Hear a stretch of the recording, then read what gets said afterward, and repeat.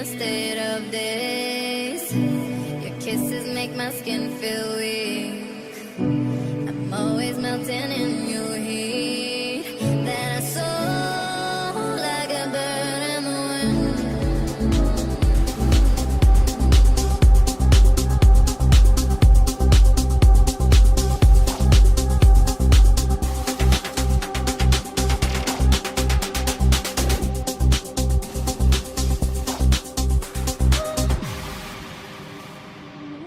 Sé que tienen las flores, llorona las flores del campo santo, que cuando la mueve el viento llorona parece que está llorando, que cuando la mueve el viento llorona parece que está llorando.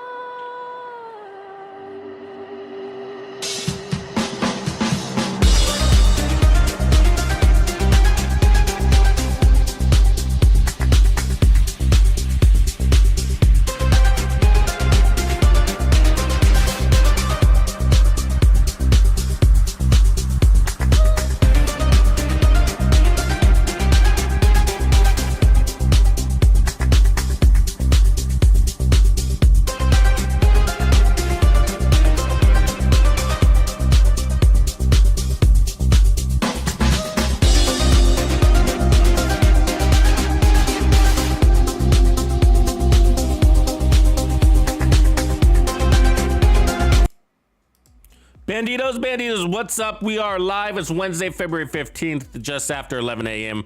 Streaming from the Pacific Northwest, and this is a continuation stream from what we did yesterday. So rapid red builds, basically max damage builds that also have added survivability. So yeah, tons of fun, and let's continue the show.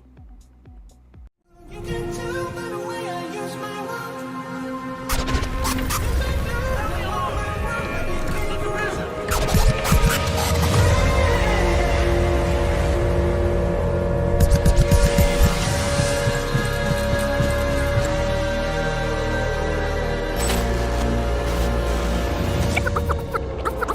Freak out, yo!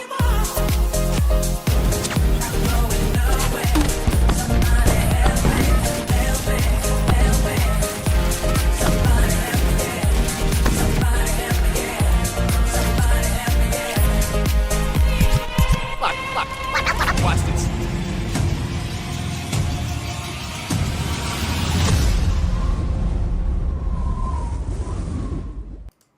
What's going on, Bandidos? And we're live. All right. Hey, so we're gonna be doing some more rapid red DPS builds, and we had a lot of fun doing it yesterday. Yesterday we accomplished like basically 2 striker builds in the end. They're really close to each other, so I still haven't decided which one I like more. And then we also did a really good, finely tuned Umbra build.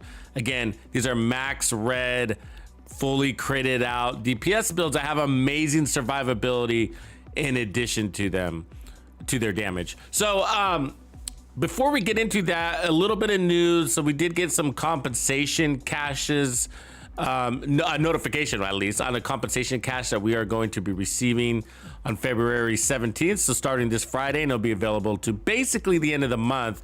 And so I have a little bit of a, let me just throw it up here. Give me a quick second and I'll show you exactly what we're talking about. Let me just give me a quick second here. I gotta load up this picture.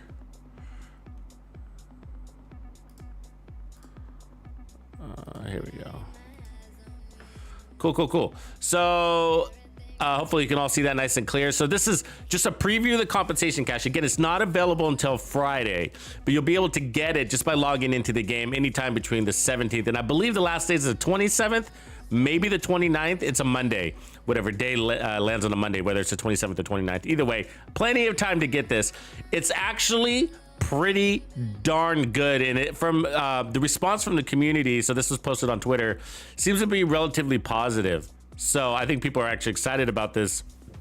And so, you know, the contents, the basic contents is really good, and there's not a lot to get excited about that. You know, printer filament, receiver components, and titanium and whatever. That's nice. It's the last line item there that people are pretty pumped about. If you look, that's 55 exotic components. 55 exotic components. So thanks, Blue. Yeah, so this runs to the 27th. Thank you for confirming that. So 27th. So this 55 exotic components, I mean, that saves you a ton of farming right there, and you're gonna get this in a single cache. So this is a compensation for all the bugs that we had in the previous week where, you know, the map was all kind of glitchy. You couldn't reset control points or add directives, and you couldn't play countdown, just stuff like that. So this is their way of saying, we appreciate you for being patient. And, you know, I like it. I think it's good. I'm cool with it. What else could they give us? You know, I don't know, maybe a free apparel item, but I think people like those 55 exotic components better than that. So, you know, there's no RNG related to this. You know, if they gave you like an exotic cache or a named item cache, an exotic cache wouldn't be very worthwhile, right? Because, you know, you get one exotic and maybe it's, you crush it and you get one exotic component, where this is 55 exotic components. So shit, yeah, I'm stoked. That's gonna throw me over 200 exotics components. So yeah, all right, I'll take it. I'll take it. Anyways, a little bit of news. So good stuff, good stuff. And then, you know, maybe the season 11 might line up around the time when this cache expires. Interestingly enough. So if this expires on the 27th, which happens to be a Monday, the next day is a Tuesday, and that might be the day we get season 11 launched. We do not have an official launch date on season 11 yet, so that is speculation. So don't buy into it too much, but cool, that's that. Okay, let's get into the build lab. Okay, so honestly, guys, I had a ton of fun. I'm really excited about the builds that we came up with yesterday. Actually, I'm gonna be playing those for sure. Probably after this live stream, I think I'm gonna roll into those and you know, stream them all throughout the week. I will be making a build video out of these once we finalize probably today's builds. So let's super quickly talk about survivability. Okay, so just to make sure we're on the same page, we did this a little bit yesterday. So survivability, so player skill and situational awareness aside, all right? So your skill level aside, time to kill is the largest contributor to your survivability in the Division 2, and that's why we're focusing on rapid red builds. This is the opposite of what we've been doing for the past like week or two, right? Where we were doing tank DPS builds, which are more of a balanced concept, but those had an effective time to kill, and we'll talk a little bit more about that. But basically, time to kill is the largest contributor to your survivability, and if you simplify the idea is to kill the enemy before they kill you. If they're dead, they're no longer a threat. Pretty easy to chew on that, right? Okay, so some have evolved a different understanding of survivability in the Division 2. Okay, so there's like an old school of thought, and then there's an evolved school of thought. Okay, so the old school of thought is basically like there's no such thing as too much damage in the Division 2. And people that think like this, I'm totally like stereotyping here, but generally, they say that the way to play is an all red min max meta build, and why run anything else, right? Because time to kill is the most important thing, or is the only thing that matters.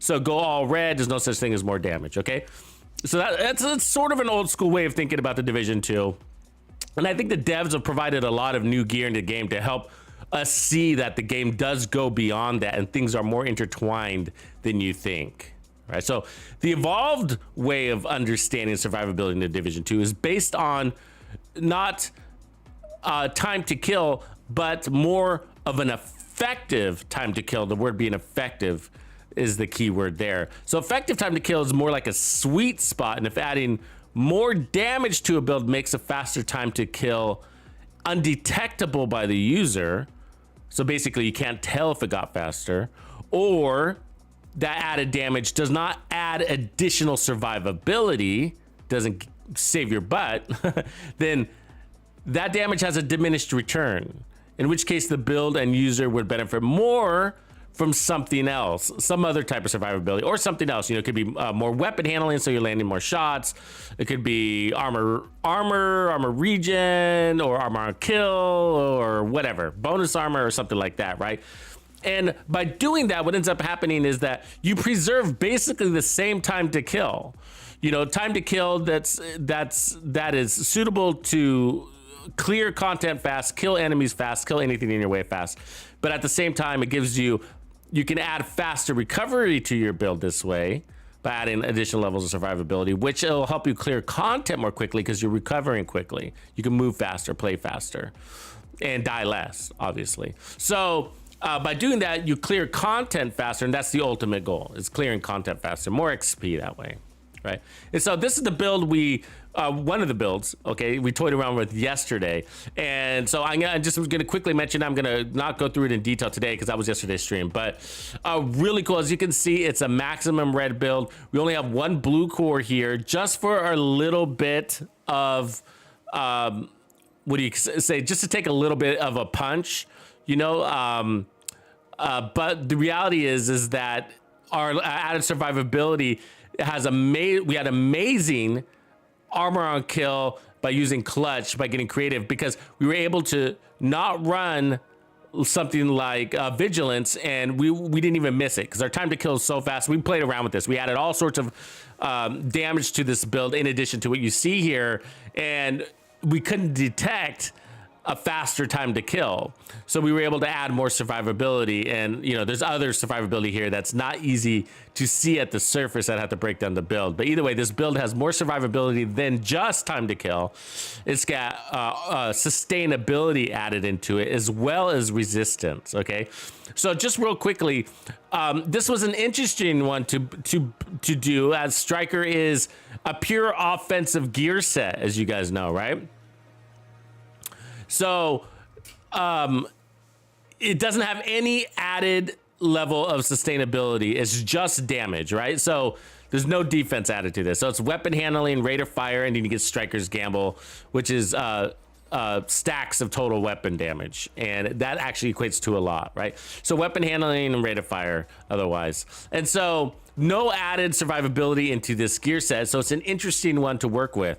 Today, we're gonna flip this equation on its head. Okay, so we're still gonna do a rapid red build, okay, DPS build, but we're gonna flip this on its head. Instead of using Striker, which is a pure offense, we're gonna use a Foundry, which is a pure defensive gear set. And then so we're gonna, instead of starting with offense and adding sustainability from there, we're gonna start with the defense and add offense from there. So a really interesting way to play. So we're gonna start with Foundry. We're gonna perfect our Foundry builds, and then we're gonna move on to another build after that and continue. So we'll probably end up with maybe 4 or 5 builds out of this stream series in total, and then I'll sum them all up in a build video. So yeah, let's get the Foundry pieces. So again, this is sort of gonna be a red Foundry concept, okay? So I'm gonna bring in all my Foundries. And then the only armor, so we agreed in yesterday's live stream that when it comes to armor, none of the builds are gonna have over 1.1 million in armor. Okay, so it's gonna be 1.1 million in armor or less. That's what we're gonna be working with. And I'm mentioning that because, you know, Foundry starts with armor, so when you create these builds, you're gonna have to farm for Foundry pieces that already have crits on them, like that, right? Or like that. And then you can, that way you can re-roll the core attribute to red or whatever. So we decided, where did 1.1 million come from? Well, that's just the community's comfort level. So that's where it comes from. There's nothing more to it than that. And so it allows you to take an extra punch and not die so quickly. It gives you a little bit of time to basically get in cover. So that way, you know, whatever recovery you have on your build can kick in and get you back into the fight, which is the variable. So there's our basic build. One of the other things is we are purposely avoiding the memento, okay, for this build series, because it's more of a demonstration on, you know, how to add survivability to your build, and how to think about your builds, how to analyze your builds, and look into their weaknesses and try to patch those up. And so the memento itself adds almost all the survivability you need to any build. You can take an all red Striker build, okay, and just throw on the memento and you're good to go. You know, you can have your 3% armor regen, you can have at least 10% bonus armor, you can have 30% weapon damage that they can't take away, you can have skill efficiency, you can have a blue core and a red core, which is to get your shield from not breaking super easy, and then your time to kill is already going to be fast. So, and then you're getting, every time you pick up a trophy, you're going to get 30% weapon damage bonus on top of the 30% stacks on your backpack. So that's a burst of damage. It increases your burst damage for 10 seconds. And that's going to really and also help you survive, right? So, and then you can basically chain kill with that. So the memento does a lot, right? The memento does a lot, but we're avoiding the memento. And I think that's a nice exercise also, because you know, I know some people want to try things other than the memento, and these builds are all good without the memento too. It's a very fun and effective way to play the way we're setting them up in the end. So we've been using this clutch. We use clutch a lot, and it's very reliable. It's not the only way to go, but there's a lot of confusion on clutch, on how clutch works. So you have you know, critical hits that repair 2.5% of your missing armor, okay, in that first part. So if you drop below 15%, this is just regular clutch. There's a perfect version. But if you drop below 15%, then you know that 2.5% crit will get you back to 15%, no matter what. Right. So basically it's saying as long as you're shooting, you're never going to be below 15% armor. And so that's what allows you to go toe to toe with an enemy. And if your weapon, and if you're landing your shots, and you got a good crit build and a weapon with decent RPMs, you should be able to kill them and heal through whatever damage that they're taking. If there's multiple enemies, maybe not the case. But when you get a kill, it allows you to repair up to 100% of your armor. So based off of the same equation, still crits, still 2.5%, but you can now heal up to 100%. So you what you're looking for are weapons that, you know, have a decent RPM, but mostly you want to land your shots. You want to have max crits in order to take advantage of that. But to get the most out of it, you want a lot of red cores. Now you don't have to go with the pure red build, but you want to go with the really high red core build. All right, so like, you know, no less than 4 red cores, I would say, but 6 red cores is the idea of clutch. Okay, so 6 red cores is the idea of clutch. Heal quickly, but again, we're only adding armor so that we have a little bit of resistance and be able to take a little bit of a punch.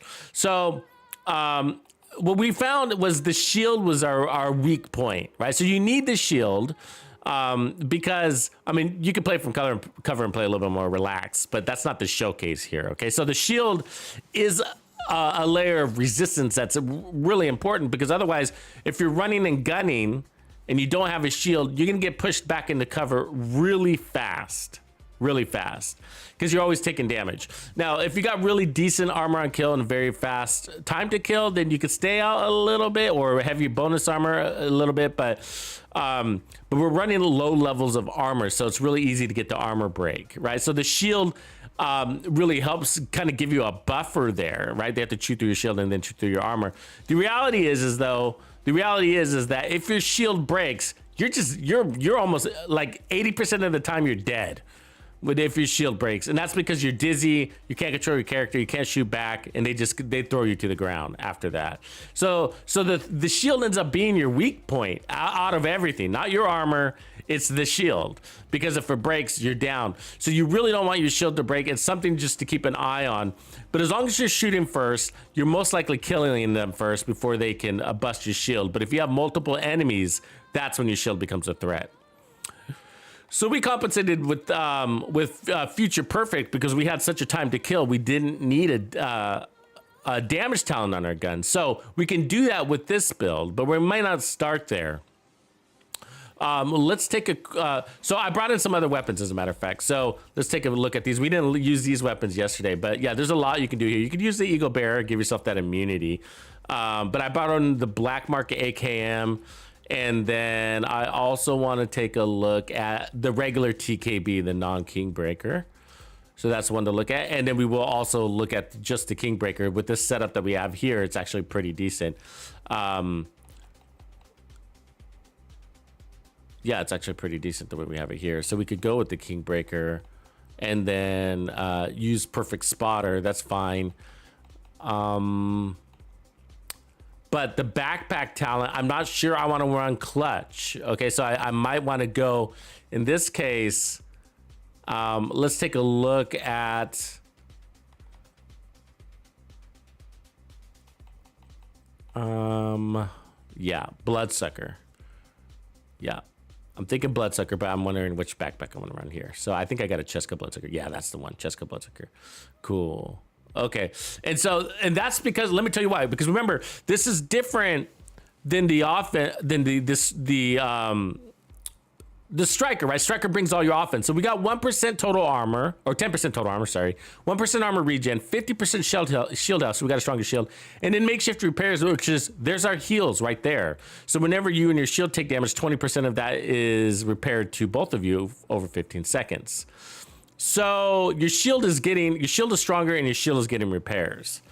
And then we got the 1% armor regen plus makeshift repairs. So that's pretty good healing there. You know, so what I'm looking at here is a level of resistance, but we may not, by adding Bloodsucker, but we may not need that either. Okay, so I'm gonna start with that. We could also go offense on our backpack, like Vigilance. Actually, maybe we should just start there, right? Let's just start there. A Cheska Vigilance, there we go. Let's start with the Vigilance. Let's start with the offense on the talents there. So we got 3 offensive talents now, and we're going to rely on the gear set to give us all our defense. Now we're running 2 blue cores, but what's interesting is that pushes us to 1.3 million armor, and that's because the gear set is giving us 10% more armor. So we might be able to drop one of these blue cores. It's worth a shot. See if we can just run with one red core here. So let's do that. Give it a try at least and see if we can survive with that. What up, Action? Yeah, that's right, Sebastian. The repairs from Foundry is a standalone thing. So there's nothing you can do to improve makeshift repairs. You can't add incoming repair. You can't add repair skills. So you can augment it by adding like a Catharsis mask, and you know we can look at that too. We're gonna have many looks. Okay, so we look at Coyote masks, Catharsis masks. We're gonna look at bringing in the Foundry chest, maybe the Foundry backpack to speed up that regen, whatever, to see what we can do. And so, but yeah, there's nothing you can do to improve makeshift repairs. The best way to improve makeshift repairs, if you want to, is to make sure you have the resistance to take more damage so that you heal faster. But I have found the best way to buff Foundry Bulwark is the Catharsis. That thing is amazing. I gotta say, it's absolutely amazing. All right, so let's get our laser pointer on this thing. We'll keep the stability there. Where we at crits wise? 60, so we can put on crit damage here. Probably strip that. It's got crit damage. That's got crit damage too. Oh, we got too much crit damage. It's a good thing. I have some alternates. Let me see here. There we go. I mean, we had too much crit chance. There we go. 50, 55 is good. And then we'll just, we'll change that armor core back to red on the gloves. Yeah, so I've ran all red Foundries before, and it actually works pretty good. It's really good. And you'll see here in a second. It's got some really nice benefits to running this way. I gotta say, when I did do it, I was using the Chameleon a lot with it. The Chameleon's really nice because the Chameleon is gonna give you that 90% weapon damage on top of that. It's really nice to run the Chameleon with this thing. So we'll showcase that too.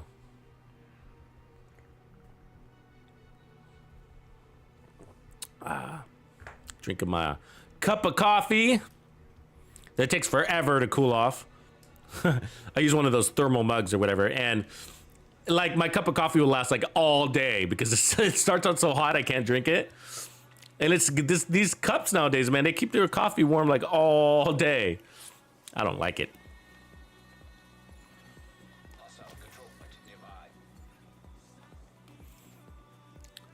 Yeah, future perfect Mender with survivalist. Yeah, that's a great idea too. That's good. I mean, it's actually all red protection from elite builds also are really nice. So like to do that, load on more protection from elites. I've run out of cover no shield builds with dual heals. That's a way to go too. As a matter of fact, we put out a build about 2 weeks ago that featured that. It's a pretty cool way to play. If I didn't mention, but I am running the Defender. You could also run a Fixer if you feel like your build needs more heals.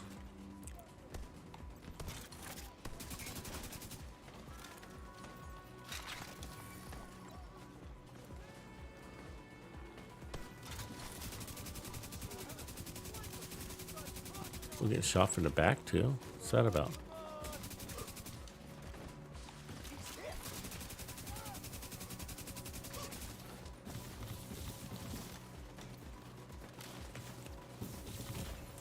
I don't know what's shooting us over there, but it sucked.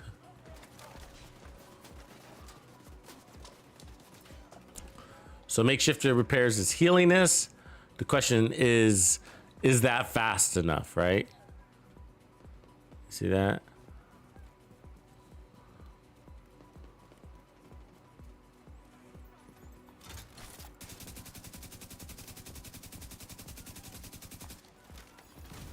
Reinforcements have arrived.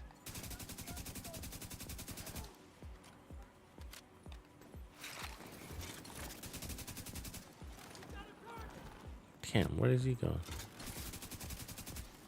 All our fucking cartwheels, huh?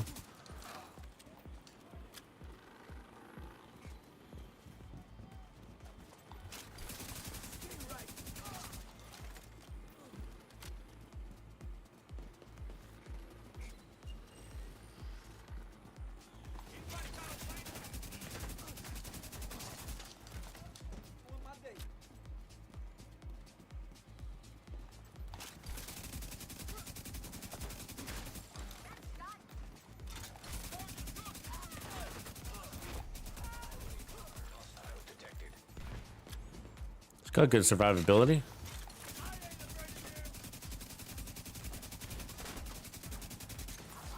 There you go. Just went toe to toe with the boss. That's good. The heals could be a little bit faster, but it's doing the job. You remember these rapid red builds aren't okay. You're not supposed to be tanky. All right, so we got to make sure that's understood. Like, the idea is not like the tank DPS builds that we ran, not like the juggernauts. All right, with juggernauts, the idea is that you can stand. You have so much resistance, you can just stand there out of cover for a degree of time and just absorb that damage. But with rapid red builds, that's not the idea. The idea is to move fast, to kill quickly, and that's still the biggest chunk of your survivability. So you don't just want to stand there and take a ton of damage. But what is important, the defense part that's really key, is healing quickly so you can keep killing, right? Because if you don't heal quickly, what ends up happening is you gotta stop to heal, or you gotta cower. And so that's the idea here, is to have enough damage to, or rate of recovery to not cower.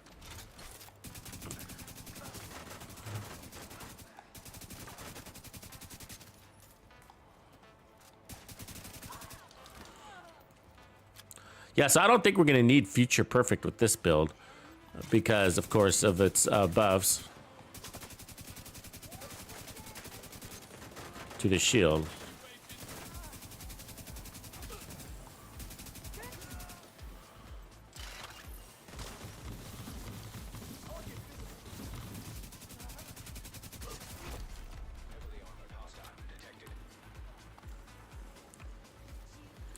Pretty good. I mean, our armor's pretty decent. How it's holding up. So this is with 1 million armor. This is only one blue core.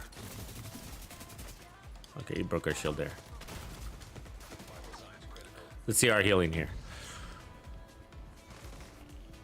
It's okay. It could be faster, right?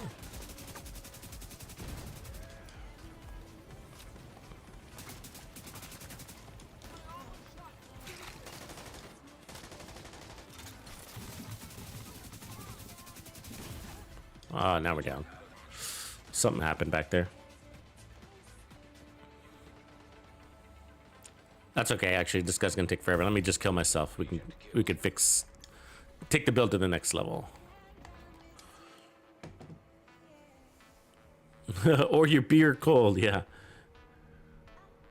Yeah, the repair drone, yeah, exactly, might be the other way to go. The repair drone, the good thing about the repair drone is it's got that long duration. It's always healing.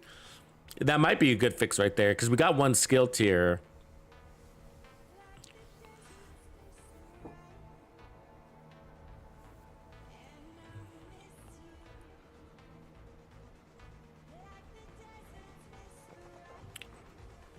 What up, Matt? What's going on, man? Yeah, I like the idea of the repair drone too. Just a few things. We might want to try the Kingmaker felt good. I wonder if with the faster RPM, if we with the chameleon buffs, if we pull off more survivability. So it's worth checking that too. By doing that, we can actually get rid of technician and then put on armor on kill to fill in some gaps, right? On gunner. And so gunner gives us that 10% armor on kill, ammo, faster reloads, faster RPMs, that kind of stuff. So we found gunner to be really valuable because if you're killing well, which we are, right? We're killing well, then armor on kill is always happening to some degree. So let's add that, and then let's try going to a fixer. We might not need to fixer anymore because of the armor on kill, but let's put it on anyways. Let's overshoot here. And then see how we end up. So we're gonna have to change our chest piece. Let's keep that, I guess, because we no longer have the laser pointers. So let's do obliterate or something.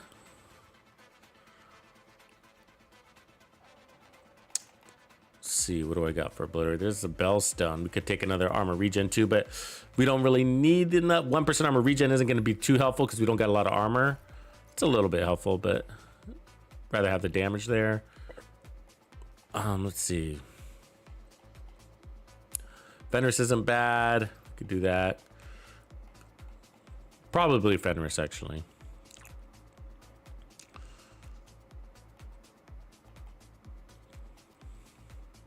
What's cool about the chameleon is actually we can swap out our crit chance to crit damage. It's got a lower base weapon damage, of course. That's the exchange.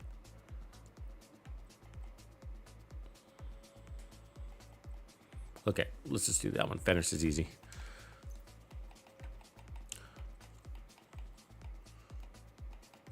I like Fenris with the chameleon anyways. Okay, where are we at? So we got way too much crit chance, so we can lower all our crit chance mods. If we had any. We don't. Funny. Okay, so let's put on crit damage Foundry pieces.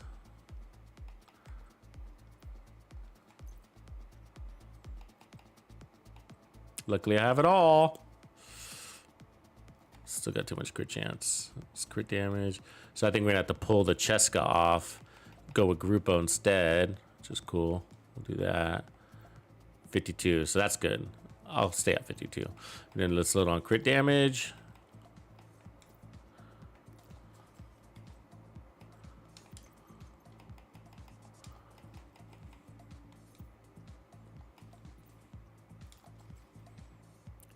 And then we need to change an armor core. Go back to our one blue. I like that.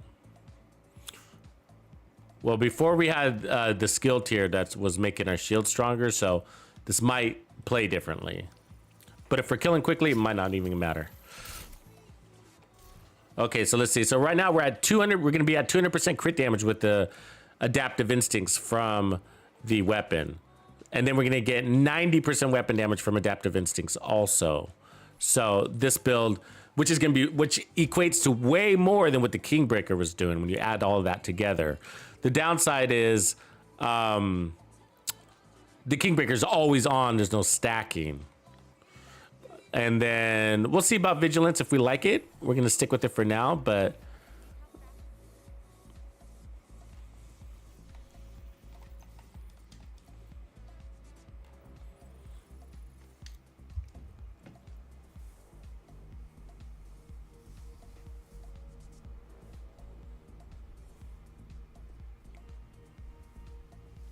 The other build that we're probably going to be toying with is probably Heartbreaker 2. Heartbreaker is a little bit different because it's blended. So that one will be a really interesting one too. So Umbra and Heartbreaker are similar, and they're the newest gear sets that we've received, both of those.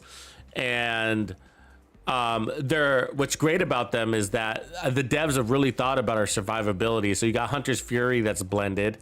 Right, it's got armor on kill as well as amp damage, And then Umbra gives you that amazing armor regen with amazing crit damage and RPMs. And then, of course, Heartbreaker is the bonus armor with amazing damage. So Heartbreaker will lend to being something that's more balanced, probably right out of the gate. And so it's more like buffing both levels simultaneously, like, you know, the defense and the offense side of things, trying to get them both up. What up, Lord? What's going on, man?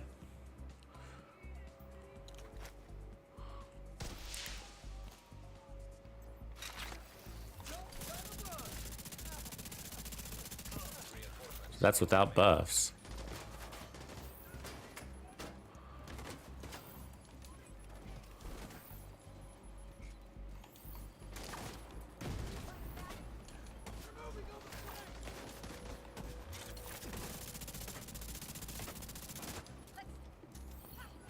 Oh, she's in my shield. Fuck.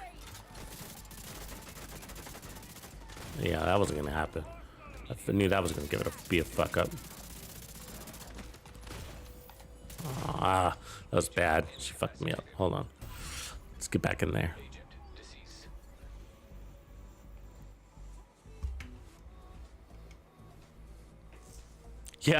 Yeah, I've been, yeah, last week I ran one with like, I think that a Heartbreaker with like,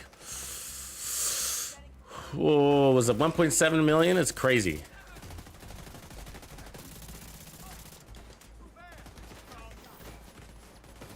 You leveled up 80 points, that's crazy, man.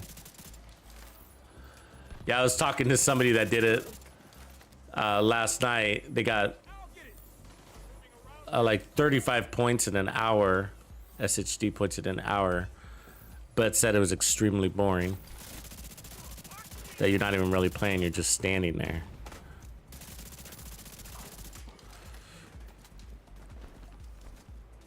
While one person is just launching chems for 25 minutes of just standing there launching chems.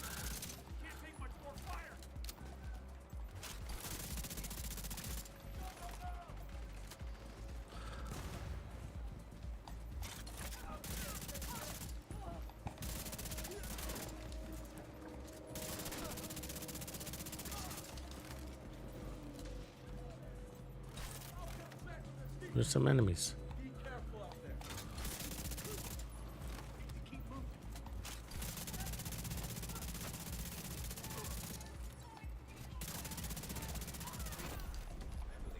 Hostile detected.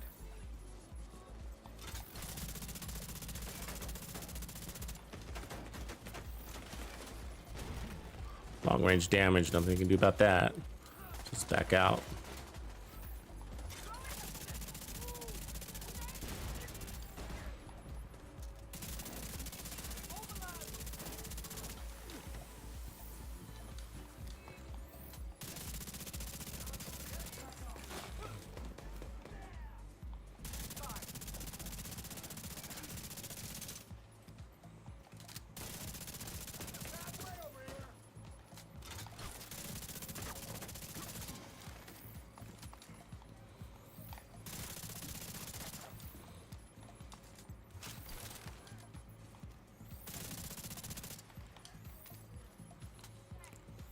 Yeah, the armor on kill is a nice little balance.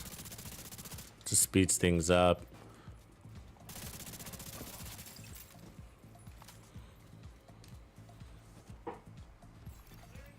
What up, Simon? Detected.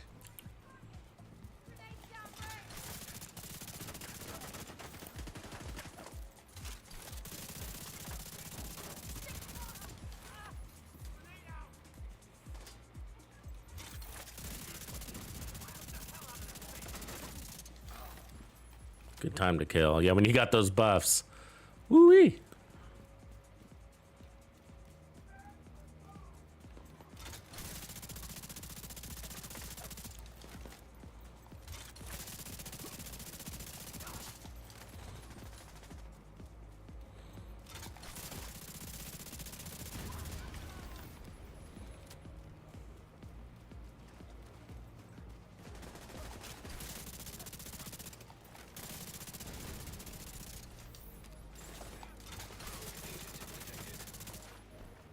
Gosh, she's slippery, isn't she? Get you to miss a lot of your shots, the way she moves.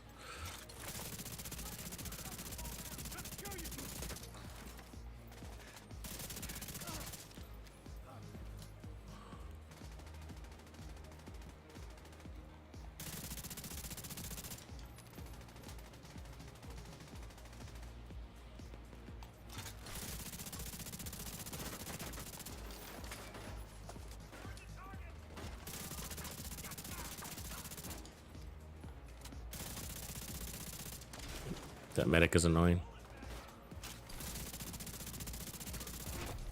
Heavily armored hostile detected.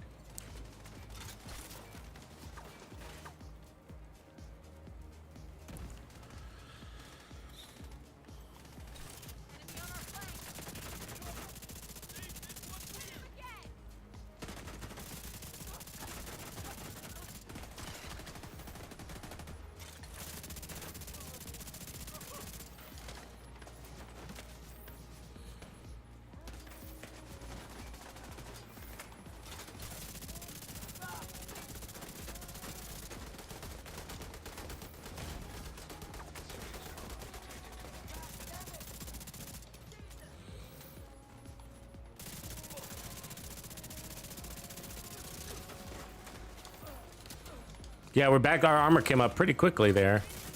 It'd be interesting to see this with clutch though.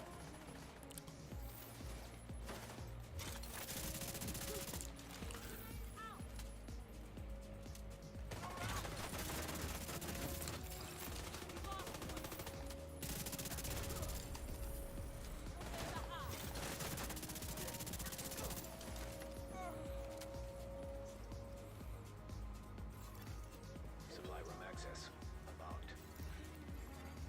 Detecting additional hostile contacts.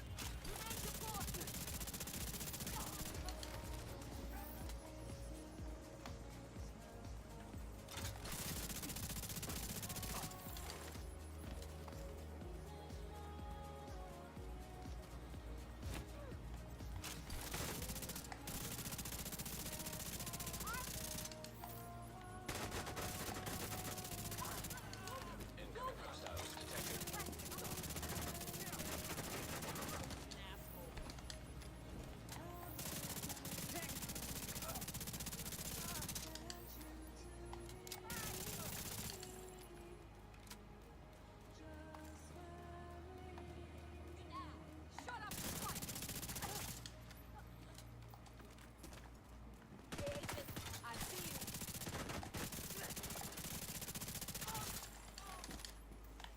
There it is.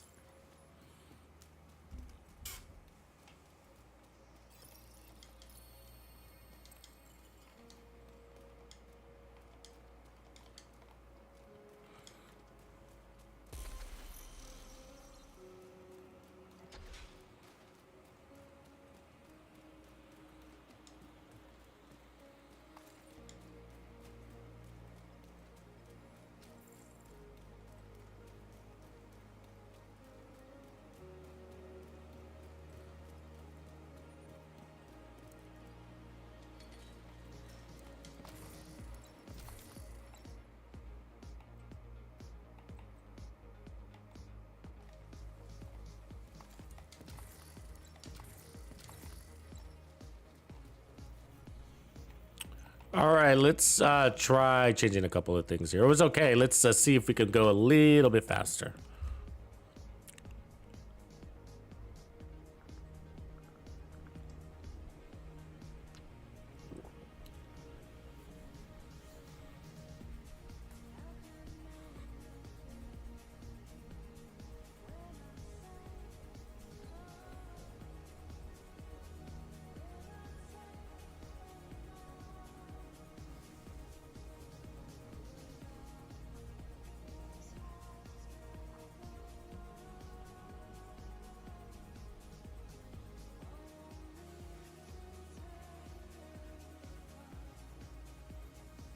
Luzak, what up?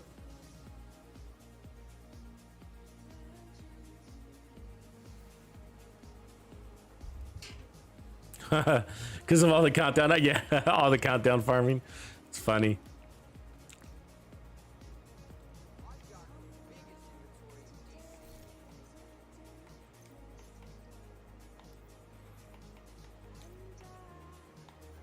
Get rid of some of the stuff since we filled up so quickly.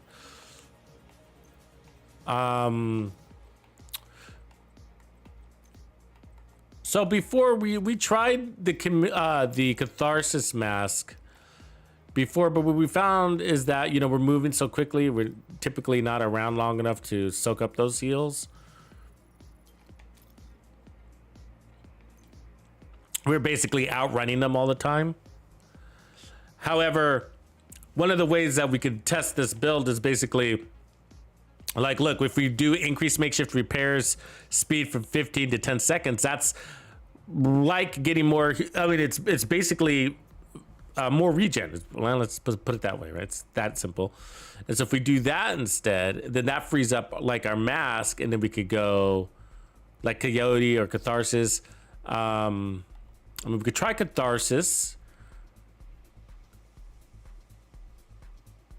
I mean, might as well. Let's just try it. I don't have high hopes, but you know, let's and then let's change that so we don't have too much armor.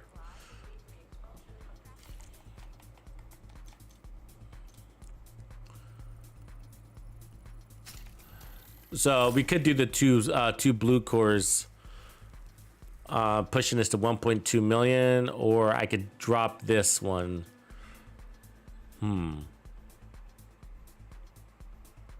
Let's try it. Let's just keep the two blue real quick.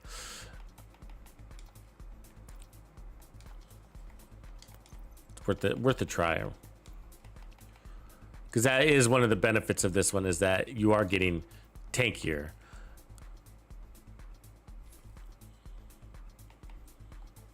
I mean, you got more resistance, I guess is the best way to say it.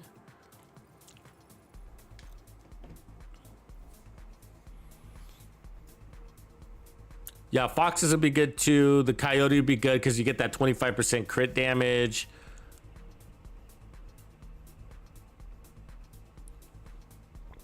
Because we're playing in that really close range to get that deep damage buff from the coyote. That's why I like the coyote with like SMG type builds, which is basically what we're doing.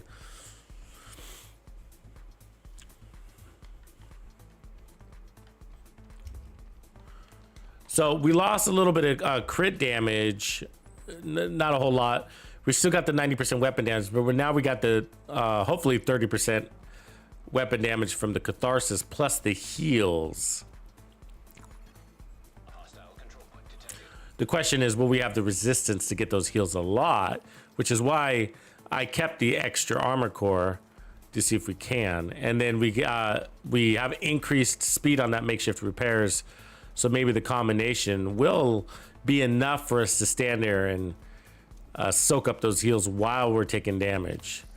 But with many high red builds, you can't stand in that pool of green heals and survive because they're all shooting at you while you're healing, and their shots are going to outpace you. But let's see what we can do.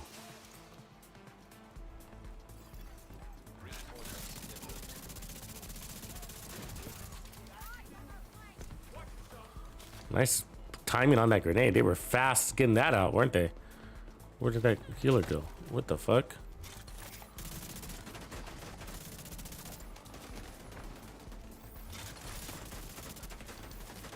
Damn, look at her. You know what I mean? I'm fuck. She's all over the place. Cartwheels, fucking punches and shit. She sucks, man. I hate fighting her. I mean, I can't fucking get her. She's all over the place. But we're in our heels, so that's good.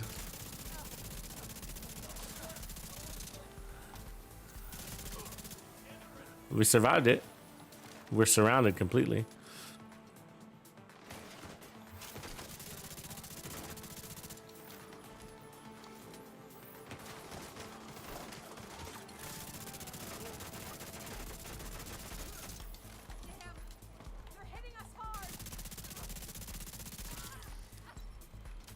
Not bad.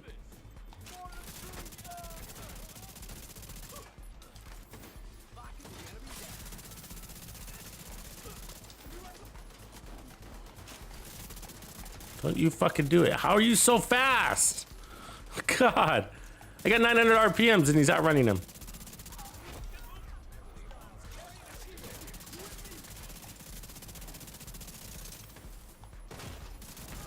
Shit.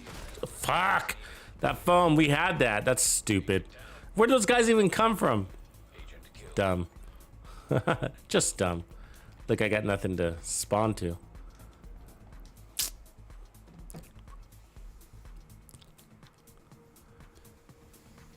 What up, AG? But I think the Catharsis was working a little bit.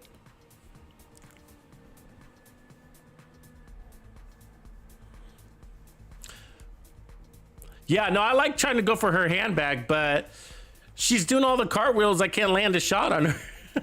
She's cartwheeling. You know what I mean? She's doing somersaults and shit.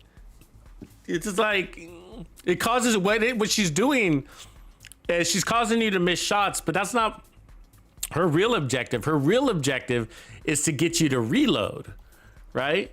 And so you're not only missing shots, but then you get the reload in there. And so that's what improves her time to kill for her.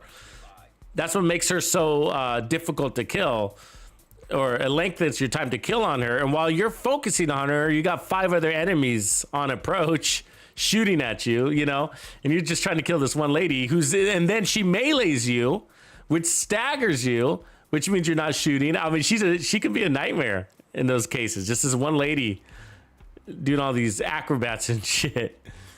But yeah, she's the worst one of these people. And then she's got a fire grenade, which is even more annoying.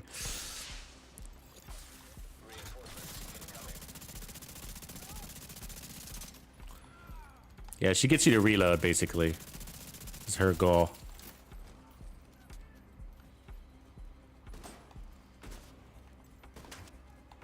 Fuck you guys. I'm out of here. I'm going to my zone.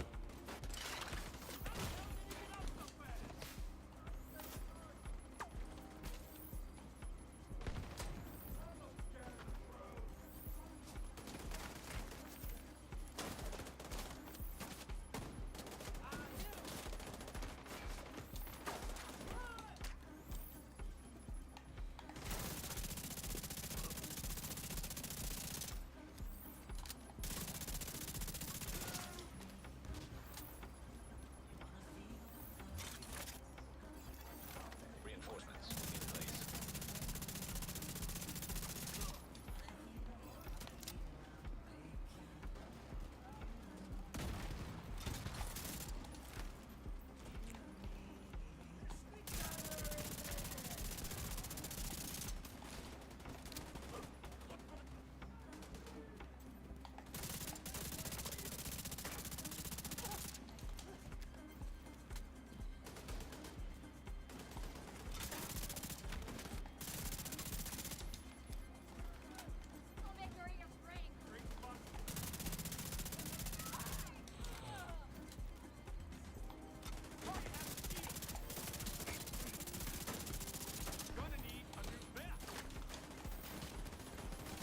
Oh, there's my heals back there. You see what I'm saying?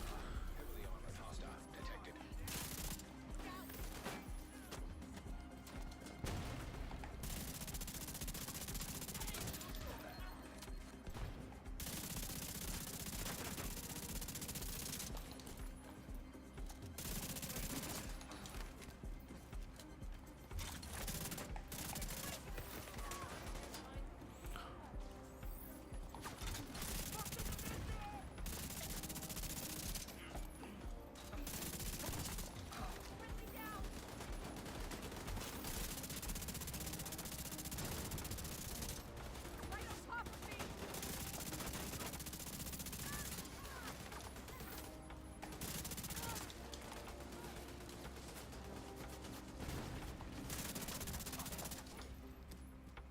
Guys are everywhere. Detecting additional hostile contacts. Shield's holding up pretty good. That's good.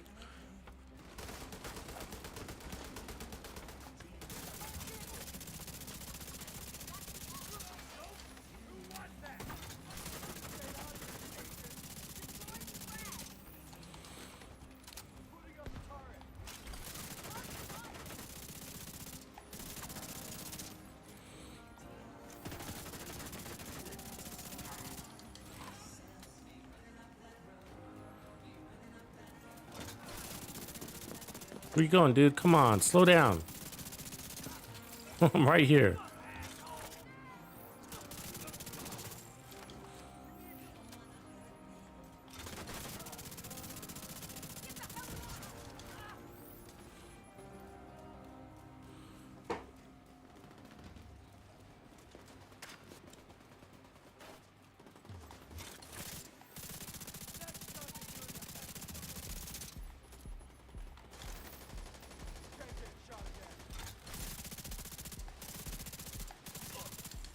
We're losing Hebo.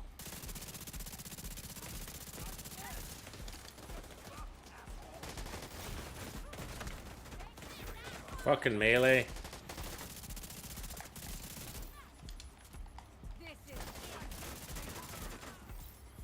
Fully healed off of that green cloud. That cloud is crazy, right?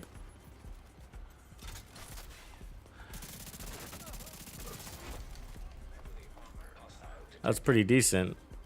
It's not there often, but that was a good showcase of it.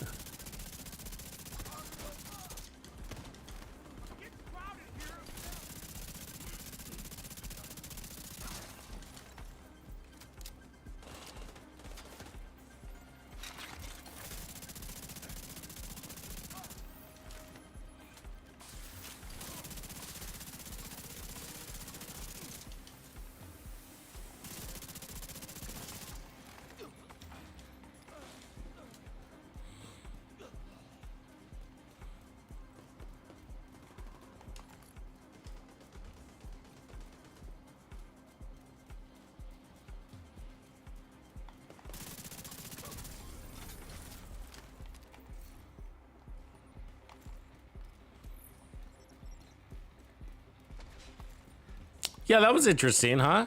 Not bad. Not bad. Let's see here. I think we can toy around for some things, see if we get our time to kill just a little bit faster.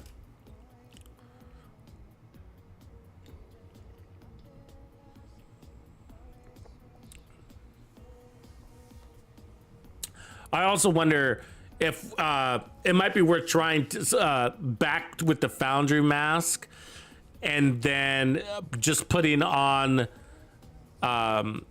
instead of the Foundry backpack to try clutch and see how it pairs up with the Foundry set.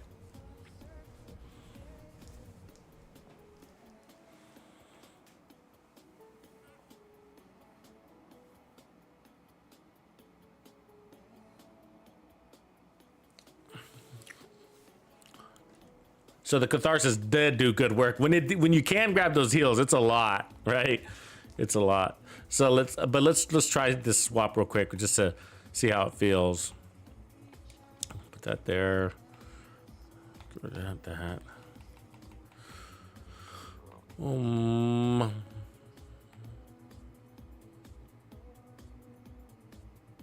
Let's look at that. What does that look like? Yeah, it's decent. I don't think we have a choice, huh? I think that's what we got to go with.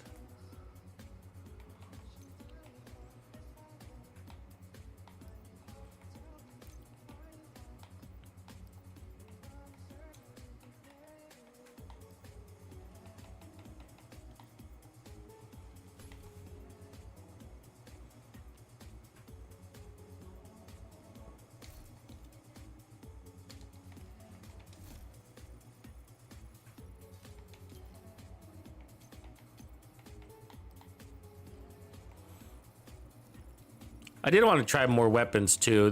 It's just that the chameleon with these types of builds are so much fun. But I brought in these other weapons to give them a try too. Like not just a Kingbreaker, but like the Black Market. It's a pretty powerful weapon. You know what I mean? The AKs or just the regular TK without spotter. Like this one's got preservation on it, which is also more heals. So we'll tie those into the build in a minute. Let's see, what does this got? I think that's the only clutch that I have on an offensive chest piece. I mean backpack. Let me see it. I mean, because it's the Bellstone, which is a little bit helpful, but I don't want to.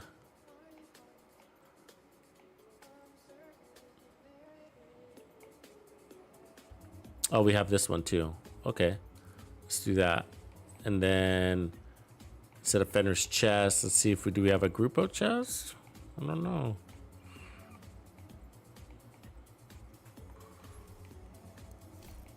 I don't know how I don't have all the Grupos I can basically have.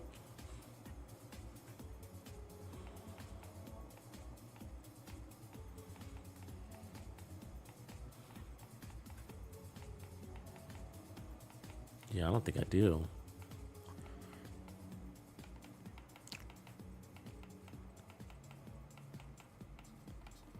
So does that, yeah, these Grupos are all fixed talents.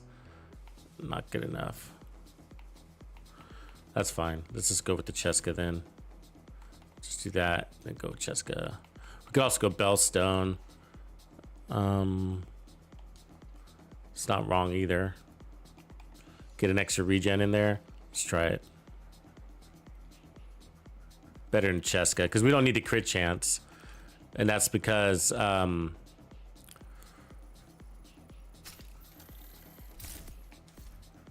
chameleon gives us so much crits. So we're at 52 right there, so that's a good place to be. We can move that to crit damage.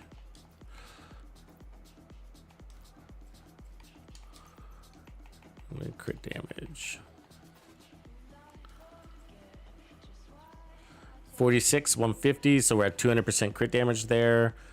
46. Actually, I do want more crits on this. Let me swap one of these out. Actually, let's go back to the chest guy. I forgot, because with clutch, you just want to always be at max crit. I forgot about that. My bad.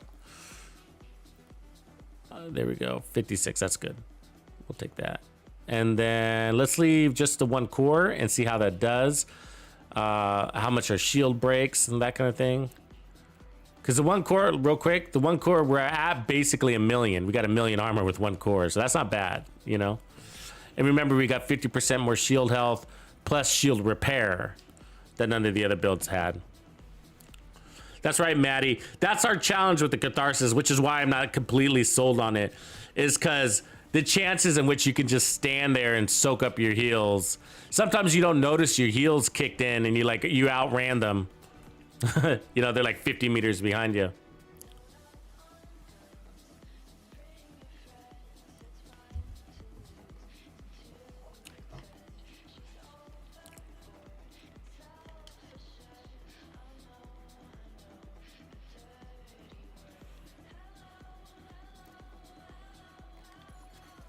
Hostile control point detected.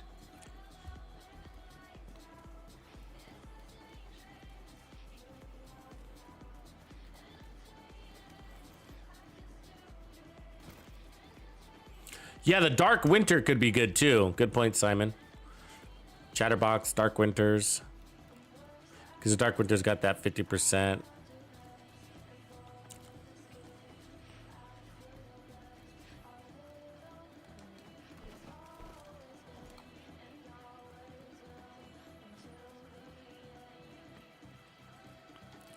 I mean, we got pretty creative with that striker build yesterday in the end.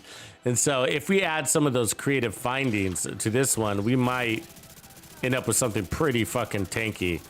And I mean like the future. Like if we go back to that future concept, it's actually pretty fucking smart. You know, just to get this max resistance tier 6 shield on an all red build is pretty crazy, right? I mean, our time to kill was there, but it was just like, it's just a good... It's a good demonstration of like you got to build. It performs really well, but it's got one weakness. How do we patch that weakness up? And that's what that concept really demonstrates. It demonstrates looking into your build. This works really nice.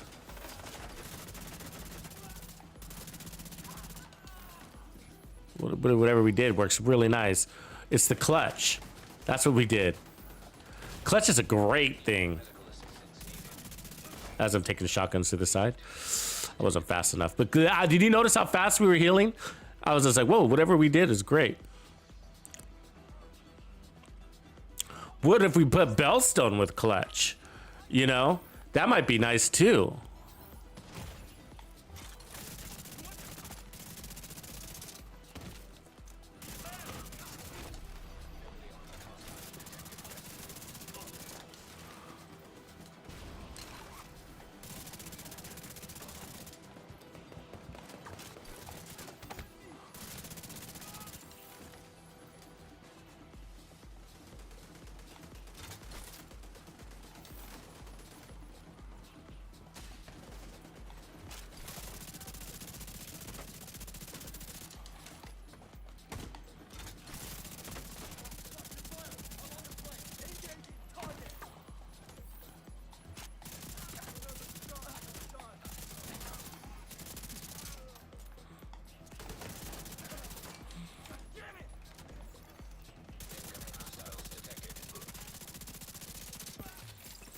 Yeah, this build rocks. That clutch is making me, allowing me to play faster, more aggressive.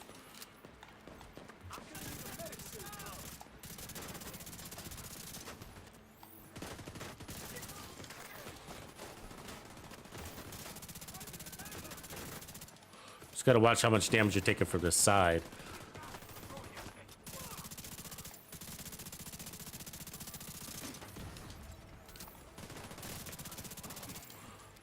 Yeah, I like this one.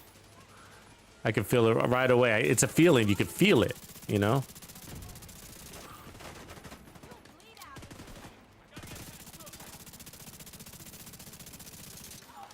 No shield on that. You see that?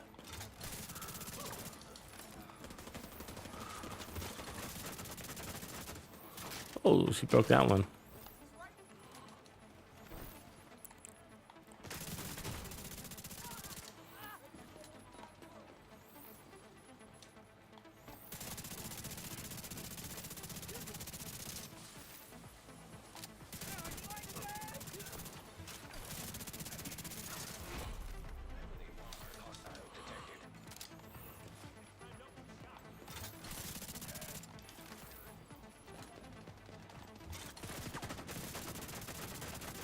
Taking damage from the side, can't do that.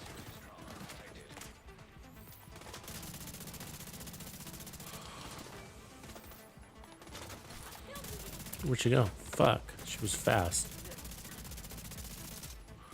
Almost to 100.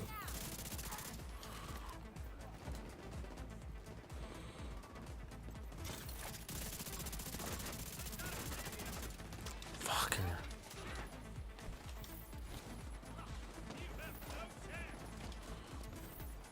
Fucking did that dizzy part.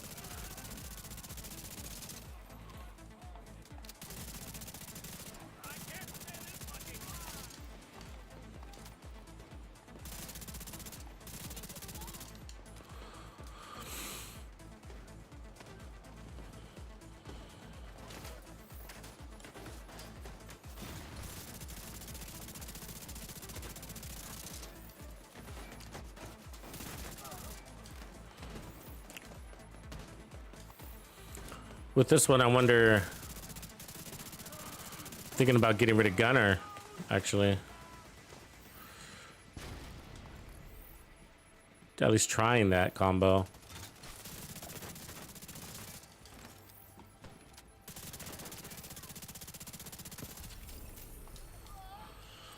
Yeah, that worked out well.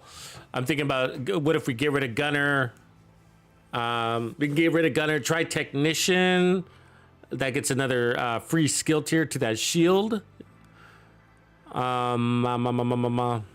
Or Firewall, which is more damage. Try both of those.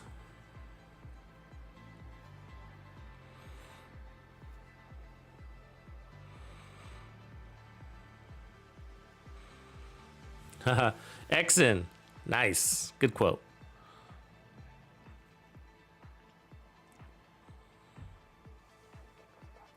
Yeah, so this is close. This is close. A couple of things to definitely try. I do want to try the Future Initiative. I mean, Future Perfect version 2.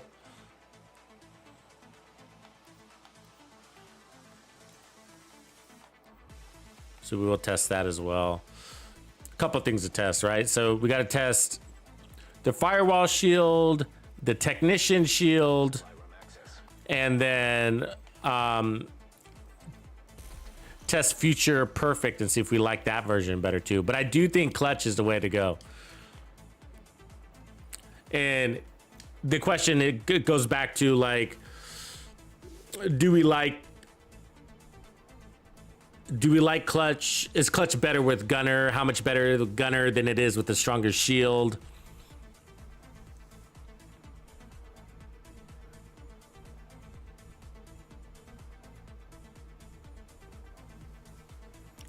Yeah, that compensation cache is nice, right? Look at 55 exotics. Woo! Woo-wee! Woo-woo-woo-woo! How are you going to spend them? How are you going to spend your 55 exotics?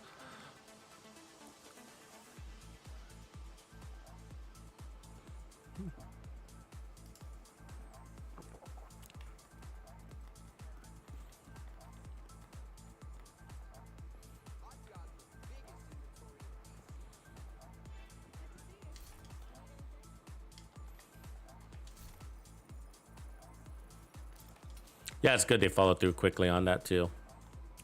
Before the things cooled off on that subject. People get less excited. Okay, so let's we're gonna try firewall.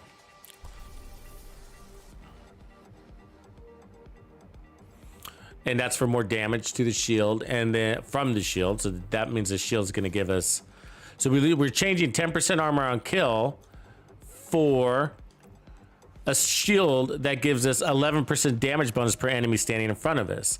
Now, we decided we'd rather have the armor on kill or technician with the striker build, but that's because striker was an offensive build set. With a defensive build set, we might be happier with more damage coming out of our shield. We might feel that buff. Plus you get really good mods. Still got the fixer there. And then I'm gonna equip my second weapon as, let's try the TKB. It's got a little faster RPM, 650 instead of the AK. And then I'm gonna put future on that, future perfection or future perfect. Preservation is also nice too. That's another way to run. But here the skill tier is strong shield. So if you get that, if you can maintain a really strong shield, that keeps you out of cover. It is your cover, your mobile cover, right? So let's crit this thing out. The downside is if we run this, right, we got to rebalance our build with crits. Not the end of the world, but.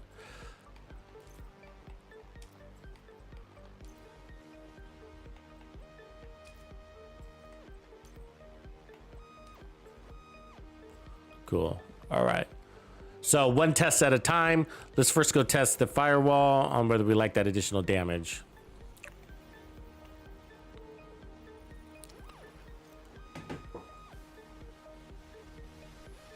Fox Warden, you are alive. Where have you been, brother? What up, Dubster?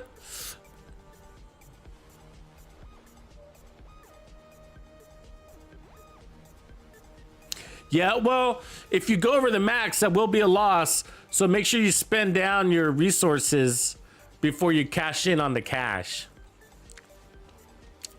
So yeah, if you apply it, it won't leave a remainder. It'll drop the remainder on the floor, and you won't be able to use it. So spend it.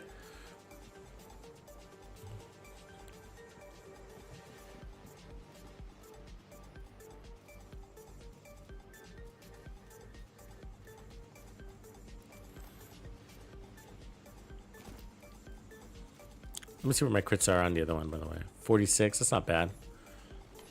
It's because we're running Cheska. Okay, so now the only change we made in this first test is going to be to the shield.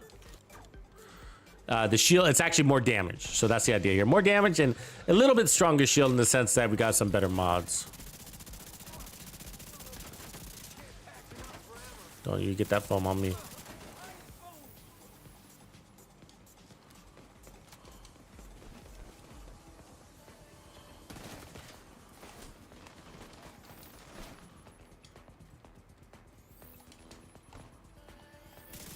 I hate foam guys. Get away from me, you fucking weirdos who choose foam over a weapon.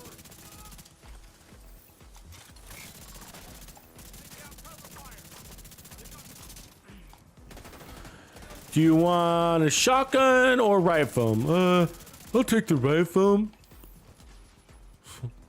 Like, you idiot, wrong choice. Reinforcements have arrived.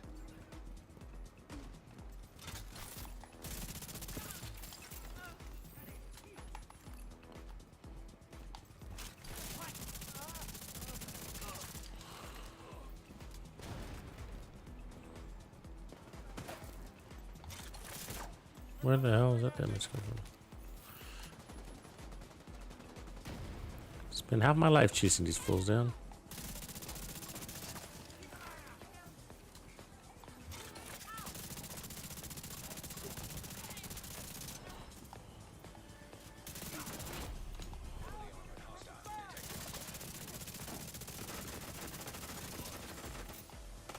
Yeah.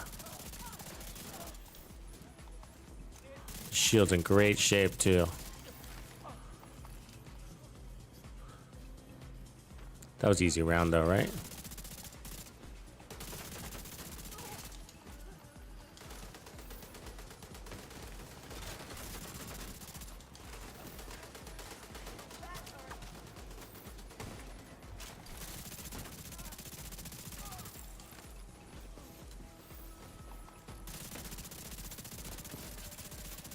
Additional hostile contacts.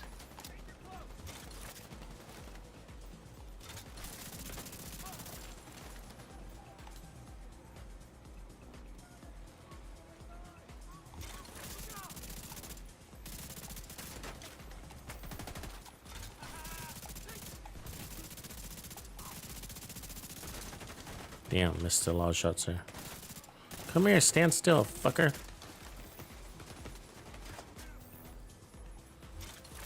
Oh, now you?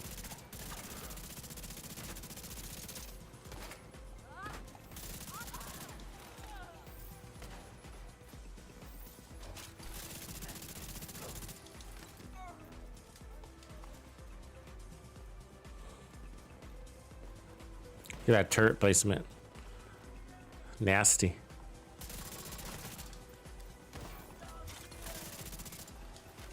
Do your fucking cartwheels.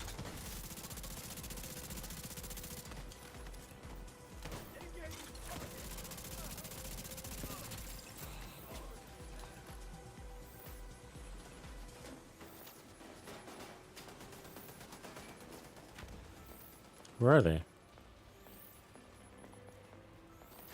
It's not gonna go to me till I kill this guy, I guess, huh?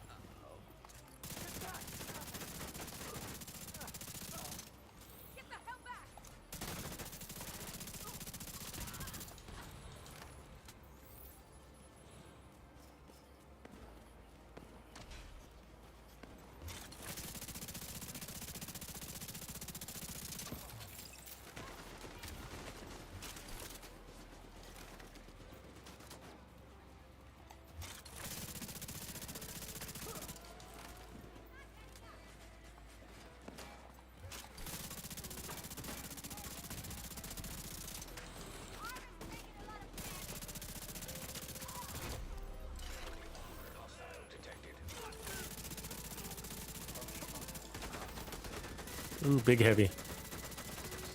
Yeah, we're not gonna last there. Medical assistance needed.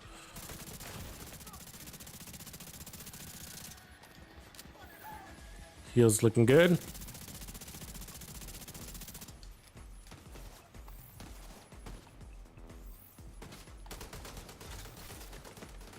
What the I don't know how they're shooting around corners, but they're good at it.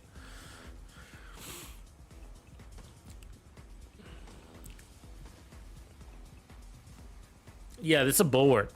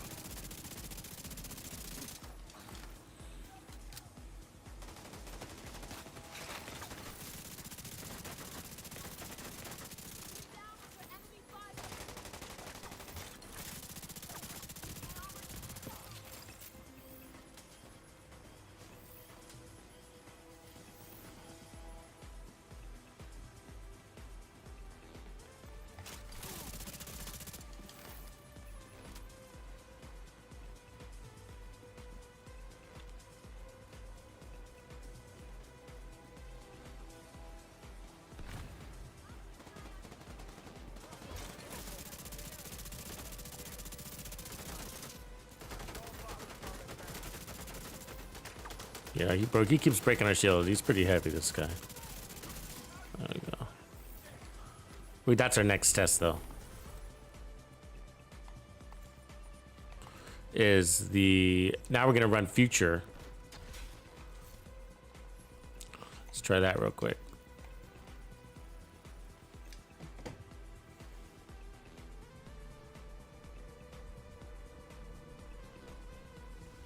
Yeah, what do you got, Aaron? We're all ears.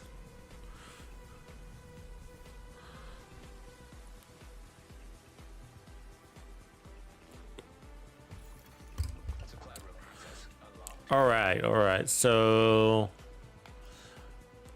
we did the TK, I think, right? So let's, oh wait, we already got it on. So let's switch this with that. And then that's gonna change our crit numbers a little bit. So let's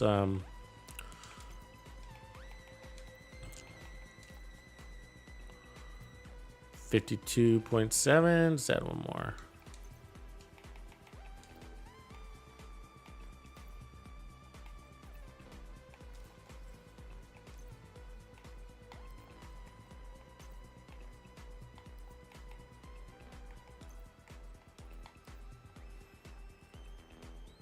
All right. 58, 127.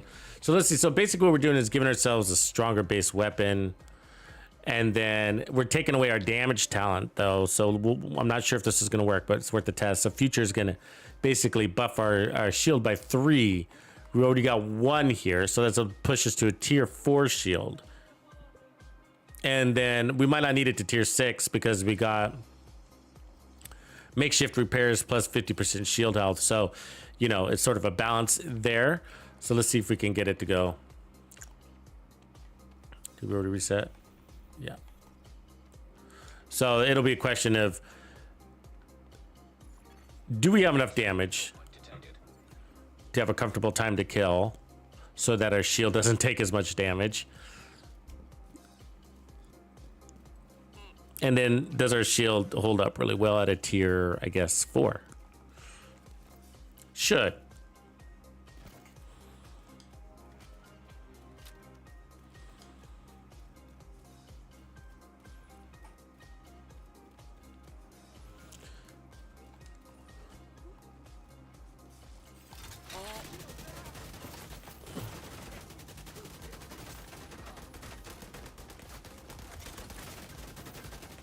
These heavies always do a fucking number on you, huh? Yeah.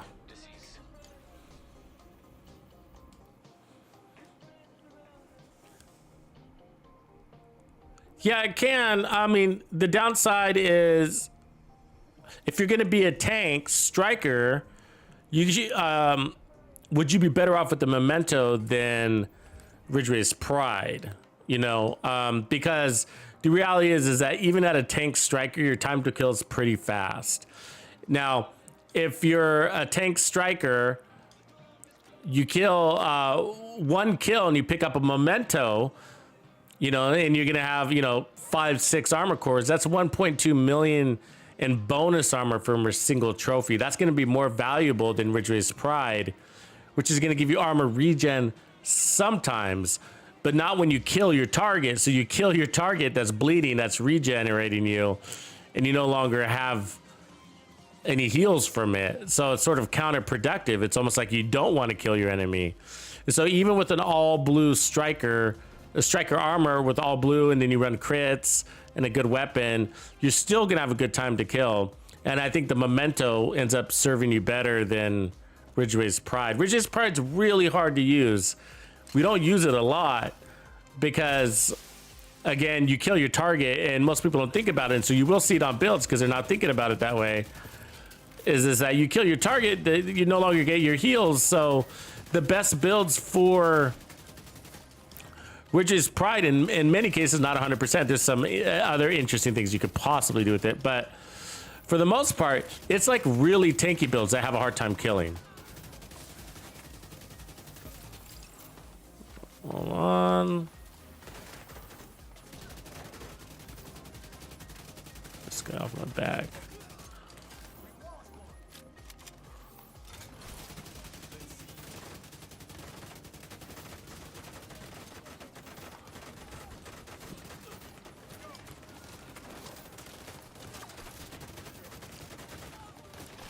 Yeah, we're taking a lot of heat here. That turret in the back is shredding. Our heals are coming back nicely. You see that? So we're hanging in there. That's good. The build is good. I don't know about the gun, though.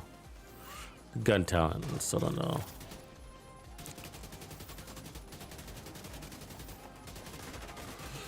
Might want to put one more blue armor on it. Blue core on it. So that we can feel real tanky. Yeah, because they're still breaking. Let's try that. Let's try that. Agent malfunction. Agent deceased.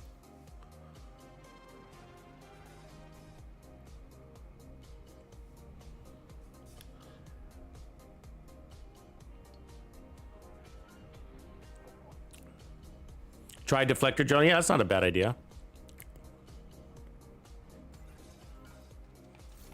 But the deflector, is the deflector helping our shield, right? How much is it helping our shield?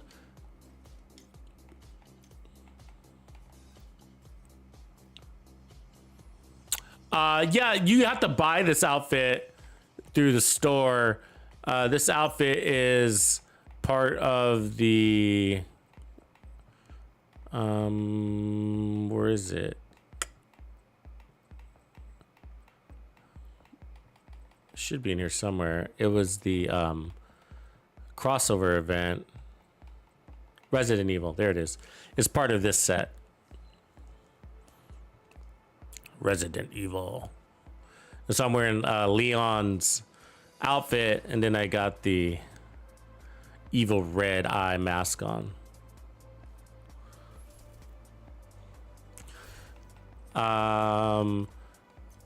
Let me try on this blue core anyways, because I want to see real quick, because I want to see if I get this shield, and then we could back it off if we think it's too much. See if I have a blue core. One blue core. Turned them all red, didn't I?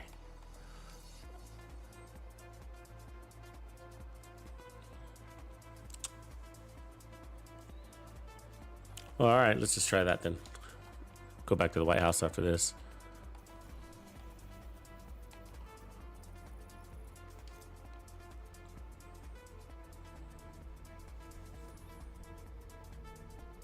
Yeah, the Artificer Hive might be a better way to go too. Yeah, that's a good point. Exen. Instead of adding the armor.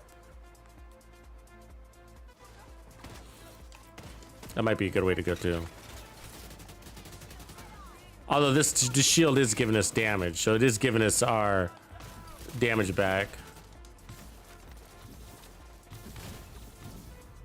Immediate medical assistance needed.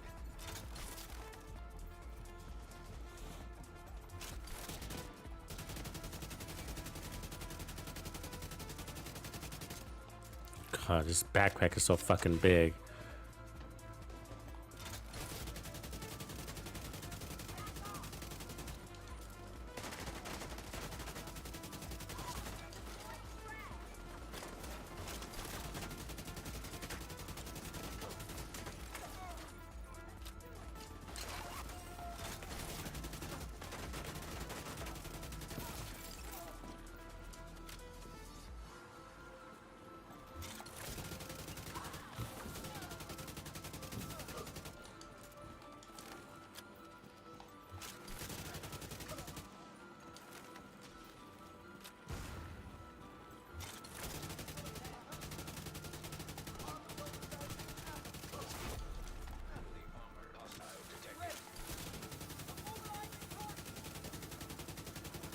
Oh my god, how does he fucking dodge all my bullets?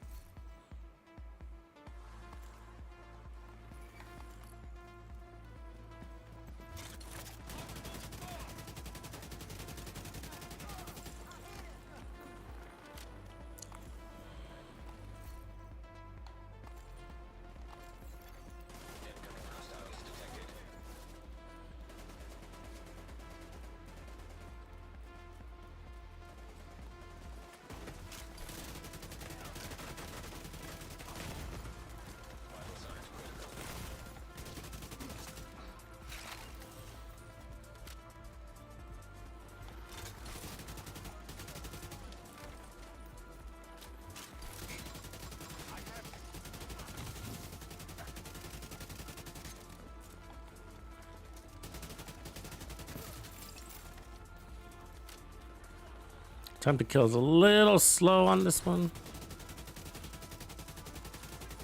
Come on, dude. Fuck.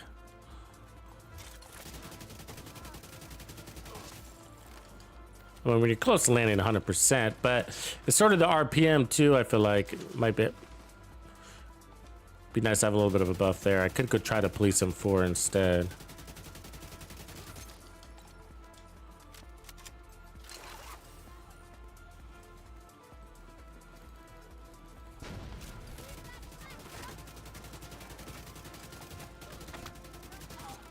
I mean, it's working because we got a lot of one-on-one, but as soon as we get out of a one-on-one,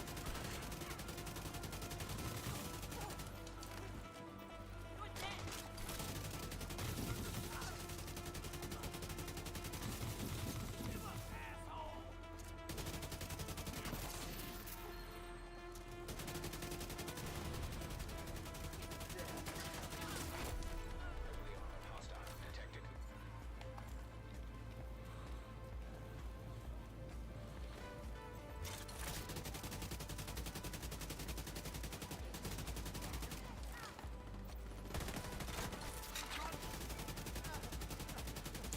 and the RPM is also, it's because we're not, you know, remember what I said about clutch?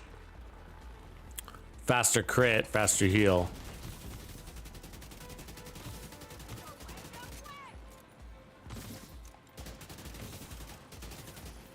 Burst damage, burst heals, I guess. Another way to look at it.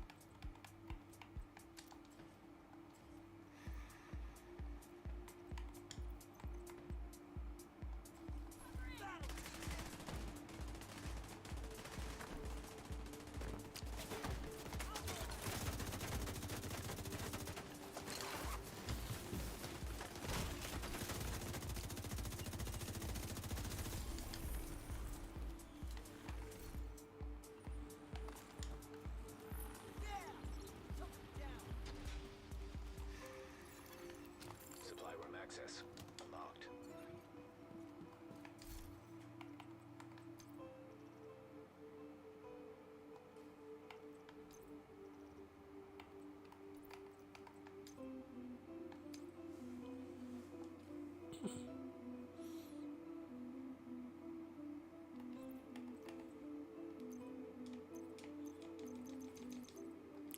Well, let me deconstruct that item, huh? Dumb.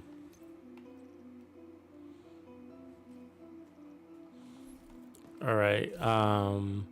See if we could, if it feels better with a little faster RPM. So let's check that real quick.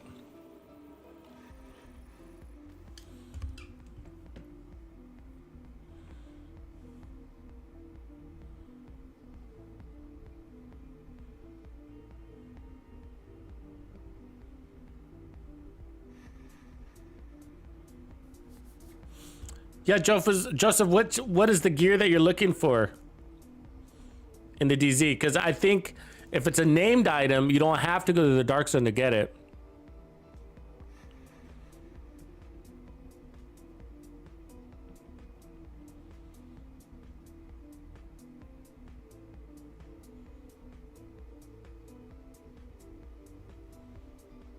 Is it the backup boomstick? Maybe that's it. I'm thinking about that video. The best way to get Dark Zone gear actually, so there's global events, but we don't have a global event right now. So, and global events, with the exotics that were in there aren't Dark Zone exotics in that one. You had the Regulus, which is raid. You have the Liberty, which you can get anywhere, which is an exotic, the Liberty pistol, and then there was the shotgun. The shotgun, there was the handheld shotgun, right? The sidearm shotgun, which is a backup boomstick. Yeah, this guy. This is a Dark Zone exclusive item, and it works really well. But you can get this from Countdown also. So if you play Countdown, then Countdown gives you those credits, those requisition credits. You can use those to buy named item caches. So you could also farm, and those named item caches contain Dark Zone exclusive named items as well, like this backup boomstick. So, and even this orbit, for example, is also Dark Zone. So these you can get from named item caches, this TDI card also. But these exotics, so this Regulus is tied behind the Iron Horse Raid. So you have, that's the only way to get that. And then the Liberty you can get anywhere. Farm pistols, farm exotics, farm exotic caches. Countdown is a good way to farm exotics too. But yeah, if it's a named item, whether it's a Dark Zone exclusive named item or a open world named item caches will deliver. Reinforcements incoming. Really?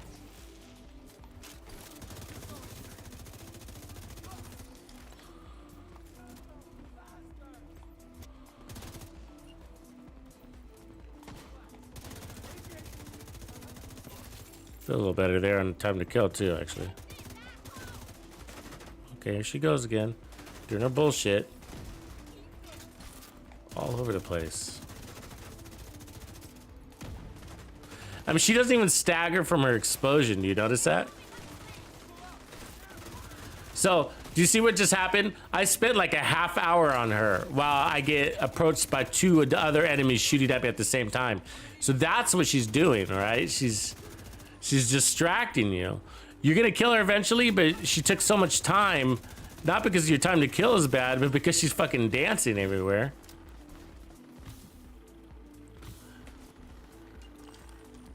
Gets you spend too much time chasing her.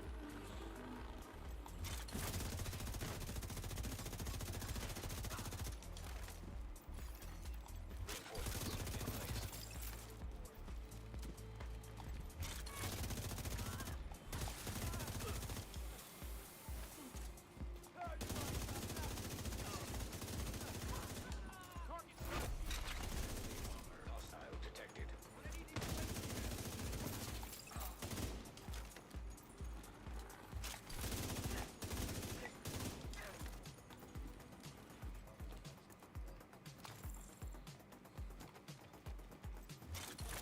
What are we gonna get this time? Her.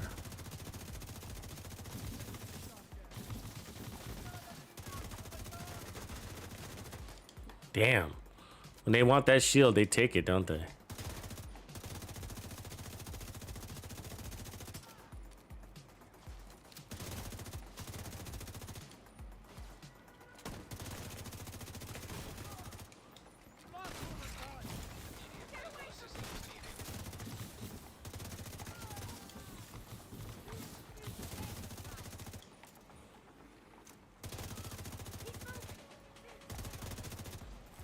God damn her.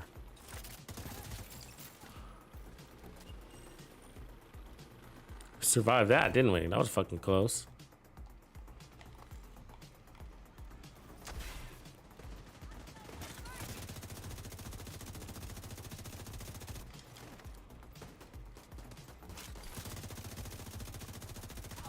Yeah, I think it might be worth giving the shield a little bit more sauce. Maybe try running technician. The problem with the deflectors, it's never there for you, man. You know?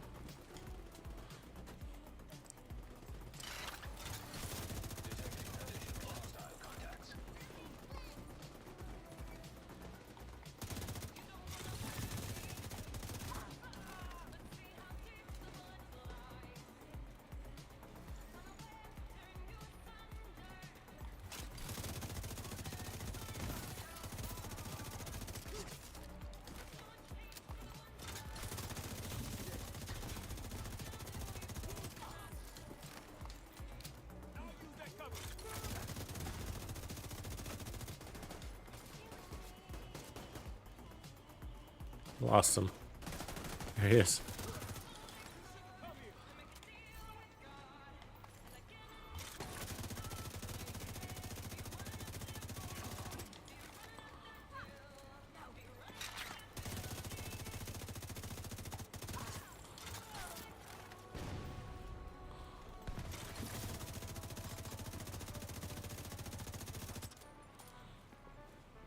Yeah, I think you are better off with the faster RPM for clutch. And for out of cover too, I would say. Out of cover tend to play better with faster RPMs.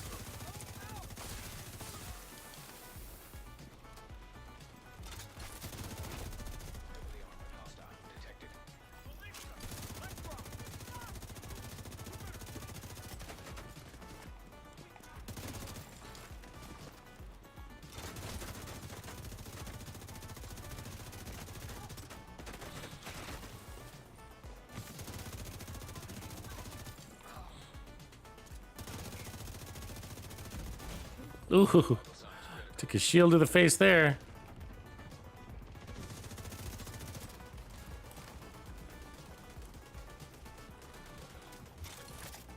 Oh, come on, with the double reload. Not bad though, survivability, huh?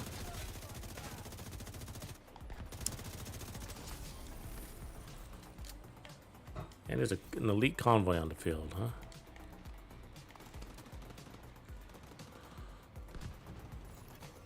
Supply room access unlocked.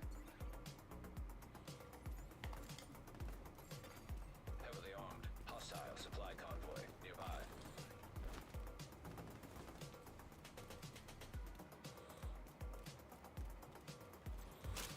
Yeah, with the deflector drone, really want to sort of, because it's not very reliable, you know, it's got a short duration, you sort of just can't use it all the time. You're better off with just waiting for like big groups of enemies or big tanky enemies and just don't use it on anybody else.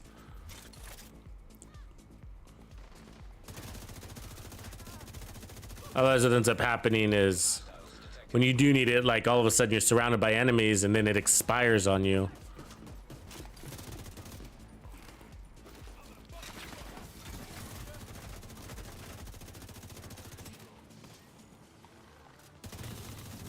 God damn it. Come on, dude.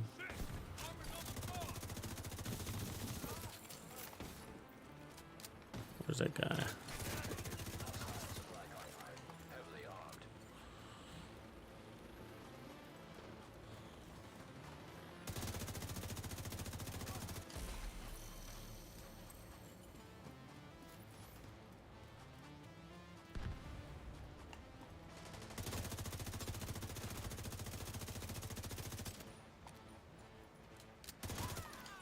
Detecting additional hostile contacts.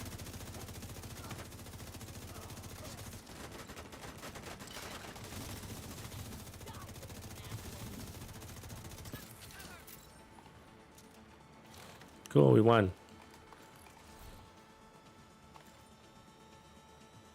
I guess. Or just still one alive? Got up real fast, didn't he?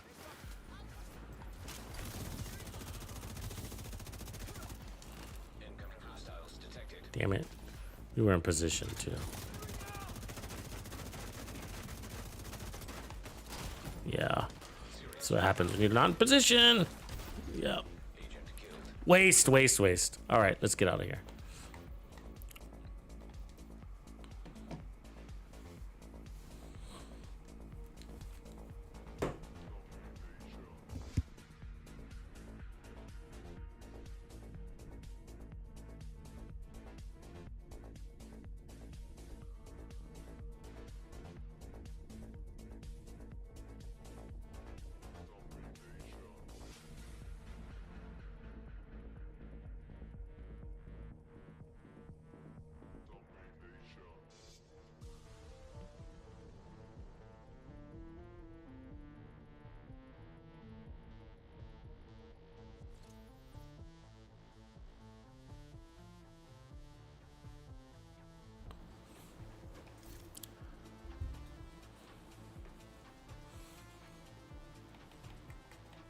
All right, we gotta clean out that backpack.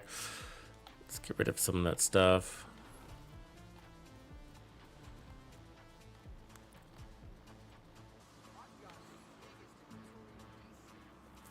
Yeah, so I gotta say the chameleon so far feels like the best weapon when it comes to damage.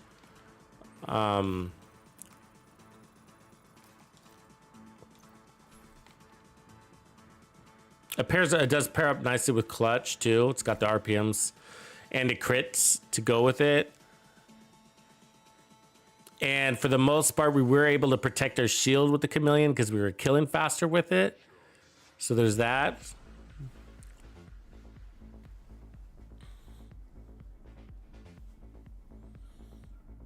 One more test I guess we can do on this is running technician. So let's do that. With the idea here saying, hey, if our shield's strong then and doesn't break, then we can be out there forever. Just watch your back. And then let's try with the artificer hive to protect it. Might not need it, but might make it pretty damn invulnerable too, huh? So I'm going all in on the shield health here.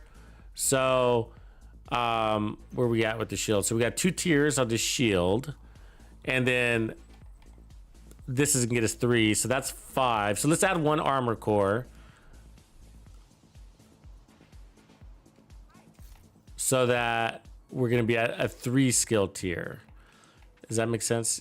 Let me see here. So we're gonna be, and then that gets us to the max shield health. Let's see what that does. We might hate it.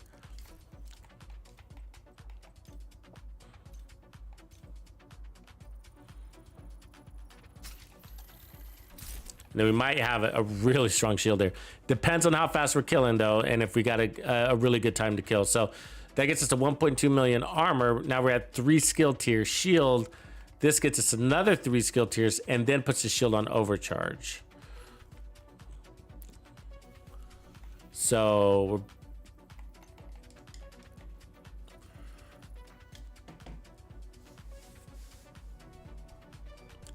Daniel, hunting for that Catharsis. Yeah, there's 3 exotics. 3 exotic masks. So yeah, your competition is rough there. Are you in countdown farming masks?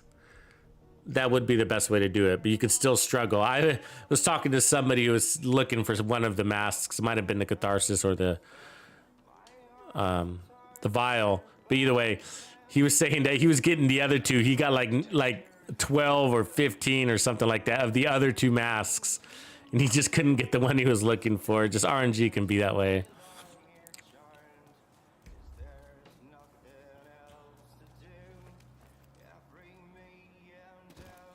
Yeah, the SIG isn't bad, the SIG 556 XN. I'm not a big fan of the G36. It is nice. It does fall a little flat for me, the G36. It's a decent weapon, though. It's a decent weapon.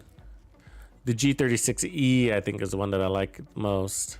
The G36 series.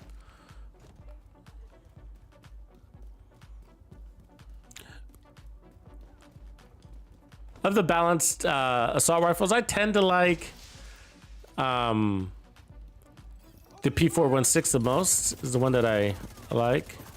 All right, that's not bad. Okay, we got him everywhere. Let's find our bearings here. Hold on.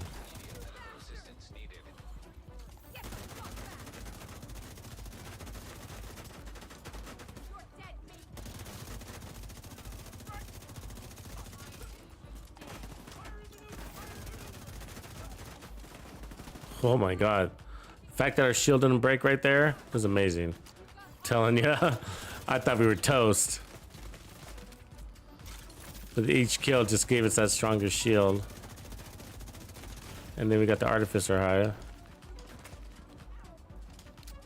They always start off real aggressive, the enemies, huh?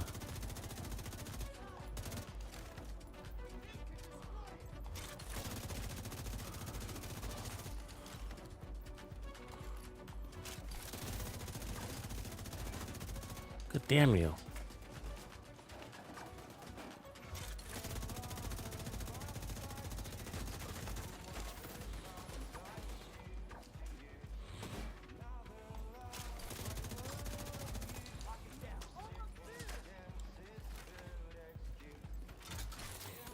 Who are they?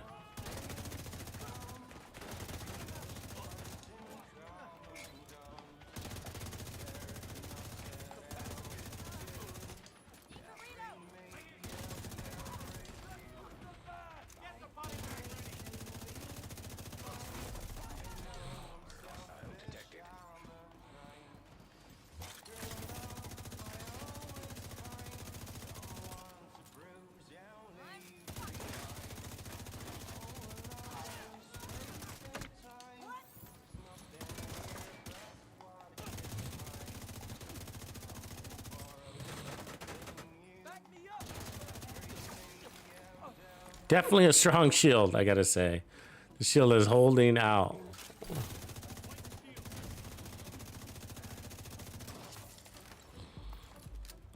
I mean, you got a lot going for you on this one. Makeshift repairs and a shield. No armor on kill otherwise.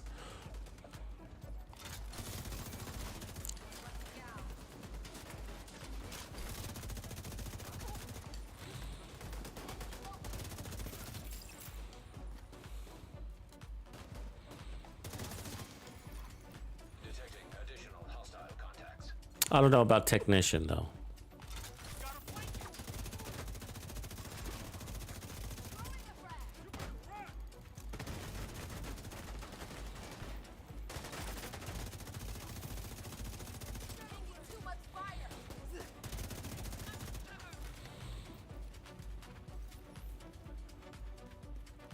I hate when they go out here. Always do that shit. They love to go on the other side of that fence.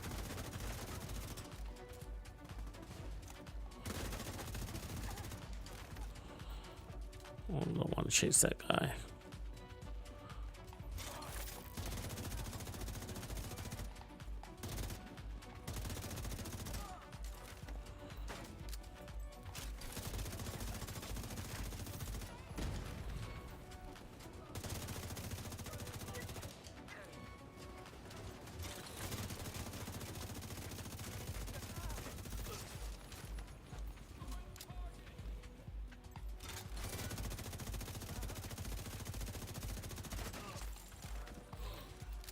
Not bad. Not bad at all.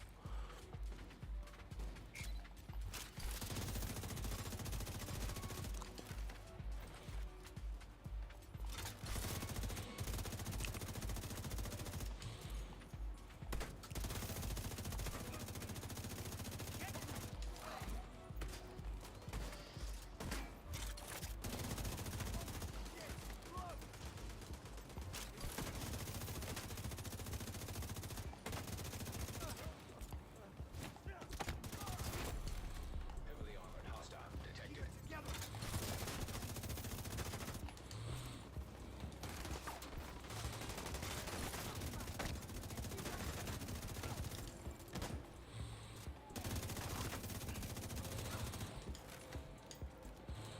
Good demonstration of power right there. God, you fucker. Get your shit together. Face me like a man.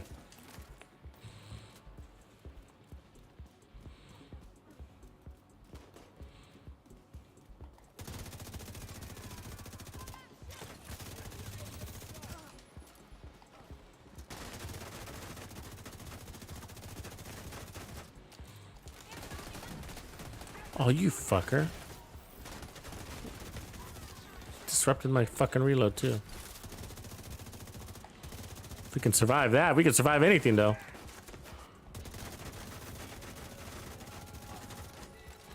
Wow. Honestly. There's somebody wailing on us from a distance at a far there. That's not bad. Great survivability on this one. I mean, the time to kill could be a little bit faster. So that's what I'm thinking about, getting rid of technician. Wondering if we can fit firewall in here.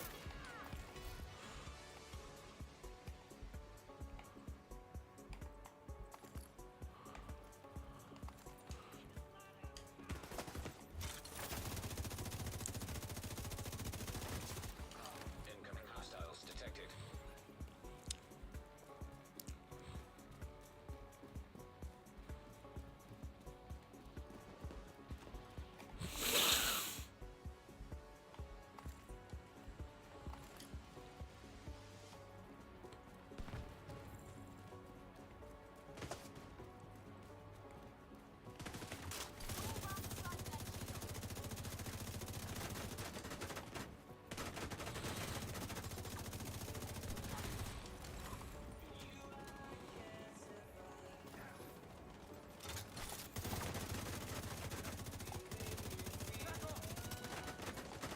Is he gonna break my shield? Really?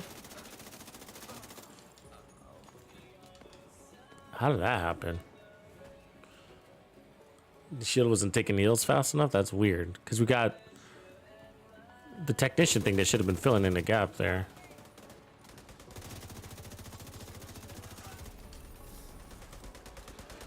It was basically from it wasn't recovered fast enough from earlier damage, which is weird. Access unlocked. Contacts.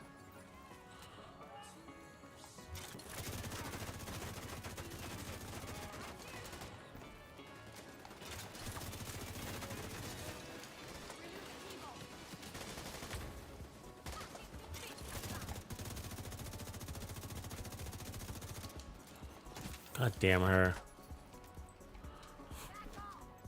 Yeah, let me spend an hour on you. Attention hog. Look there. Getting me to miss shots. Well, now I got a shotgun guy. You got two guys on me now. So annoying.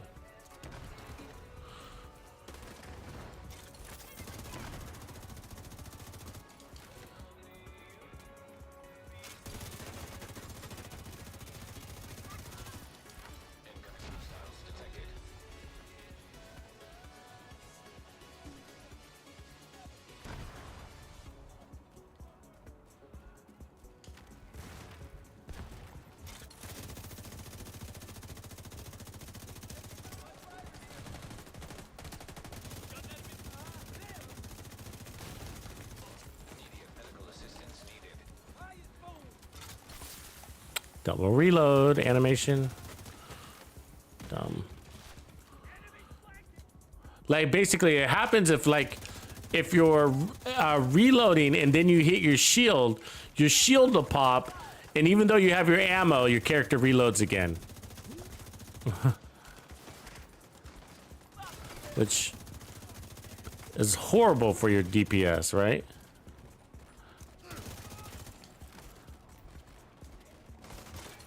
Not only can it get it killed, but it's so horrible. It affects your DPS a lot.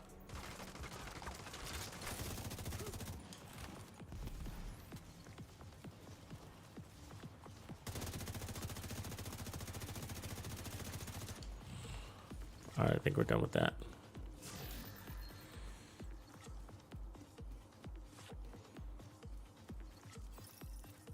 What up, Brian? What's up, man? Lightweight M4. Military, no. Future, crush all this shit. I mean, it's pretty interesting that way. It's sort of going down the tankier way, I gotta say. We got a lot of defense here.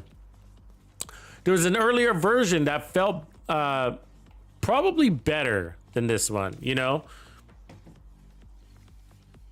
What is Rich saying? You'd be stronger if you change the chest piece. 40 to 50% repair damage. You would be virtually visible. You have to make up firepower on the other gear sets, but keep that as it is. Change the chest piece to what though, Rich? To a Foundry chest piece?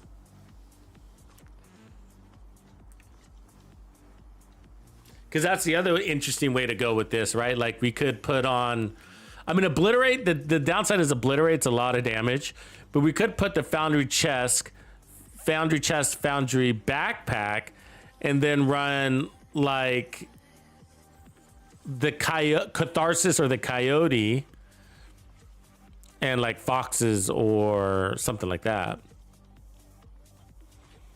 Or two-piece Brazos.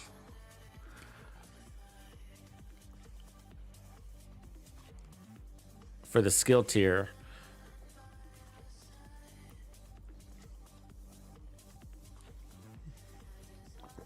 But we would lose I mean, our thing is damage here, you know. So we had a real tanky shield, but I gotta say, is like an earlier version when we were using the Chameleon. I think it was the Chameleon and Gunner. I think we had Chameleon and Gunner with this same backpack talent, and I think obliterate. I felt like that was the best version. The shield did break like once or whatever, but our shield broke once here too. So this gives you a lot more confidence and you do take more damage with this setup. You do. You know, because you got to remember when your shield is taking damage, the damage that your shield takes is also healing your body. What's up, Wayne? I didn't see you sneak in there, bro. What's going on? Ant Squad. I didn't see you sneak in either.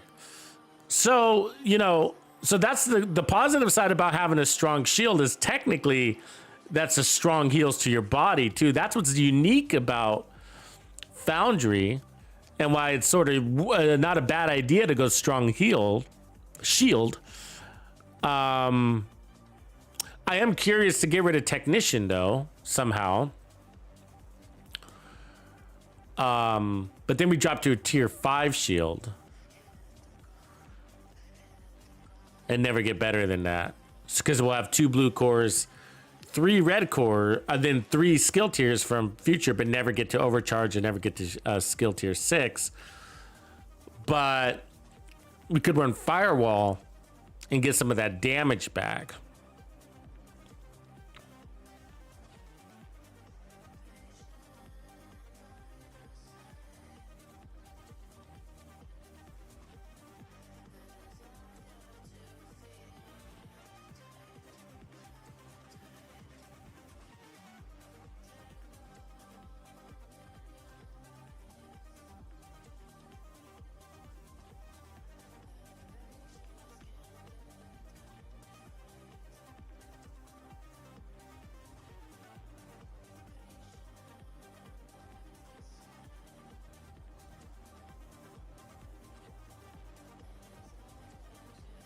Yeah, we could go spotter. That's a good idea too. Good idea, Simon. We should have done that, huh? Good idea. Let's try that first. That's gonna pump this to amp damage. Red spotter, there we go. Where we crits wise 58. And then it's gonna drop a little bit because I can put the laser pointer here. 54. Might be okay. Because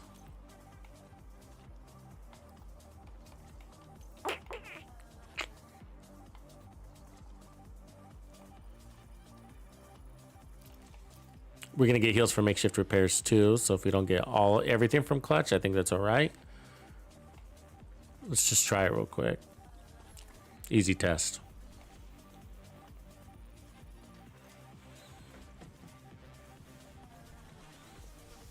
Yeah, so thinking about it, that's what's interesting to try to run. Like if we can run the Foundry chest piece, just for example, and then find a way to make up for the lost damage from the chest piece talent, that'd be interesting because, you know, Foundry is going to heal our shield and our body, so it makes an invulnerable shield and a faster heal to our body. But how the problem with the challenge is our body, I mean, our chest piece has like one of the biggest damage buffs. Oh, we didn't grab ammo. Fuck, that's a problem.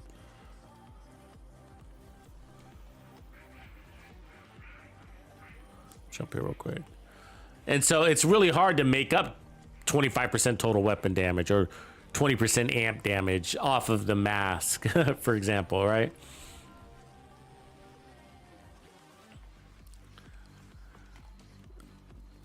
And so that's why it's like, you know, you got, you know, for something like a bulwark, losing your damage talents is hard on the build. And one of the things that really makes up for it is the chameleon, because it gives you 90% weapon damage. So there's that. So you're a little weak when you don't have your stacks, but once you get your stacks, you're like, hey, compensated. But then we lose the strength on our shield unless the chest piece plus the backpack eliminates the need for clutch. So if we run a Foundry backpack and a Foundry chest, and then we don't need clutch, if that's possible, then we could possibly run the chameleon with the idea that our shield is strong enough that we don't need the extra skill tiers also.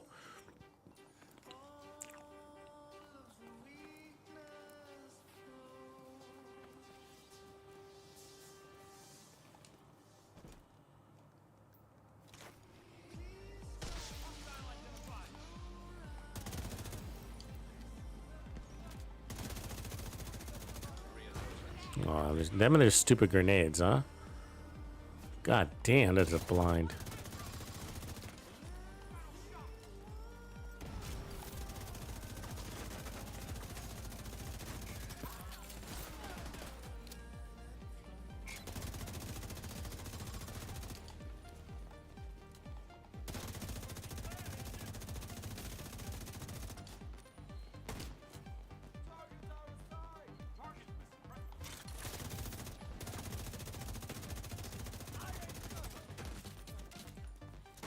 Somebody behind me? Yeah.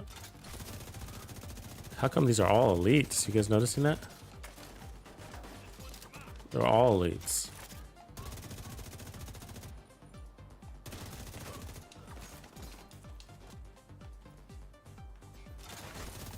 Oh.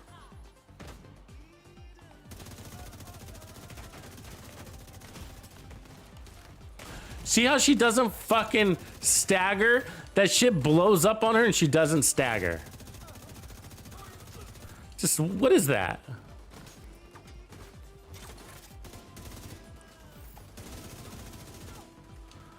Oh, that's ridiculous. That needs to be fixed, man. If you blow up her weak point, she should stagger. At least. It's a goddamn explosion. That's the stuff that's not good for the game. It really is. It's a little detail, but it's just like it adds to them being like Terminators.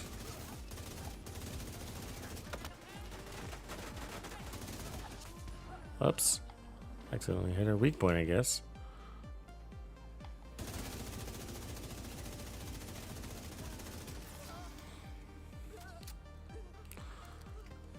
Feels a little more powerful, doesn't it?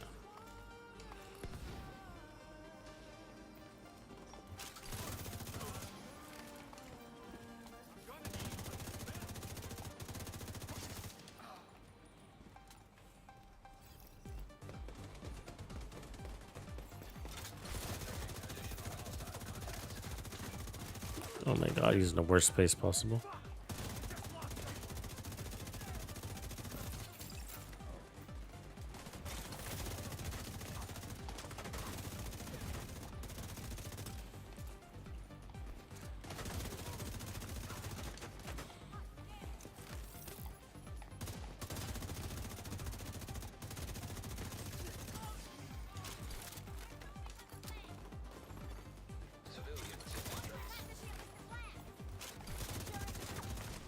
Why? I was behind a fucking barrier. She shouldn't be able to explode with me.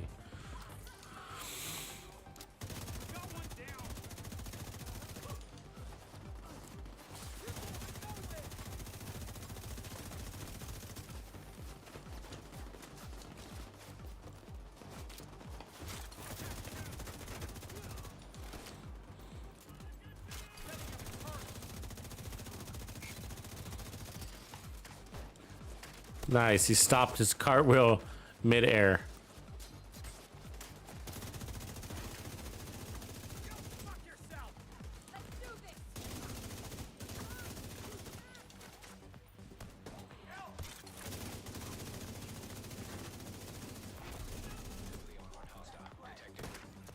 Ooh, it's gonna be a fight.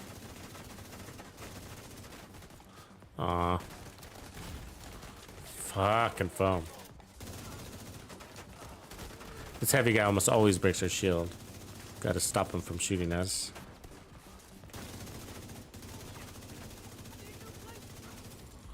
Damn, right? Pull that off.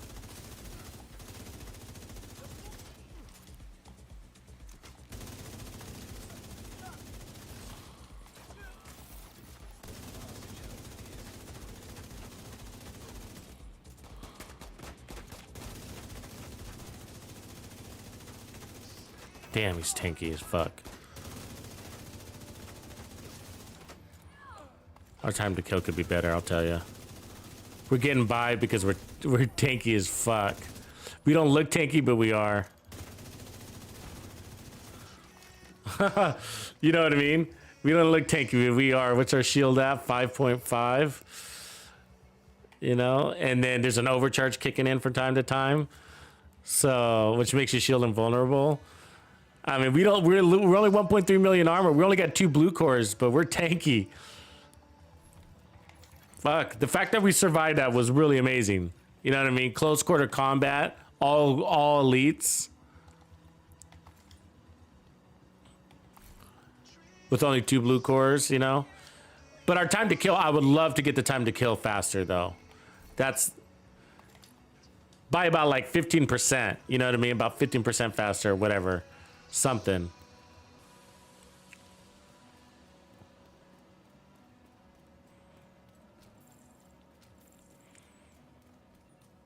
Defensively, it's exactly where it needs to be.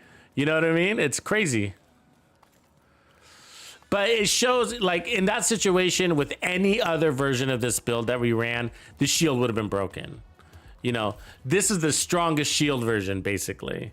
You know, without running the chest, the Foundry chest. Yeah, Bellstone clutch. Yeah, I don't know. The thing is that clutch works so fast that it outperforms Bellstone, you know, a lot. But yeah, it would add. Hostiles guarding location. But my problem isn't tankiness. I don't want to be tankier than this. This is as tanky as I want to be. There's an argument to say it might be too tanky. You know, we need more damage. Because, you know, if you're killing fast, you know, it is true. If you're killing fast enough, then you don't need as much defense, you know. And so you're looking for the balance there, but the strongest percentage, you should have the highest percentage of the survivability on these red builds should be your offense.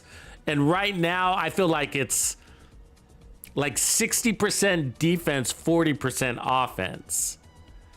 You know, and so I think we need to swing. And so earlier we did really well with that chameleon build. You probably don't remember anymore, but I was like, oh yeah, this one feels great. Oh yeah. I kept saying that, right? Because it was just like we were just shredding everything down. And so we were killing them so fast, our shield wasn't taking much damage. And then there was one situation where the shield broke because we had, you know, 3 dudes wailing on us and we were in the open.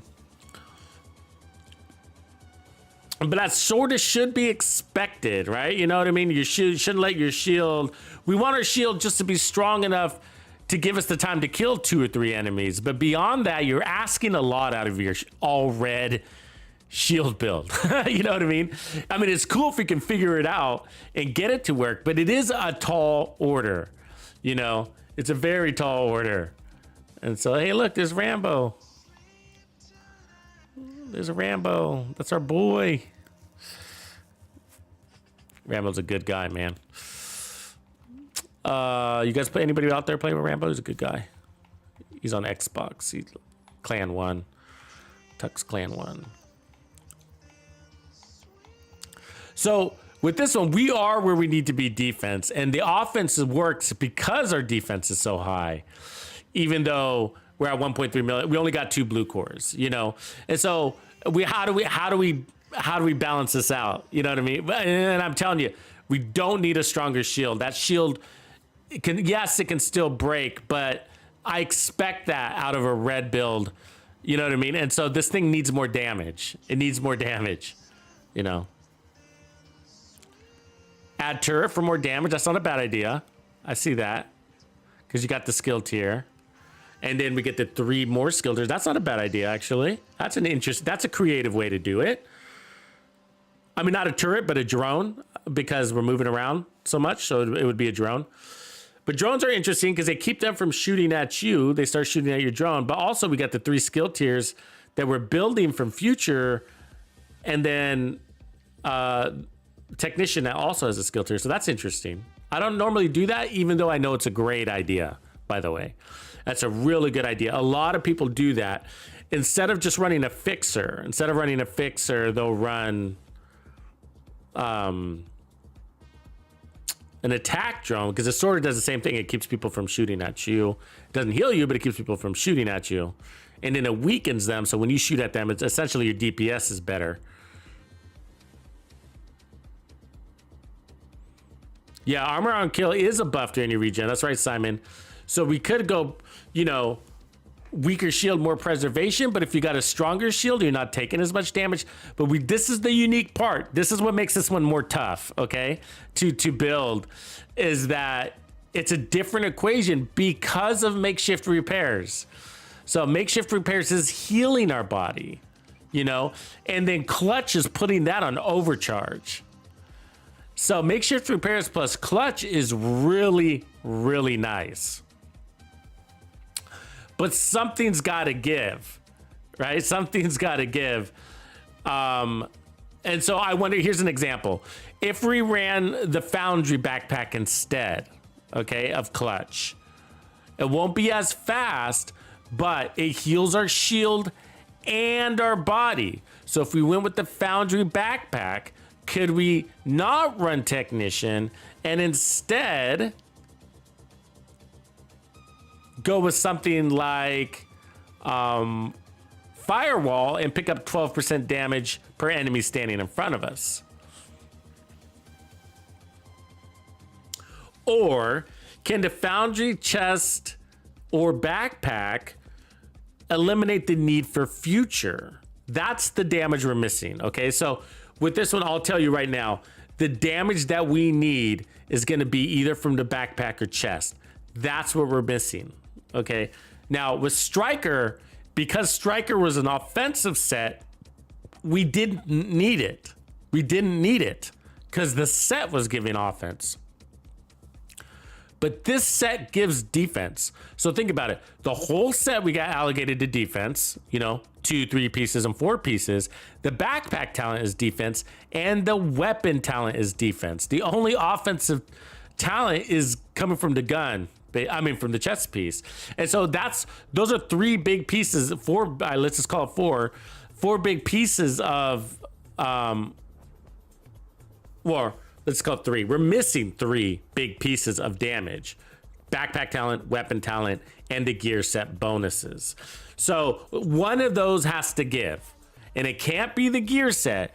And so it's going to have to be the weapon or the backpack talent, right? It's got to be the weapon or the backpack talent, or a creative way of bringing in damage by doing specialization, the specialization technique.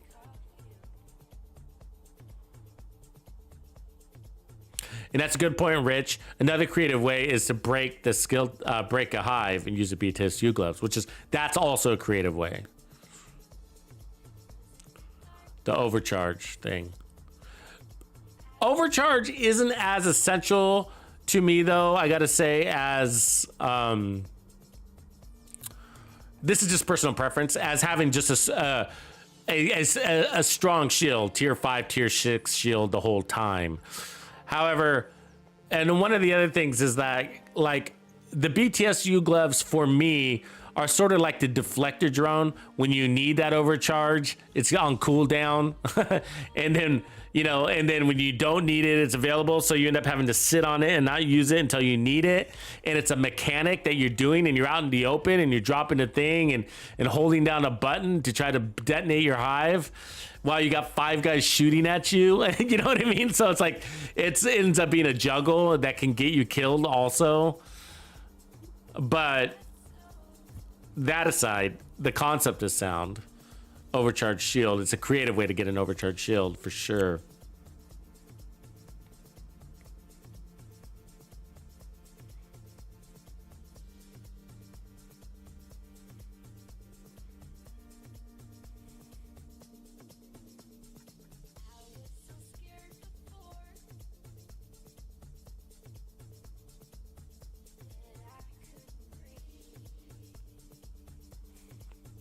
So I feel like the easiest thing is the gun.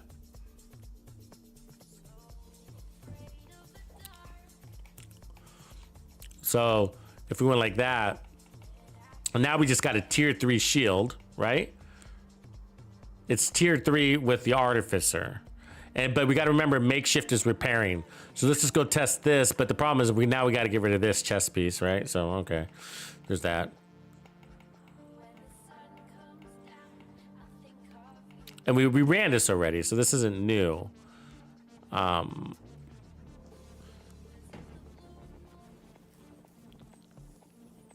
one that felt the best was with the gunner. But we didn't run it with 2 blue cores. We ran it with only 1. And this is a 3 core. Let's try this. We didn't run a 3-core shield when we ran this. We had a 1-core shield with gunner, and we were like, oh yeah. And it felt great. It did. Let's try this real quick. This might be a more balanced version.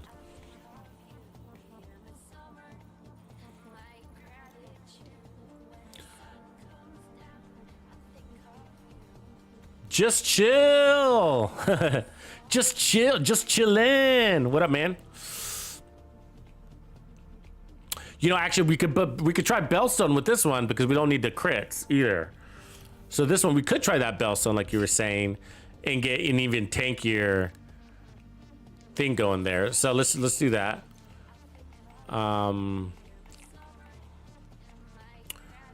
We also have Bloodsucker, of course, but let's do the Bellstone Clutch combo because we don't need all the crits. So we're at 52. That's plenty, more than we really need, actually.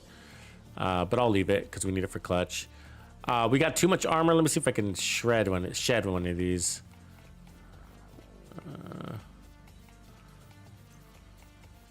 Gloves. Yeah, we'll run crit chance here instead. That's cool. And then I can put this to crit damage.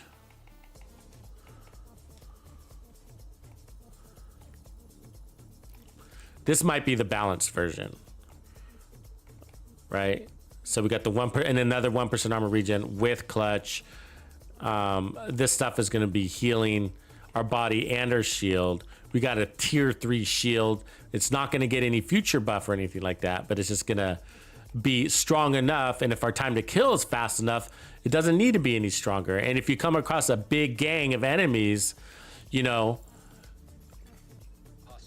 it is what it is. You know what I mean? Get back, you know, fall back, get back and cover. Your body can't take that much damage. And like, imagine if you're an all red DPS build without a shield, you wouldn't be able to stand up against that. Stand in front of 5 enemies, right? And take their damage. And so you're lucky you can with this shield, right? A shield isn't part of the build. It's an accessory to the build. We got to remember that, right? This is first a red DPS, a rapid red build, right? And so the shield is just an accessory to help with our play style, which is to run and gun, play out of cover. But the reality is that with any of these concepts, the shield is not required. It's the play style that requires the shield. Fuck, we just got fucking jumped. They're everywhere. Oh my god. Why is there so fucking many of them? Look at this little mini map. We just got here.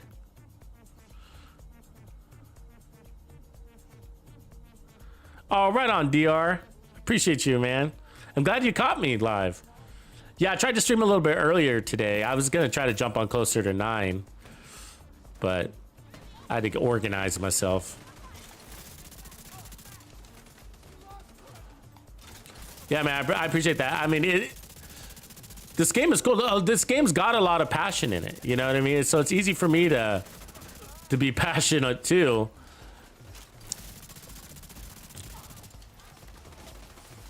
I mean, there's a lot of people that want to see this game thrive. You know what I mean?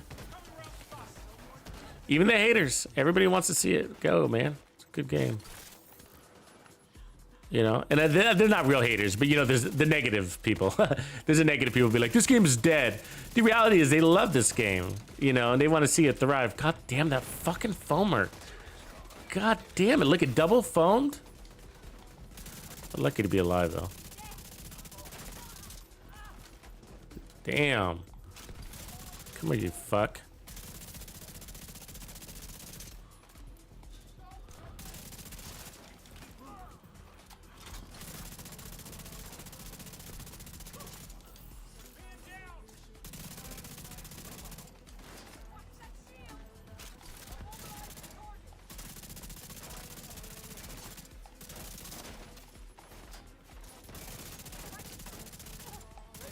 Taking damage from the back too, so.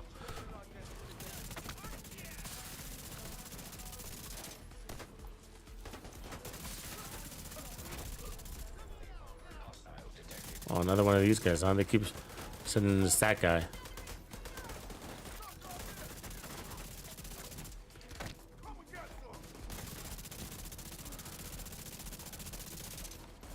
So basically, if you have the DPS, you don't need as strong as a shield, and that's basically what you just saw right there. Because that guy's a shield breaker for sure, you know? You let him wail on your shield, doesn't matter if you're tier 6 or not, he's gonna break that fucker. And so, you can obviously the weak points are big help, and so you gotta have the DPS to burn those weak points.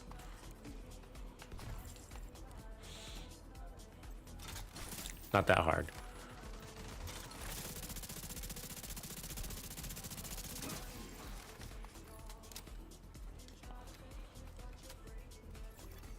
Incoming hostiles detected.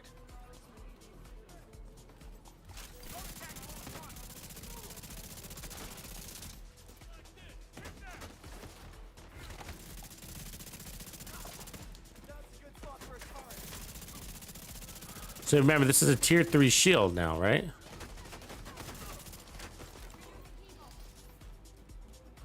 This is a flanking pattern. You hear me talk about it a lot as being a big part of your survivability. And what I did is take oh, what? I dropped my shield faster.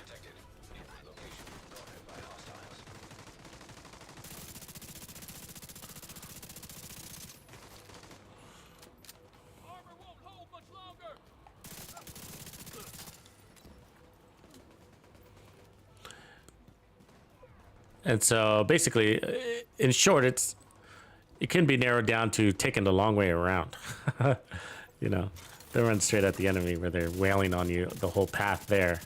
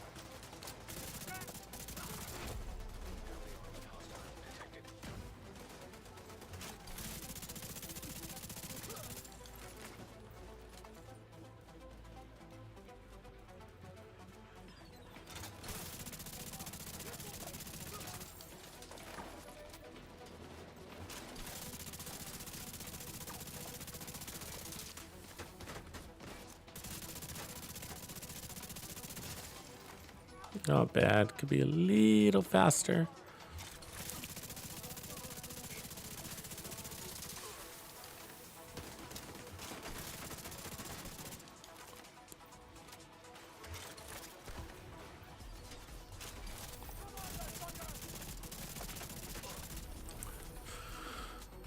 So there it is. The shield broke once. That whole fight.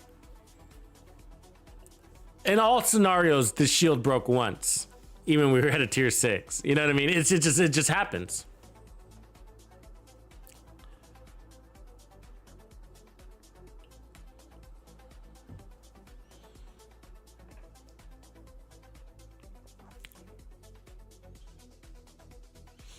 Yeah, Exen, I have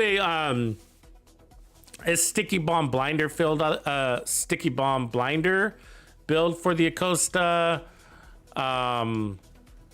That works. Also, just a double explosive build too. Works with the Acosta.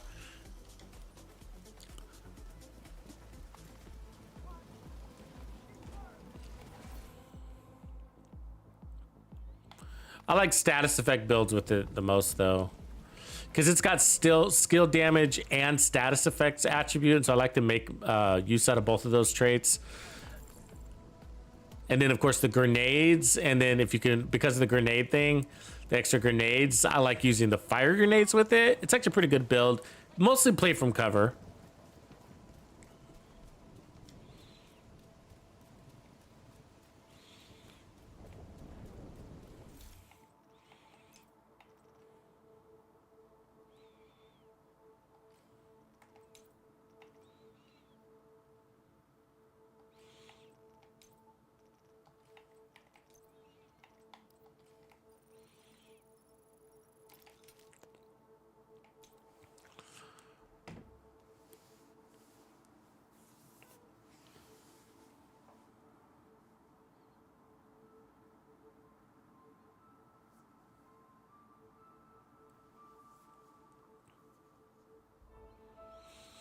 Yeah, actually, I was thinking about trying to get Future Initiative into this series. So, Simon, today, actually. And so we're just fine tuning this at this stage. Okay. So I'm stripping some of these things back. I don't think the future is going to work with this one. It's too defense, you know, it's too much defense. So, I mean, future perfect. So we're not going to go future perfect on this one. So what I'm doing is balancing out the offense, going with, you know, if we kill him fast enough, then that's as strong as the shield needs to be. And, you know, there were some fights again where we were like, our shield didn't break and we were fighting. I think there was like 7, 8 guys in that room with us and we survived it. And that was impressive. I admit it was, but that's going down. The offense isn't at its best. That's where we need it to be. We need to be at an effective time to kill. And we had effective time to heal that was overshadowing our effective time to kill. So we need our kill power to be a little bit better here. So that's what I'm doing. I'm just rebalancing that out. And I think once we get that,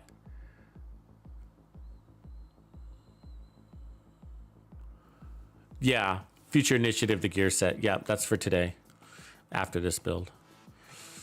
And so let me just get this. What I'm looking to do now is see if I can drop this 1 armor core and just run technician, or and it might be smarter to run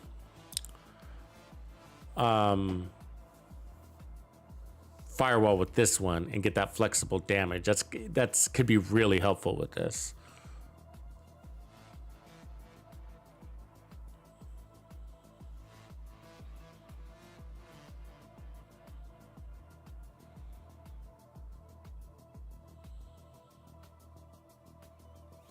What is our shield value here? It's at 3.4.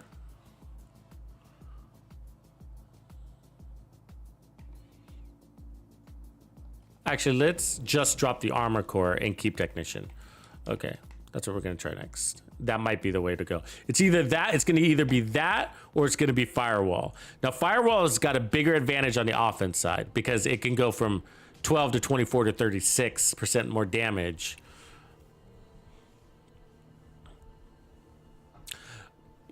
I find that's more helpful. That, you know, I guess the tankier you are because you can stand out there longer to take advantage of that triple damage. But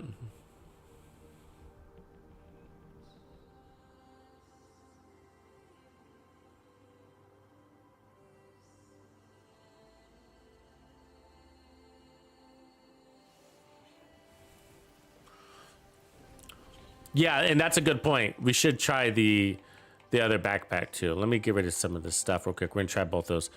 This backpack.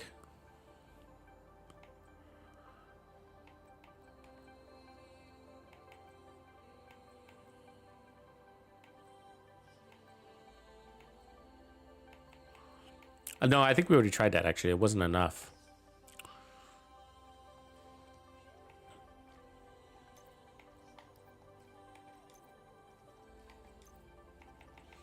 I'm donating these futures, so I'm saving them. I don't have the proficiency on that gear set yet. It's like one of the last ones.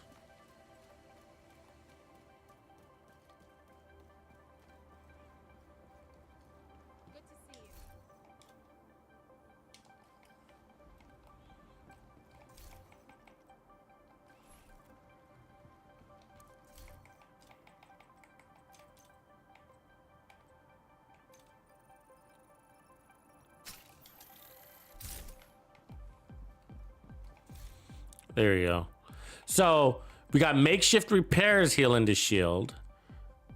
And then we got this deal, the artificer hive heal into shield too. So we got 2 things heal into shield at the same time. Plus a 50% stronger shield than on any of the other builds.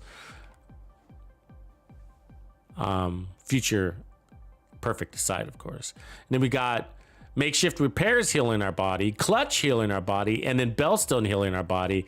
and a 1% armor regen healing our body. Plus, we got 10% more armor. We're basically at 1,000,000 armor here with only a single core. And then the shield value is at 3.4. Is that what it was before, too? It was. Foundry with the shield. It's the same. That's not supposed to be the case, right? You see my point? Okay, all red build, 1 blue core. Shield value is now 2.9. Okay, changed now, finally. Okay. So we only lost 400,000 off our shield. That's 2 bullets. That's 2, maybe 3 bullets from the enemy. If you think about that, that's crazy, right? The difference between a 3.4 million shield and a 3 million shield is about 4 bullets at the most. At the most. But it's probably more like 2.5 bullets. Because the enemies are hitting at like 140,000, 170,000, 200,000, around there.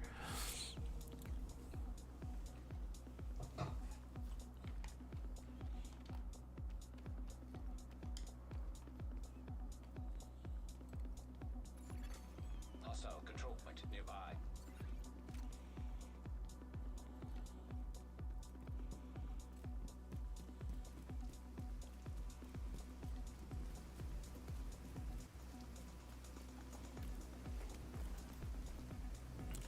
I have a feeling this should be about right here.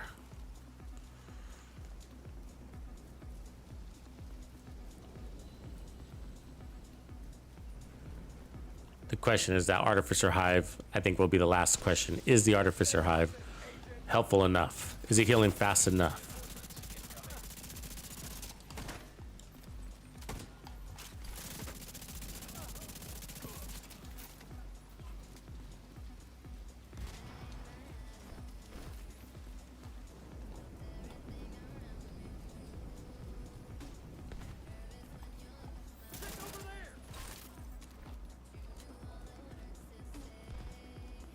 Come on down.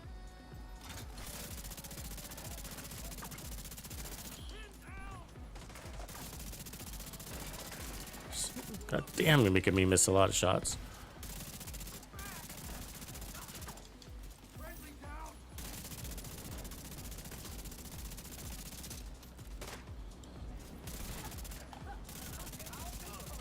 Reinforcements in place. Oh, that was mean.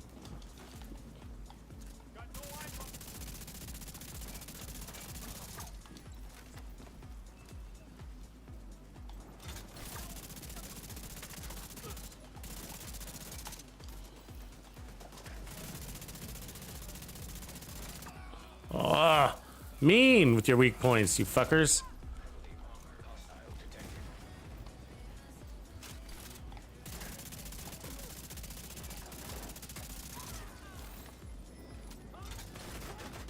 Reload, double reload again. Fucking bullshit, man. Yeah. Game mechanics.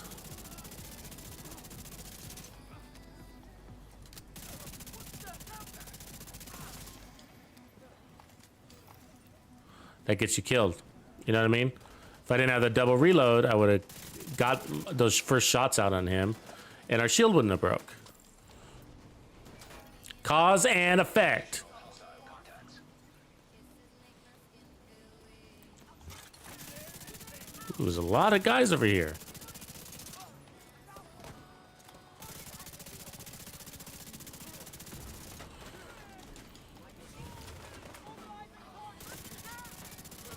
Fucking army, man. Fuck. Aw, you assholes. There's a fucking army over here. That's a lot.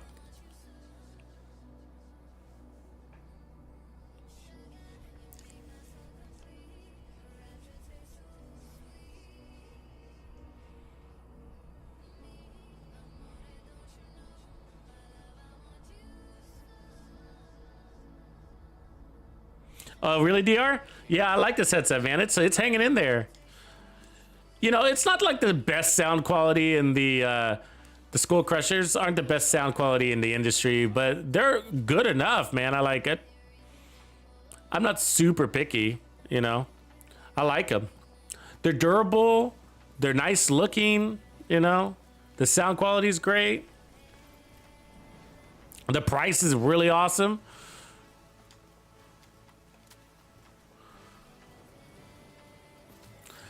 Yeah, I think I remember you calling out my headset. I was pretty impressed. I was like, you recognize the headset? I was like, that's pretty good.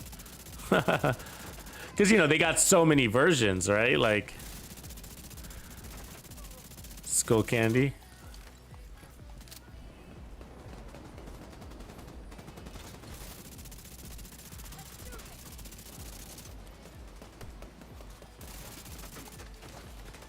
God damn.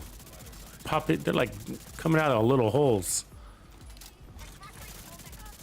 Got the survivability. I think this is the right way to go. I don't know about the Artificer Hive. I got to watch it closely, but I think this is the way to go. Up the damage.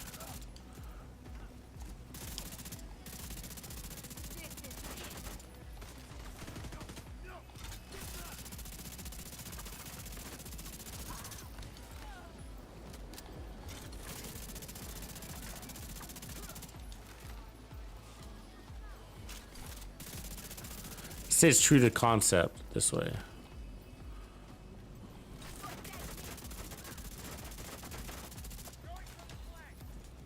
Watching the Artificer here real quick.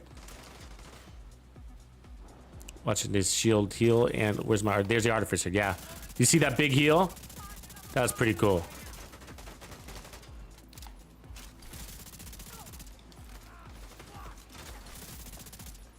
So you can buff the Artificer Hive. You know what? I got an idea, you know. I mean, it'd be nice to buff the frequency. That's the best way to buff it. But you can also buff, we can also buff it by simply adding one repair skill mod. I'll show you that.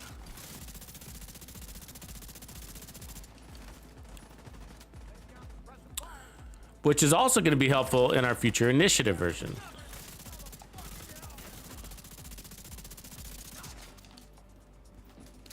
Okay, here comes Mr. Tanky Tank, right? So your DPS doesn't have to be in the best of the world for him.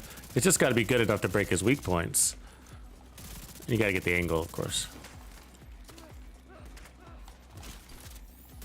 Oh, that guy's sniping me with his fucking shotgun.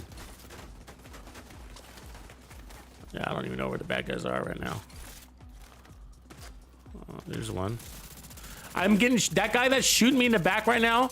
You guys, he's so far away. It's insane.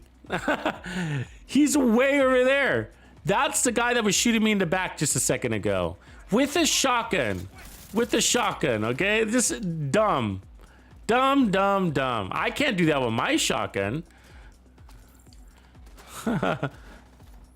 None of them.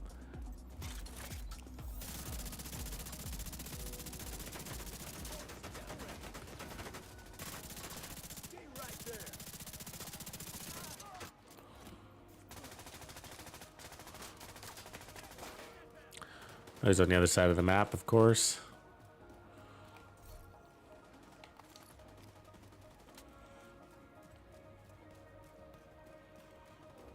So the deal is like, we get so much damage out of the chameleon, like to change one mod to crit damage, you know, wouldn't hurt us.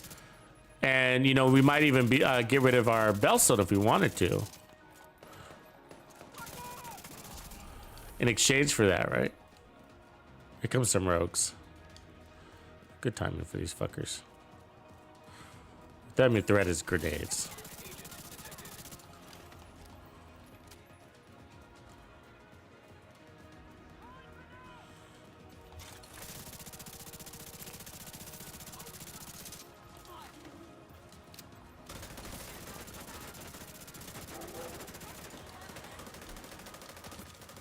Oh, I'm dizzy.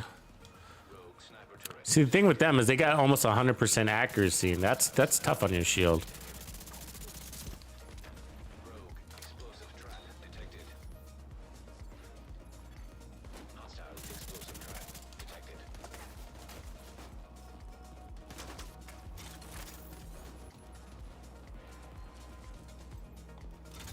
Oh man, NPCs love this corner, I'll tell you what. God damn, how does she sneak away so fast? Oh my god, that's so annoying, right? Got it.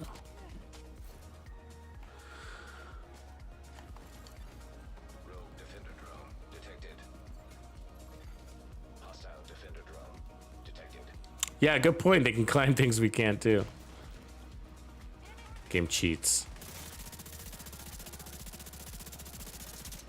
And they're invulnerable when they have their fucking stupid little drone up, even if the drone's not near their body. Dude, get out of my fucking way.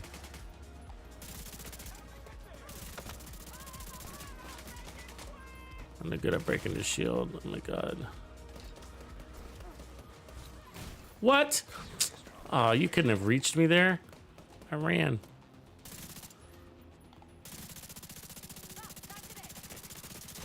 Oh my god. Can you believe that just fucking happened? Got sniped by her turret? That's so frustrating. Okay, let's go back here real quick.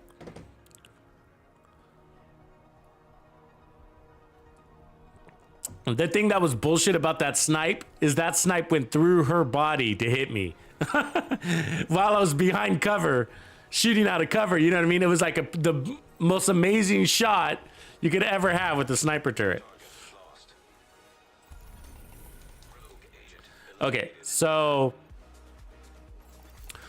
this thing. So it's got a range, it's got a charge, it's got a refill speed, but the skill repair and the skill refresh and the buff amount, those are important, right? So if you see here, a skill tier increases the skill refresh by 2 seconds. Which is, what is our skill refresh right now? 5 seconds. So +2 is where we're at. The next one is skill refresh +4. So let's add a skill tier just to see what happens real quick. 7 skill refresh is 7 seconds. So it lasts for 7 seconds. I see. It's the opposite. Buff duration is 10. Isn't that weird? Skill refresh went up. The buff duration is for 10 seconds.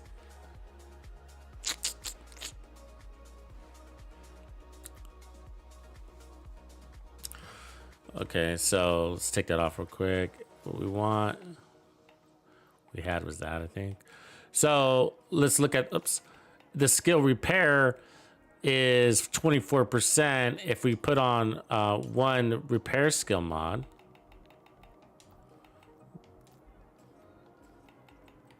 Now the skill repair is 28%. So increase it by 4%. Is that worth it? It's hard to say, you know? It might be pointless.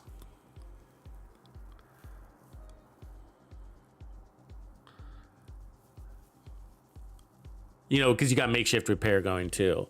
Like the best buff to the artificer would be to get it to kick you a heal more often.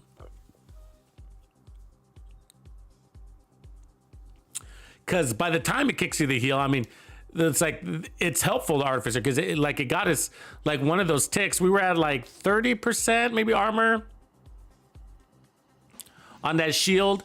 It was healing, and then we got an artificer tick hit, drone hit the shield, and it pushed it to about 80% health on that shield. It says buff amounts 20%. Scope here is about 28%. So it says it's healing it almost at 30% there, but which was 24% earlier. It looked like 50% though, which is weird. Anyways, I'm wondering like how much is Bellstone actually helping us? I would say actually not a lot because we now have a bunch of armor and armor regen is based off of armor. Helps a little, but I think that in the end it is overshadowed by makeshift repairs and clutch combos. So we are better off with something else than Bellstone. I'm just going to conclude that right now. And so is that something else more armor by running like an Uzina with a Gila, or is it more damage, which is probably the case?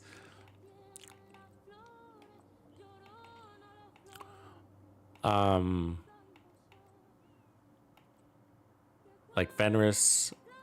Well, really, we only got the Cheska, which we already did earlier, of course.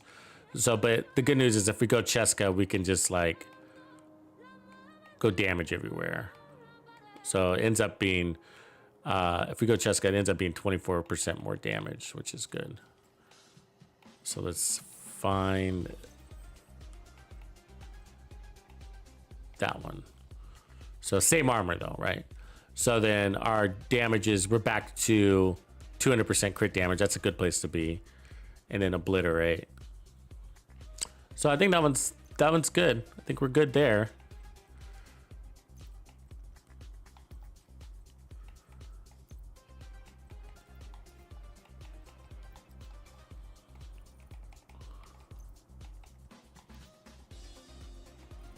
We don't need any more heals to our body.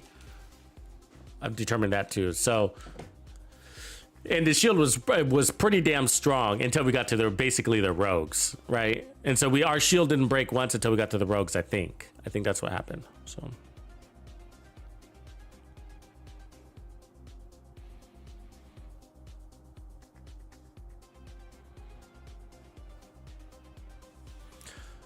Yeah. So yeah, I hear you, Mr. Mambo. I think you said it right. It's weird. It's really confusing when you look at the stats of this thing, right? You're like, the skill refresh is every 5 seconds. You add a skill tier, the skill refresh it says 7 seconds. You know, when you add a skill tier, it increases the skill refresh time.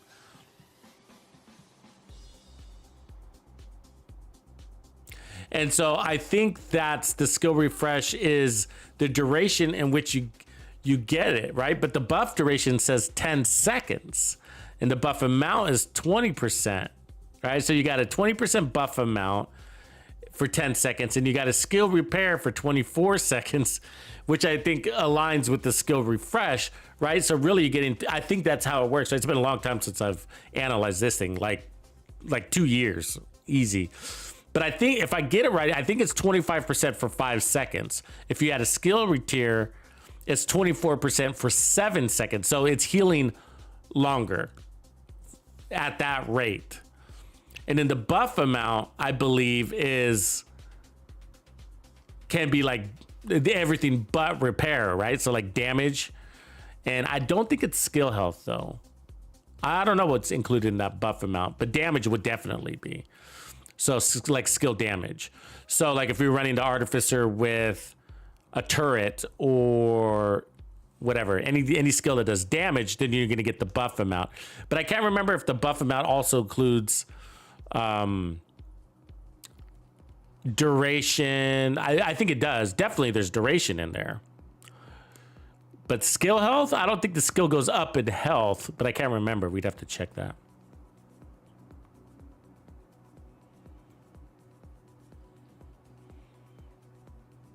What's the skill refresh? Do you remember, Grumpy? So you're saying the buff duration is, I think the damage duration is 10 seconds, but the healing duration is 5 seconds as we look at it here. Isn't that right?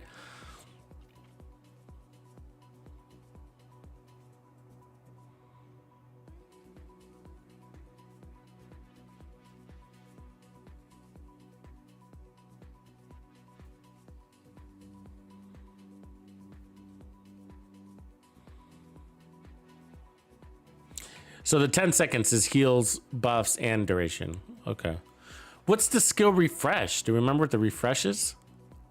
That's the one that's confusing me. It's the refresh at the bottom.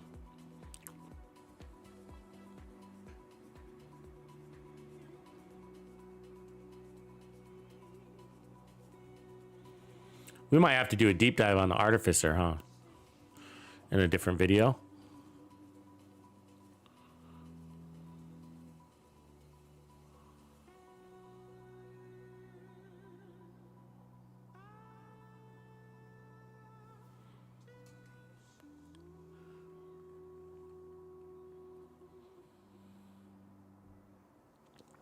Yeah, it's weird. More tiers, more time. The skill refresh goes up with the skill tier. It's weird. It's extension of time. Yeah. The life of the skill. It's more duration, basically. Yeah. So confusing, that thing. Anyways, but I think this is the right equation here. Yeah, so I don't think we really need Bellstone just because we don't have a lot of armor. We got 1% armor regen here. It's helping a little. But we're better off with more damage. And so if we just run Cheska, you see we're at 56% crit chance because we were able to add more crit damage here. And so that pushes back up to a total of 200% crit damage when we have our assault rifle buff here, which ends up being here. So yeah, let's save this one. Let's work on a new one. And I will toy with these a little bit offline, you know, and so what I end up doing is playing with them a little bit more. I do this with every build. So we get it to a really good place here. Maybe it's final, maybe it's at like 98%. I'm just torn between a combination, but I end up playing with them on my own. And so and in this case, what I'll be looking at is that Artificer Hive. Does it save my life? You know what I mean? And I think it does. I think it does. But what's really interesting is that when it does hit you with that little bug, you get such a buff on your shield. It is way stronger than what Makeshift Repairs is doing. You know, it is. It heals the shield way faster. One drone and your shield gets like wham! With its back to almost full armor. And so, you know, it's like, wow, it's almost more powerful than Makeshift Repairs. The good thing about Makeshift Repairs is that it heals your body and your shield. So if your shield takes damage, it's healing your body also. So. Okay, give me just about 1 minute here.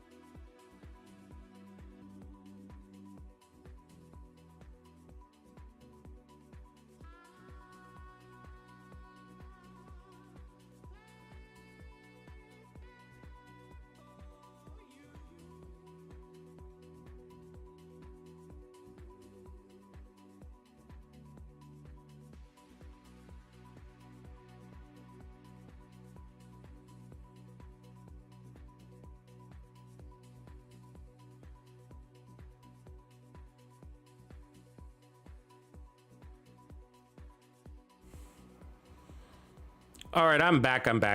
Okay, so we're gonna put this one aside from here. I'll perfect it, and then again, it will be included in the future build video that will be around these. And so let me see if I brought the other ones over. So we have Heartbreaker, but I think I'll skip the Heartbreaker one right now and go to future initiative. So, in order to do that, I need to go get those pieces. Let's go pick those pieces up. You know, one Archangel one, the contractor's gloves, to be honest with you, they come for sale a lot in just the open world vendors. I don't think there's any this week, but they often appear. And same with the Foxes. I mean, sometimes we get them back to back. You know, 2 weeks in a row, we'll get contractor's gloves for sale. But that aside, farming Petrov is probably the best. So farm Petrov, and what you want to do is encounter bosses, because bosses have a chance to drop named items. So, you know, if you see Petrov in a control point, then farm that. Otherwise, gloves, farm gloves. And then you probably have a good chance of getting them from Countdown also, and by farming Petrov and or gloves.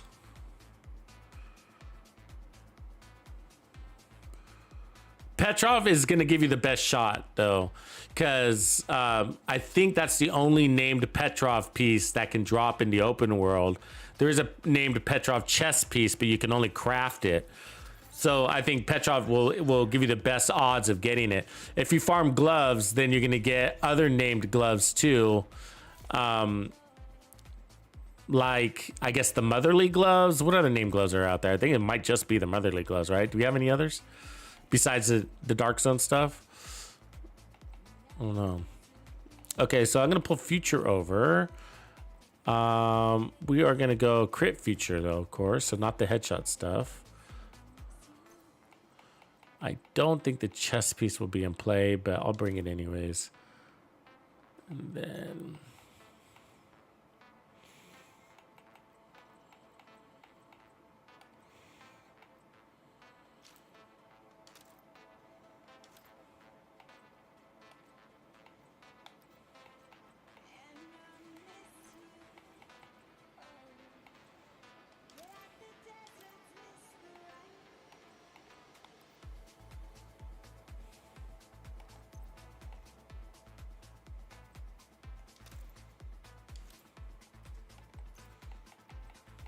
I think that's everything.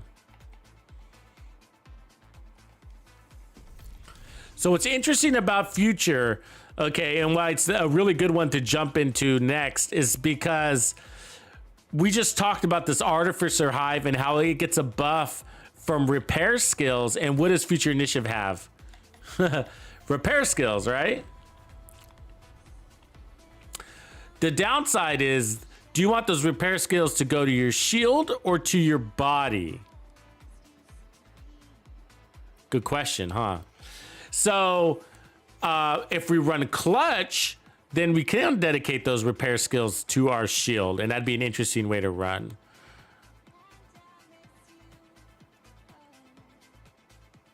And then maybe Future Perfect would be great with this one, because then you get an even stronger Artificer Hive at the same time get an even stronger shield. What up, Norman Brooks? I didn't see you jump in either. So this could be a really interesting set. Let's actually get to the White House for this one.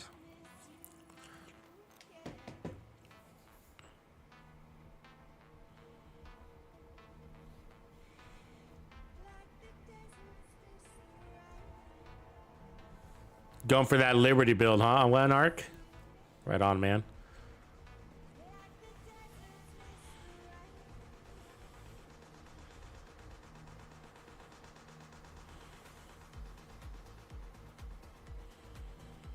Yeah, it could be grumpy on you. But again, try to encounter bosses. Yeah, try there's other guns too, bro. Like, try the D50. I use the D50 a lot, okay? So, like, notice I have it right here. This is a great gun, man. The reason why is it's not as strong as, like, if you compare it to the Liberty. So, the Liberty is on the left. So, the Liberty's got a higher base weapon damage and RPMs, and I got to tell you, those are nice. Those are really nice, okay? Mostly the RPMs. They both got damage to targets out of cover and pistol damage, so you're good there. And then the Liberty's got a little faster reload, which is also nice. Okay, but what you're not getting in is any real damage coming out of it. I mean, a little bit to your body shots, but you're not doing body shots, you're doing headshots, right? So where the D50 you can use it to get 20% armor on kill, which is what I have here, preservation, 20% armor on kill, but with the headshot kill, or 10% with the body shot kill. Or you can run close and personal and get 30% weapon damage out of it too, right? So, I mean, 30% weapon damage is gonna put you over the top of what the Liberty can do. So you can make it stronger than the Liberty. So it is a really good gun. It's a really good gun. You can mod it out how you like. But also the Police Magnum, I don't have it here. Oh, here it is. The Police Magnum is also really good. It's got the power to one shot, one kill. So again, this one's got close and personal, fast reload. Smaller mag, but decent RPMs, decent damage. And then this is the other Magnum. These two Magnums line up the same, as you notice. Same everything, basically. So, and then of course it's the backup boomstick. But yeah, the Regulus is the ultimate one because it can crowd control, but try them all. Try them all. All right, where are we? All right, so we got future. So what does future do? So you got 30% repair skills. Whoa, right? And you got skill hit, skill duration, and then ground control. So increase you and your allies' total weapon and skill damage by 15% when on full armor, when at full armor. So the shield is going to help us stay at full armor, and then we're going to probably use clutch again. So when you repair an ally, we don't care about that part. So 15% total weapon damage. Okay, so there is a damage buff here. So this is an offense and a defense for yourself here. So, and of course, you know, for team. And so the chest piece does give you more damage, but you can get more damage else.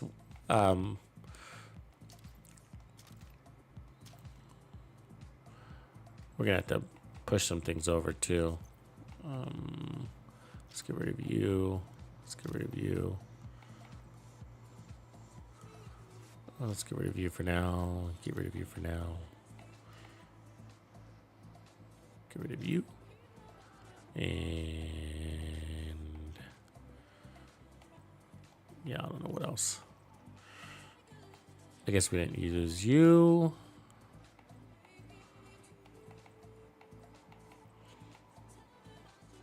Didn't use you.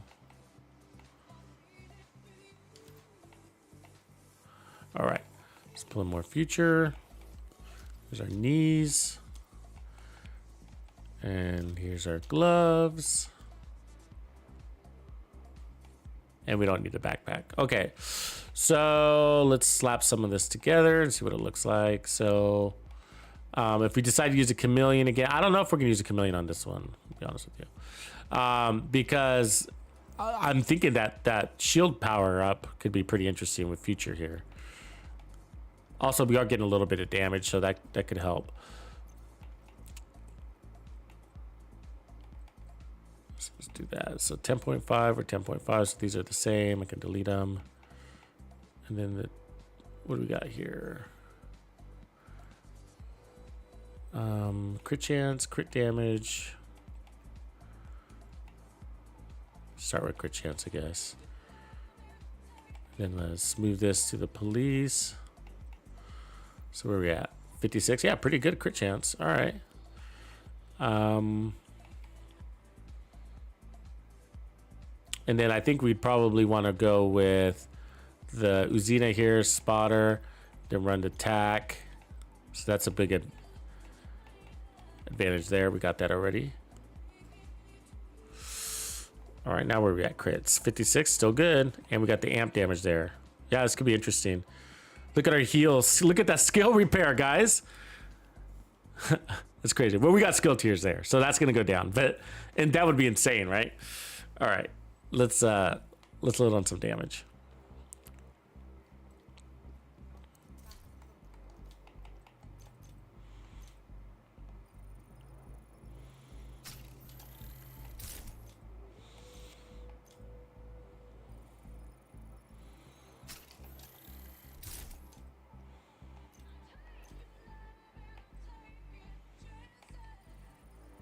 It'd be interesting to run a skill T here instead of armor. I gotta say, wouldn't that? Instead of the one armor core, because then you're also buffing this. And this. So it's at a tier 2 shield here, right? And then, you know, it's worth the shot. We got 750, you know. So the downside is the only thing that's healing us here is clutch. Right, because we're dedicating our heals to our shield. So we got clutch. Yeah,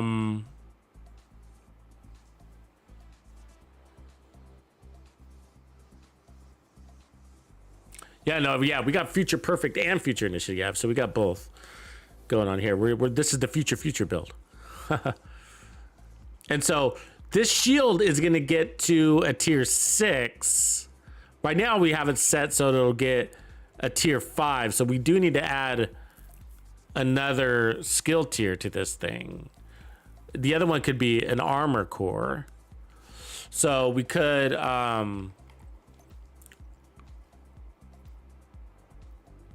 change this one to an armor core.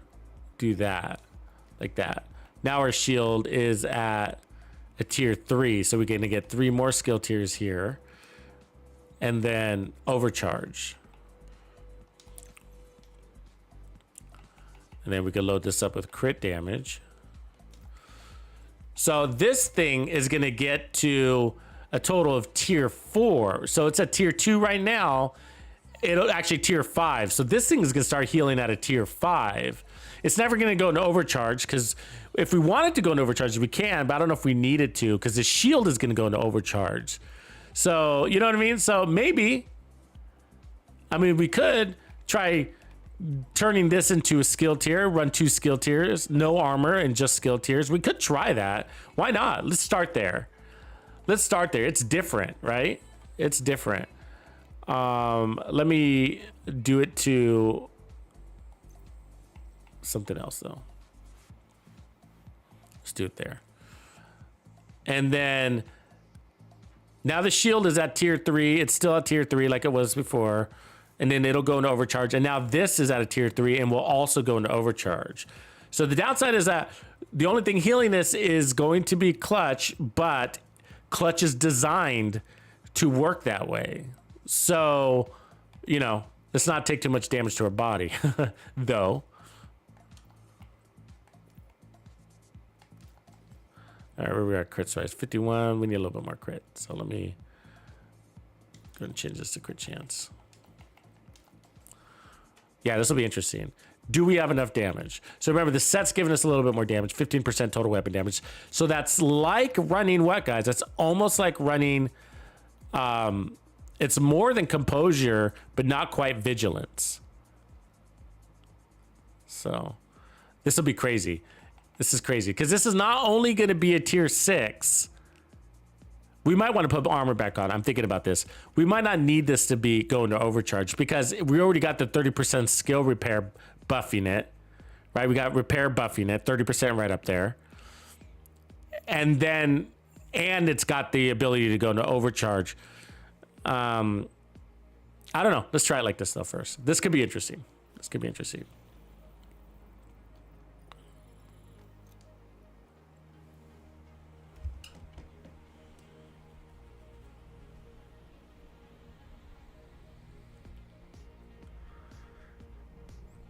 Yeah, Brazos is a great idea too, bro. Good one, Exon. I'll take a look at that. The only downside is I'm also thinking, you know, the Cheska is helping us with our crit chance, you know what I mean? And we've already lost our backpack and our weapon talent to defense. And so if I drop Cheska, you know, but we could. Well, that's worth a shot. That would allow me to put a red core back on the build. That'll be interesting. I think I have the pieces to do that too. It wouldn't be a spotter build though. I think I only have obliterate on that setup.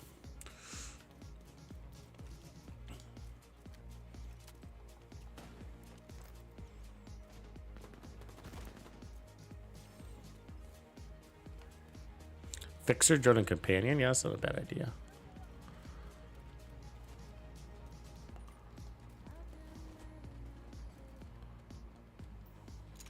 There's those guys out there. Are they gonna turn around? Yep.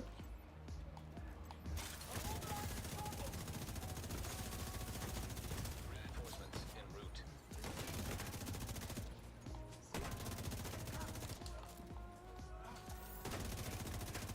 Fucking rifleers, man.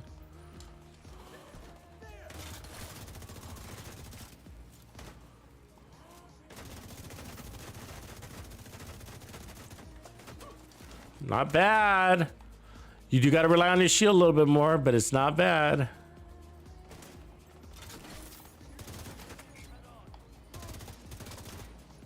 do you put his fucking turret?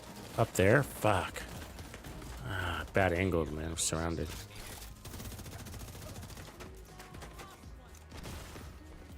Fuck. Yeah, it's surrounded.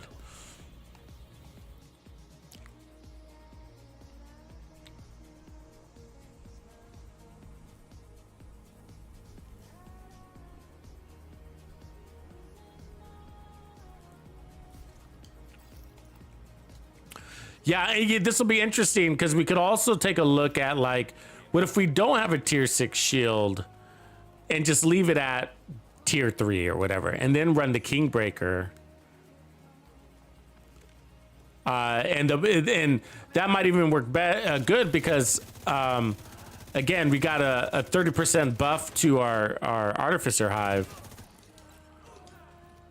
which, you know, there's a possibility it could perform decently like Makeshift Repairs does for the shield. Might be another way to do Makeshift. Where the fuck did he go?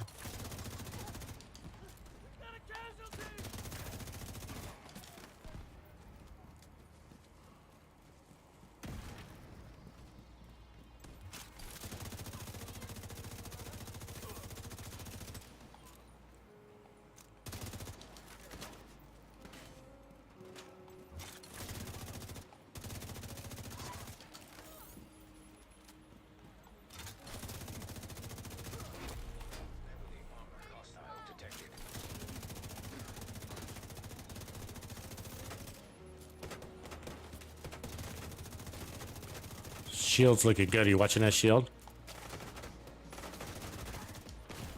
And then you take it to the body, though. Crit to the body. Yeah, I mean, shit. She didn't hardly touch that shield. Look at that heal. I'm gonna push it over 100% health on that shield.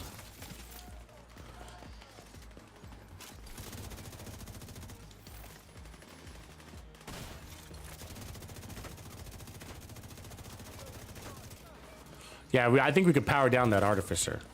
I think we can.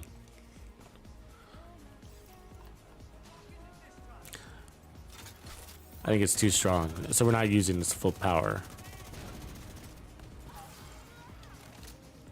So instead of putting the skill tiers, the way to power it down is running armor instead, which is good because that'll give us more resistance too.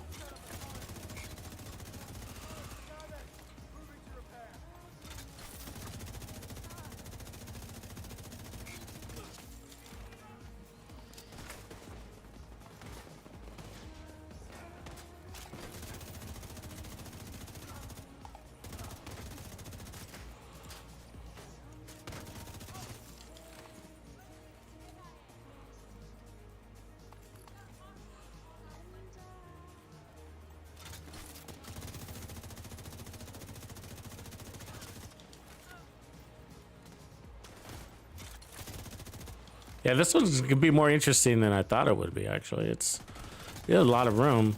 And that's because it's sort of like Umbra and Heartbreaker, you know, where it's providing the defense and the offense. As long as you have full armor, though. Right? So you gotta keep that armor up. So we're not at full armor right now. And part of the problem is because they're dying before we crit them all the way. Oh, fucking foam. Fuck. God, that's a nightmare. Fucking foam. Okay, let's go rebalance real quick. See, because when you're overwhelmed, it's just like, it's almost like that Artificer Hive doesn't have time to kick in anyways, right?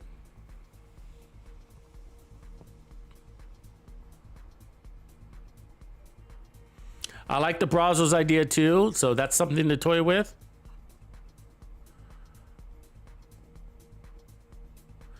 Tank the gear set, I think is what you might be asking. So they're called the gear sets are the green ones.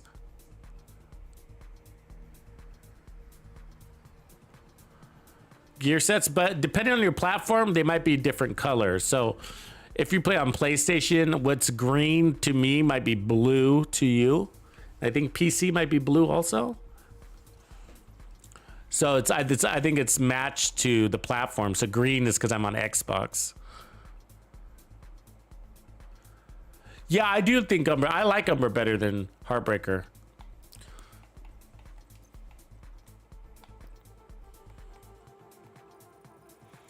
They're all the same though, so you know what I mean. They're all the same but different. I mean, Heartbreaker plays out really well. It's a tough call, but the reason why Umbra is better is because it's more flexible. So I think that, I'll just be honest with you, the only way to run Heartbreaker is with Technician. It just is. I mean, you can, I know you don't have to. You can land a headshot once every 5 seconds, but that becomes a hassle and you don't get all the stacks that you could have been getting because you're trying to get that headshot in there, especially when you got 3 enemies in front of you. And so the laser pointer is really critical to Heartbreaker being at its best. And I know you can run the tactician spotter drone, you know, but the tactician spotter drone changes directions in which area it's and where it's facing. So you basically have blind spots on spotter. I mean, on the pulse from time to time, especially if it's just following you. And why would you run sharpshooter with Heartbreaker anyways? You know, so, you know, Technician is really the best way to run Heartbreaker. So it's sort of, it's great set. I love Heartbreaker, but that is its limitation. That plus it doesn't come with any actual regeneration. It only comes with heals, which is plenty good. I'm sorry, bonus armor, which is plenty. You don't really need anything other than bonus armor. So it is good that way. But these are little nitpicky things.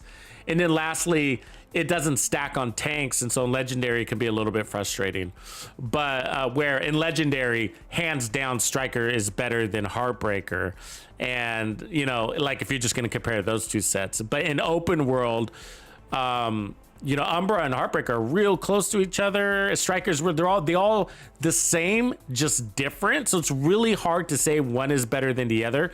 But if you're asking me to be critical, I will say Umbra is better than Heartbreaker because it can accept more weapons. It doesn't require the tactical laser pointer or Technician. You know what I mean? So you get more build variety, and it makes a lot of good. This is the biggest difference.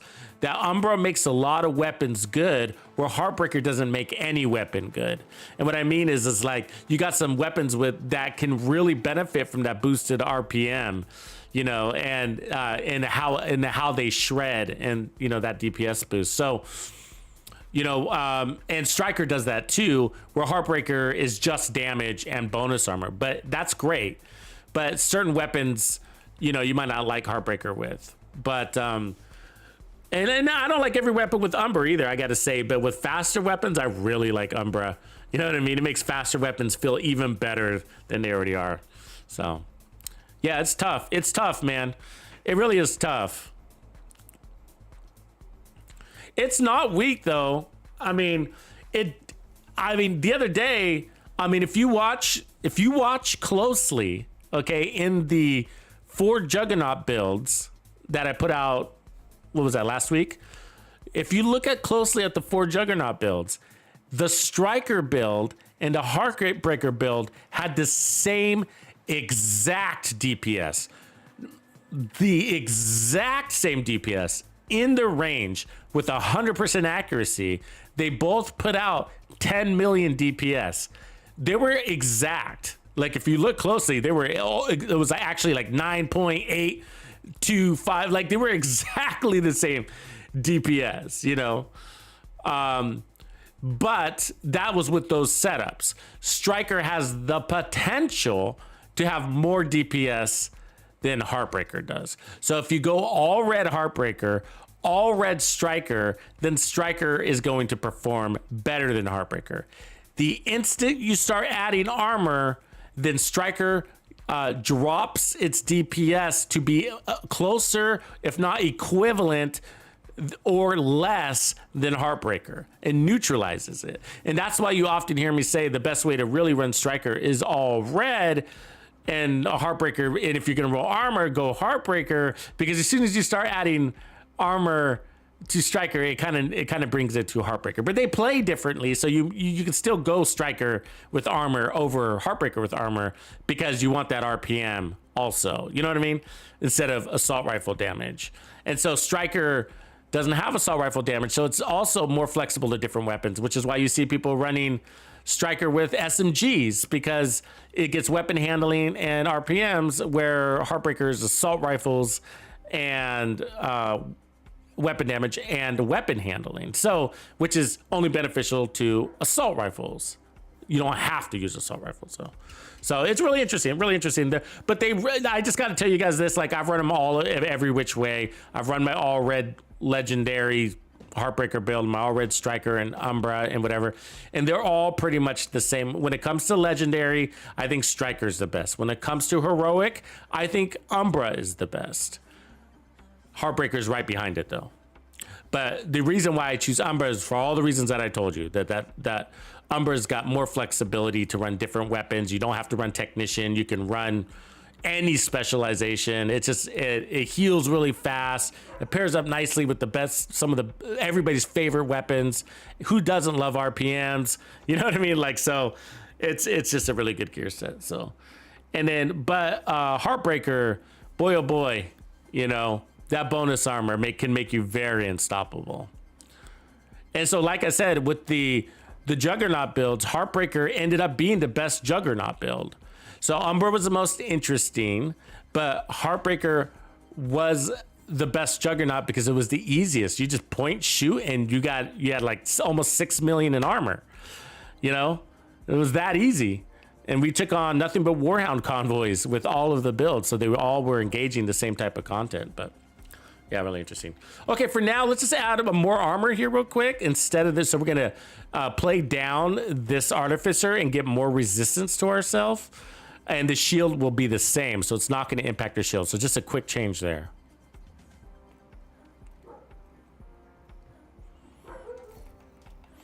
And then, that being said, I gotta tell you, like, there might be a case for us to not...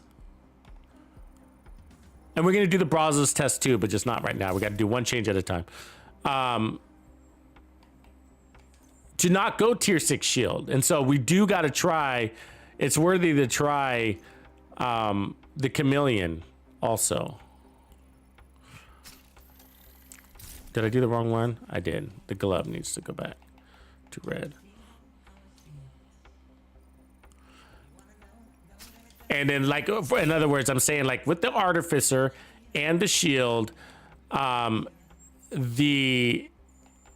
30% repair skills buff, that's still buffing this. Notice our skill repair is at 30% right now, right? You see that? Skill repair 30%. So that might be enough for our shield to just be strong enough. It doesn't need to be invincible. It just needs to be strong enough, heal enough, that we could abandon Future and go to the Chameleon and pull out more damage and leave our shield at a tier 2 shield with 30% repair skills coming from this. It's technically a tier 3 shield. It says tier 1 there, but it's wrong. So we got 2 blues and 1 skill tier. That makes a tier 3 shield. So, you know, I don't know why it glitches like that, but that's not the case. Let's see if we got those Brazos pieces. I think we used them in an earlier build from yesterday. So yeah, so there's the backpack.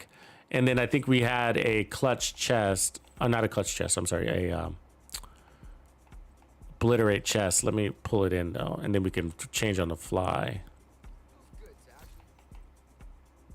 And we might not be able to change on the fly because the reality is that I think if we ran Brazos, we'd get rid of Technician, right?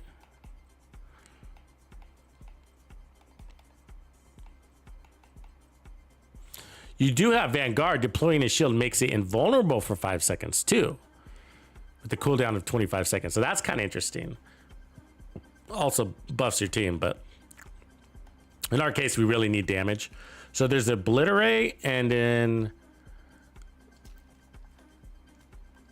there we go.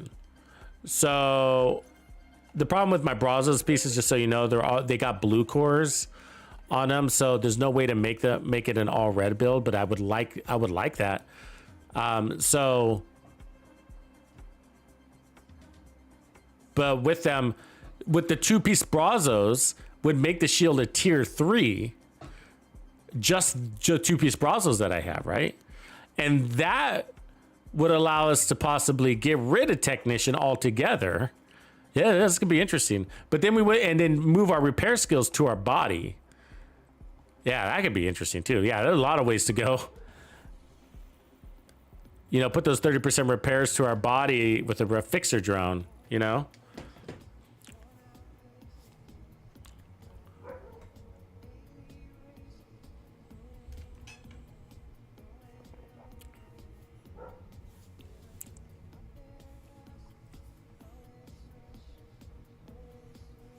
Yeah, Umbra's fun, man. It's just like, you know, it's a really good gear set because it does, you know, you've heard me say before, like, I just really, when I first saw it, I was sort of skeptical because the mechanics looked tedious, you know? They looked really tedious, and I was just like in and out of cover. I don't know.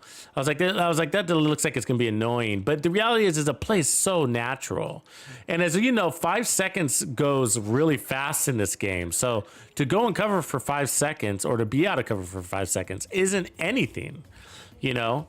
And so it's not tedious. It's not annoying. It's not an inconvenience. It's how you play, anyways, you know. And the stacks don't degrade very quickly. So, you know, it keeps up. Okay, so our test right now, what do we do? Just all we did is add more resistance, but everything else is the same, okay? So the resistance is mostly going to help our body. And then we got a slower heal coming out of the Artificer Hive. But the idea was like, we weren't really using all of that much anyways. Because we had this crazy strong shield that was going into overcharge every 90 seconds, right? And when the shield is in overcharge, it's invulnerable.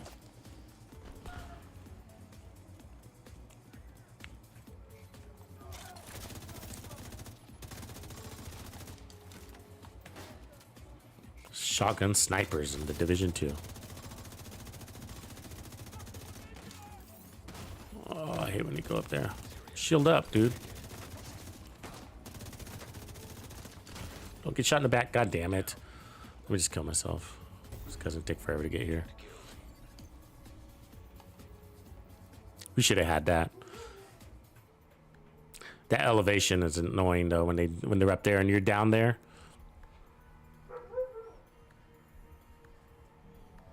Exposes your backside, you know, because you got a more difficult angle to land. So it takes you longer to kill whoever's up there, and then your backside is just exposed.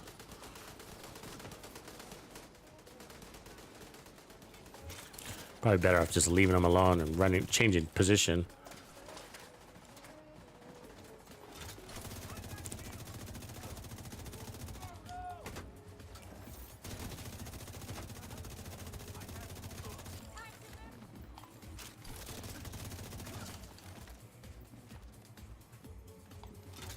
Try to call out the overcharge when I have it. Overcharge. No overcharge. Why don't we have the overcharge? Did we already use it?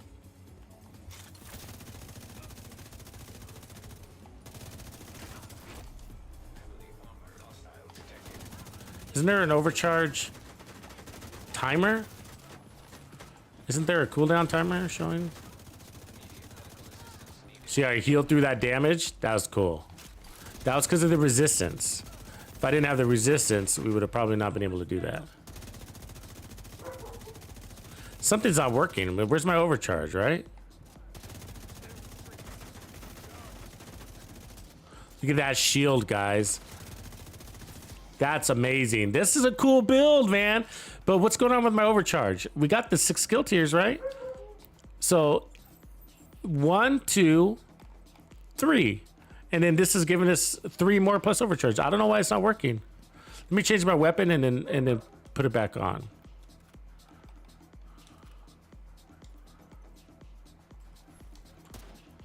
Okay, and so we got to do a better job at though. What's not helping us is that, see me right now, like how I'm not at 100% armor. That means I'm losing damage. I'm not getting the damage buff. And so we need to find a way around that by putting some sort of armor on kill, or... So we're not at full damage potential a lot of the time, basically. Right here we are. Oh, you fucker, get me out of this. I can't break it. It wouldn't let me break it. God damn it.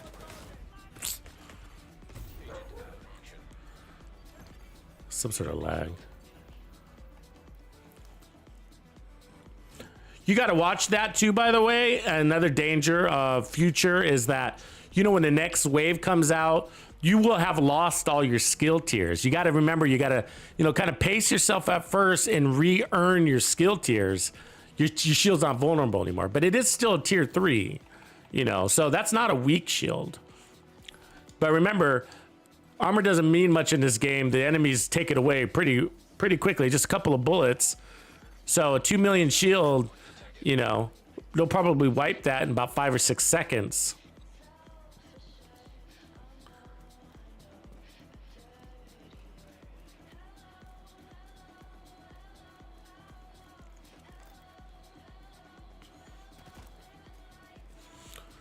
So yeah, so 10% armor on kill could be valuable here. The catch is, what do? We run 2-piece Brazos or Gunner, right? And so possibly Gunner, lose the Artificer Hive. How reliant on the Artificer Hive are we? I don't know. But I can tell you that in some of our other builds, we didn't have it. And the tier 6 overcharge combo was all we needed. But do you see that? We just healed. So it's just saved our butt right there. So as I was saying it, we got saved by the Artificer Hive. Funny enough.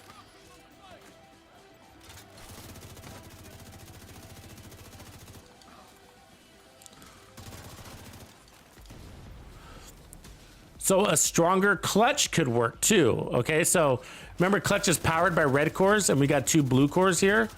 So if we could figure that out.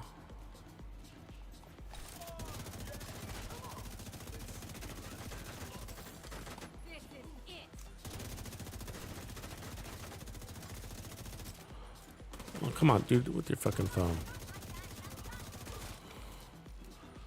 Survive that. Look at our shield. It's at full health there, so...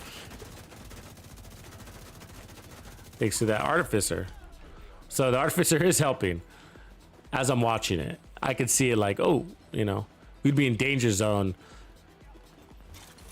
by the time we get to this fight. Yeah, you see that? So our armor, our shield health was low, and by the time we get to the fight, it gets repaired.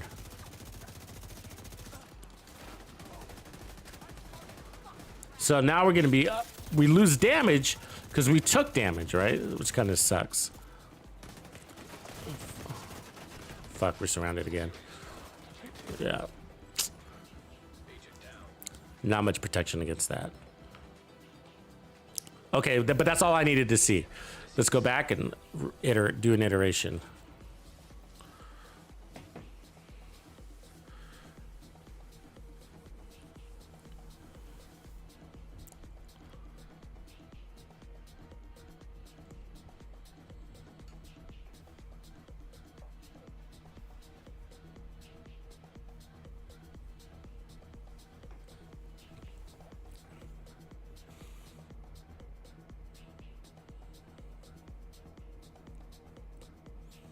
Interesting. So I'm just kind of thinking about like, so technician's got to stay because it's really helpful. The Artificer, that makes that shield hella tanky.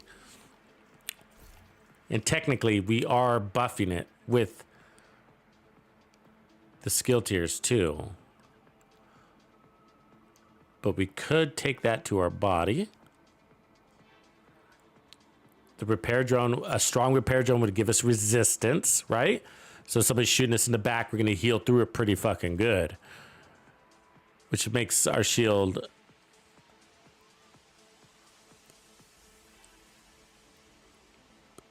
a little less reliant on the shield. And then we'd be adding skill tiers to that fixer also. Okay, so there's that idea. If we added 2-piece Brazos, my problem with my Brazos is that they're red. I mean, they're blue. So that would bring 3 skill tiers to the build, or three shield skill tiers to the build, which makes, and then Technician brings 4, and that makes Future Perfect kind of worthless. Because we'd be losing the benefit of, not worthless, but we'd be losing the benefit of a skill tier on kill. I could fix that if I had a Brazos backpack that would allow me to go red core. So let's see if we have that possibility.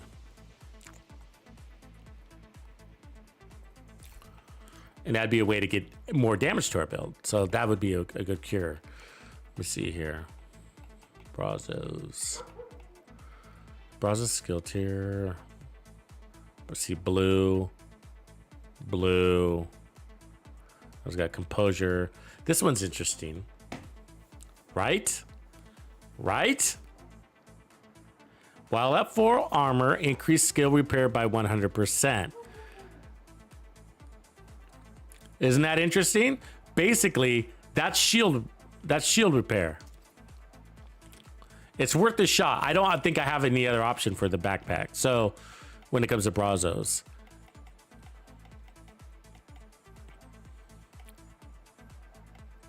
Yeah. So that's what kind of sucks.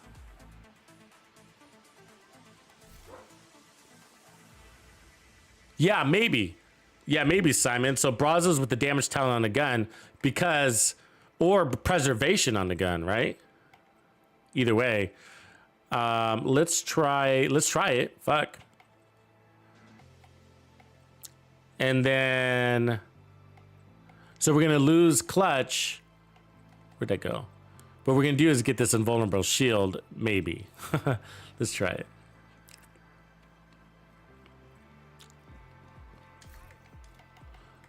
And so we're not worried about a tier 6 shield with this.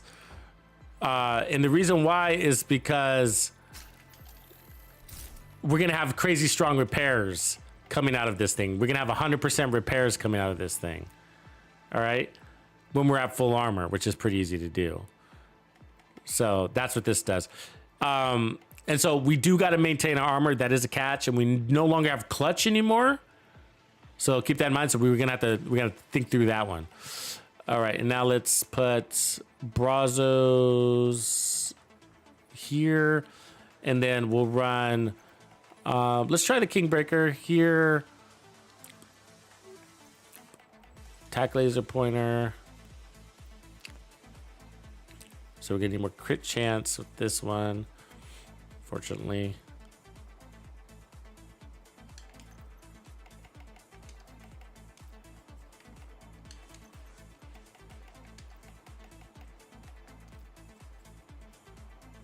Okay, and then we'll change these to red.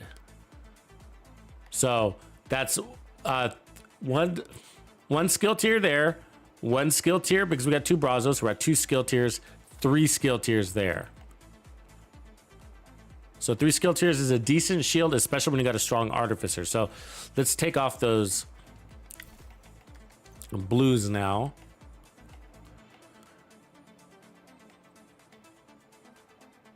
Yeah. And then we can get more damage out of this version too, because we're adding a red core and a Kingbreaker.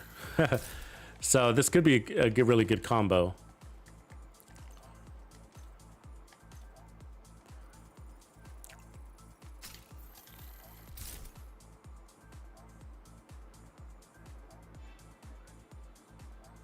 Yeah, no, Anchorage, that's one of the best builds you could run. To tell you the truth, yeah. Not much to do there, man. I love that build. It's a great build. Try Umbra, though. You might like Umbra better for heroic content and find that it actually brings you more survivability because the time to kill is basically the same. That's sort of the point of today's videos, in matter of fact, stream, is that the time to kill is the same. You can't tell which one's faster. You can't tell. And so if you can't tell, then go with the one that adds more survivability in addition to damage. And Umbra does that for you because it gives you the armor regen and then faster reload speed and a crazy RPM boost. So it's worth trying both. And then just go with your favorite, because I'll tell you right now, they're both effective. And I choose Umbra personally. But for legendary, I end up going with Striker. Okay, so how are we going to stay armored up? Right? Our armor kits? Is that, you know, are we gonna have the time to do that? So that's my problem right now. We don't have any armor and kill. We don't have clutch. We don't have a repair drone. But in order for this backpack talent to work, we got to keep our armor up. And if so, one bullet to your body armor, and then that backpack talent is not being used. So we have to have a source. And the only thing I could think of is the gun, right?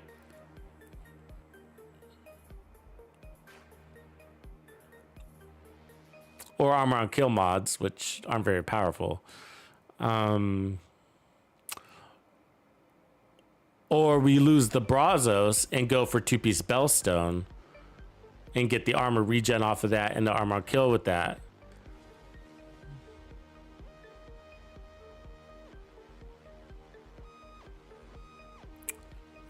Probably preservation. Let's just try that. So we're gonna lose the damage talent, unfortunately, to see if this works. Let's just test it first.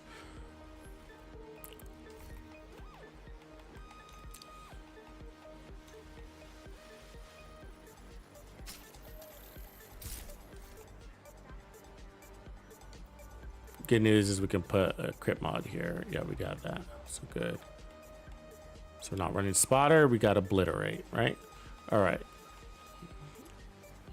With that being said, I mean, we could run a chameleon with this one the way we have it set up now. But we still need the heals. So let's see if this makes that shield valuable. So preservation is nice because it's always working for you. Either 5% or 10%, 5% and 10%. So if you're doing a good job killing, armor on kill is great. And that's what preservation is. It's armor on kill / armor regen because it happens over 5 seconds. So it's, the best way to describe it is really armor regen on kill. I know. I know.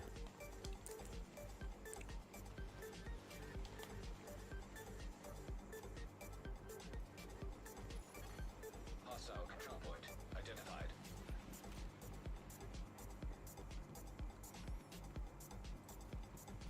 Yeah, so I wish we could get the damage on talent and gun, but you see the problem there, right? So we've got to have some heals to the body, and we just got rid of clutch. It'd be cool if we found a way to not use clutch just to differentiate this build from the others a little bit more.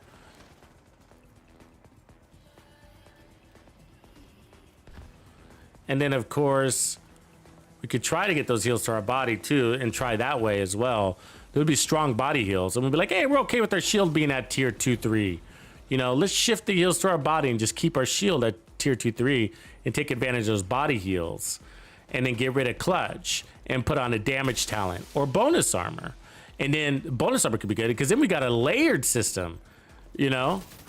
We got everything, you know? And you guys know what I say about layered systems, huh? They tend to be the better way to go. Oh, you fuckers. God damn that. We've been having bad starts, man. That electrocution fucked me. Agent killed.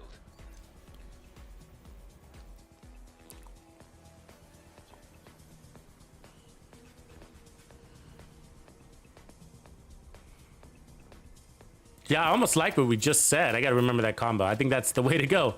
Put bonus armor on the body with like what do you call it? Bloodsucker, a repair skill drone. Take the 30% repairs there. So we got heals and then we got resilience. and then just leave our shield at tier 3 or whatever and just be happy with that. Do you see that heal on that shield? Still not quite enough though, is it? Wow though. It healed us, so that shield was almost broken and it healed us.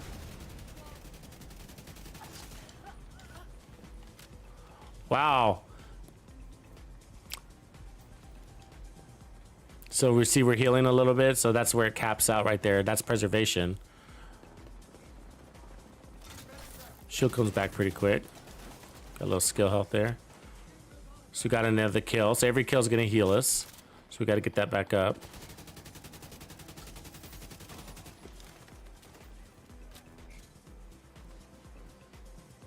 Where are these fuckers?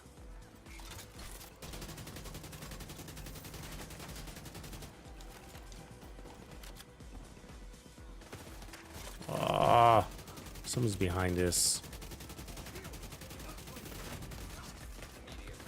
What? I turned. God.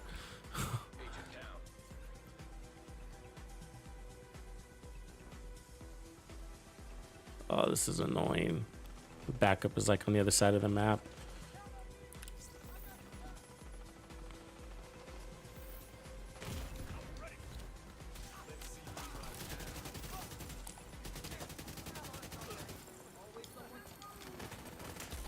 Yeah, see, the problem with this is the way I also play is that I don't like a talent that's that wants you to be at 100% armor without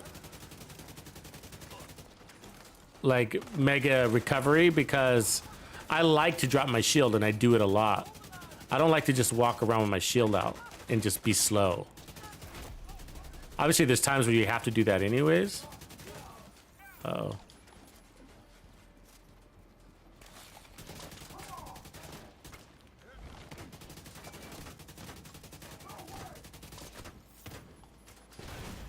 What? I didn't see any fucking grenade come out. Come on. And he doesn't take his own splash damage? That's so annoying. I'm annoyed. I'm gonna kill myself. Signs 0.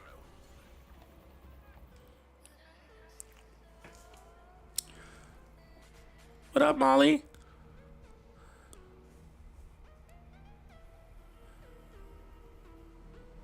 Let me try something real quick. I think we're better off with bonus armor than that. Just because, you know, there are times where we're like, wow, we got that shield healing at 100%, but I'd rather have more survivability to myself and a shield that's just good enough, not OP, you know. I mean, that with technician would be interesting though. I mean, with this, I'm sorry, what am I trying to say? Future? Like that would be interesting. The problem is though, is that how do we get heals to our body? You know what I mean? So that is the problem. So let's put on, the combo just doesn't work with this gear set, like Bloodsucker. I do have a Cheska Bloodsucker, but let me see, is that what we want? We want a Brazos Bloodsucker, don't we?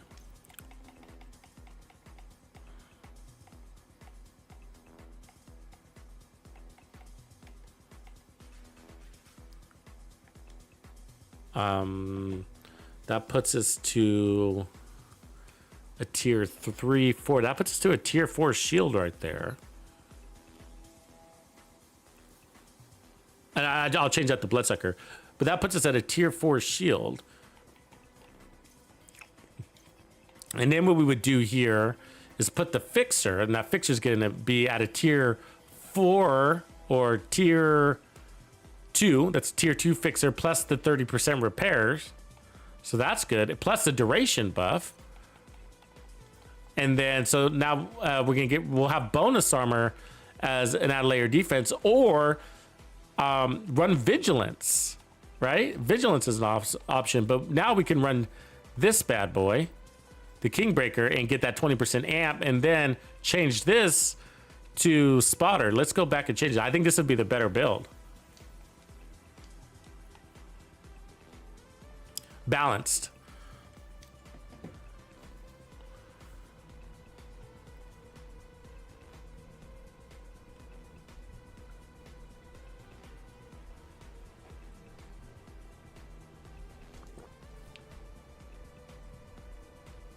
Tariq Law. Yeah, we're human, man. We're human. Instead of seeing the edits. Yeah, the edits was like, and that's what I said that a lot and early on. I don't really say it anymore, but I remind people like, the videos, build videos are highlight reels. You know what I mean? Highlights of, that's what they are basically, right? It's like NFL highlights, basically, right? Like, so you're going to show the plays, the playmakers, the good kills, you tackling a spawn or an elite resource convoy and not dying. You know what I mean? Now I do have that gameplay too. So I do unedited builds. I'm sure you've seen them. I do unedited gameplay videos and I make them about an hour long. And I show you that, hey, this build is good, that I can go a full hour and not die in heroic content.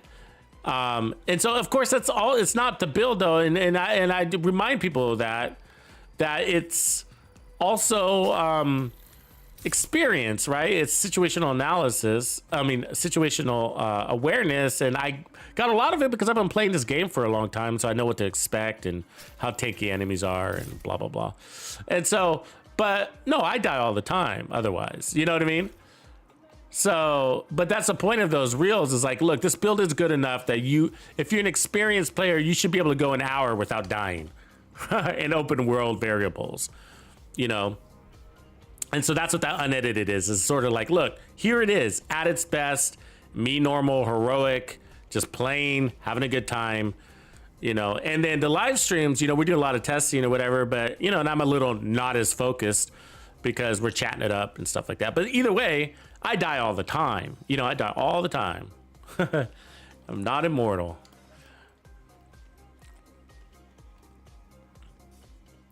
But that's sort of the point, you know what I mean? Like, if I wanted to not die, I probably would play, less aggressively as I do. But don't be afraid to die in the game, you know what I mean? Like, if you're willing to do the high risk, high reward gameplay style, you're gonna get more exhilaration out of this game. You'll be more entertained. You can get more dopamine shots to your spine. Spinal cord, Okay, we're just got a big damage perk. I felt that. And then we got bonus armor too. Oh, holy shit, this is probably the build. I could tell right away. Because we had that layers. Remember, the gear set future requires you to be at full armor in order to get its damage buff. And so the bonus armor here is going to help that. Plus, we got a healer drone that's really strong. So if we do lose our bonus armor, this is a tank. It doesn't look like a tank, but it's a tank. Look at that.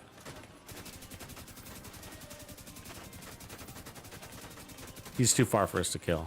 We're just getting wailed on. So you don't want damage from distance. You can't do shit with it. Ah, I thought I was in cover. What the fuck? Oh, this game. My bad.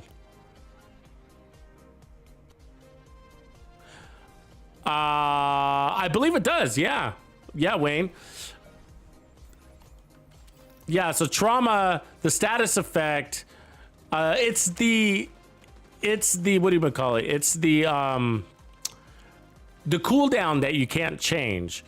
But the duration of that status effect you can. All right, let's get some. Do you see that grenade change direction? That's fucking bullshit.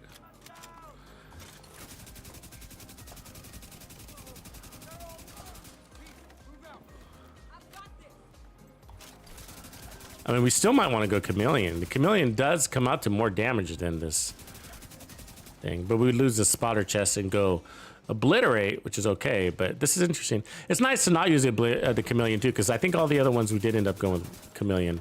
Did we go Chameleon on the Striker build? I think we did, right?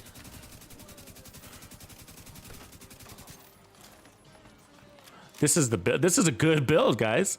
I'm excited. Different.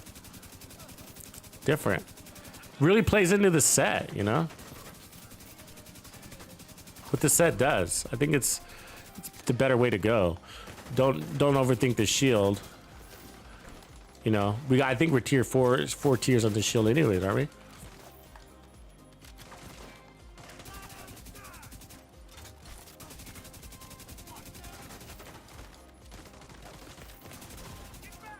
Like, actually, some protection from elite mods to layer on top of this would be pretty interesting, wouldn't it?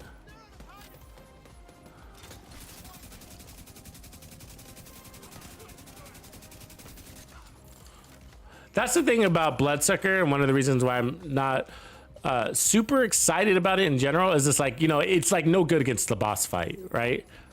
Did he just fall over and die, this guy?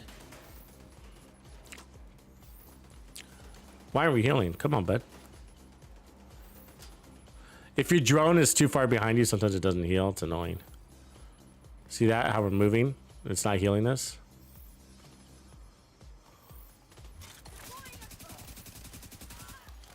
I don't know what its problem is. It usually does a pretty good job. I never really complain about it.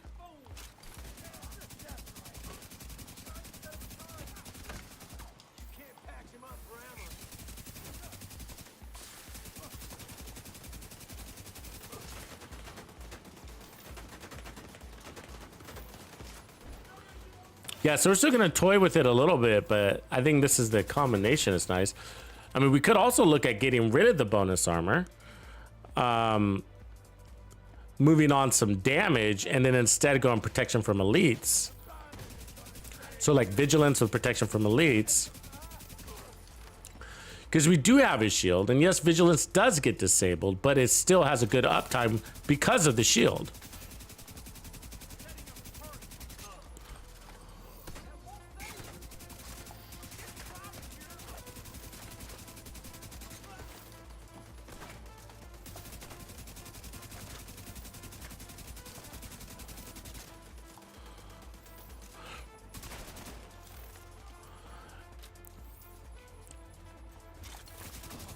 We definitely feel our strongest when we have all our armor, I'll tell you. I can feel that.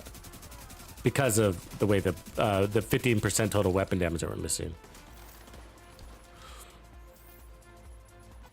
Which actually, that being said, clutch might be more valuable than the bonus armor.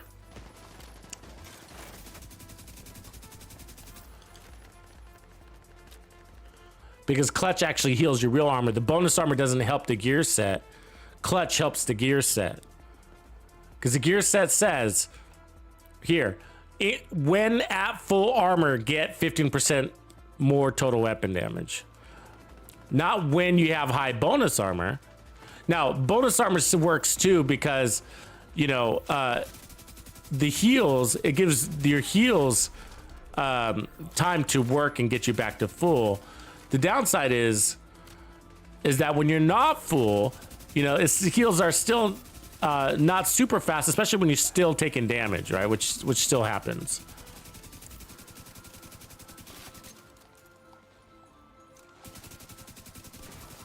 So yeah, I think we might want to go back to either damage, all damage, and so if we go all damage, then it's going to supplement. So that's another way to go. So if we go all damage, it's going to supplement the gear set damage. So when the gear set damage isn't there, then vigilance is, or companion, if we want to go that way.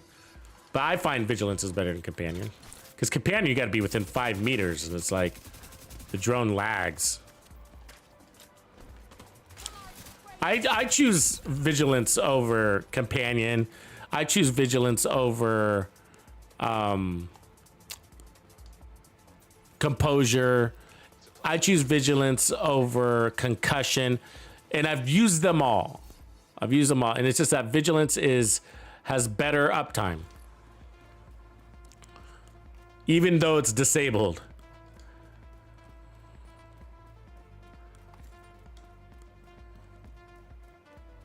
And yeah, it gets disabled all the time, but you know, if you have it active for like half a mag and you shred that enemy with it enabled the entire time, and then you take damage, it's disabled, it comes back, You know, it's hard to track, but at the end, it's like the easiest way to tell whether it was working for you or not is to, you know, go play a couple of legendary missions or a couple of heroic missions and look at your damage values at the end of the mission, and you'll notice they're higher.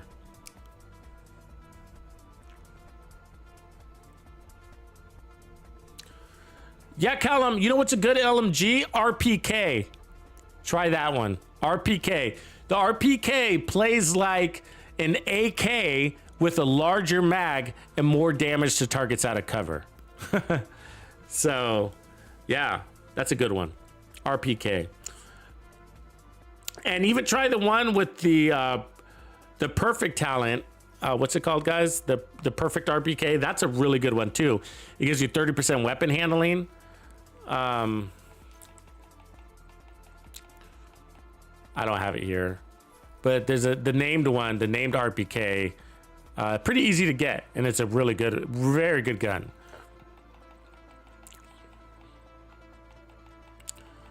Do I have it here?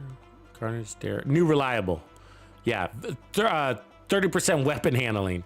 Amazing gun. Look at good reload, 12% damage to targets out of cover, 6% damage to armor, 118,000 total weapon damage. I'm running Future Initiative too, right? So such a good gun. Try it with Heartbreaker, right? Run it with Heartbreaker. It'll take the mod too.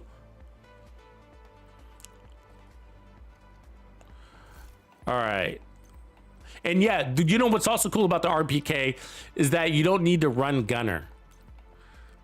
That's what's also cool about it. Crit damage 10.2, 10.1, no.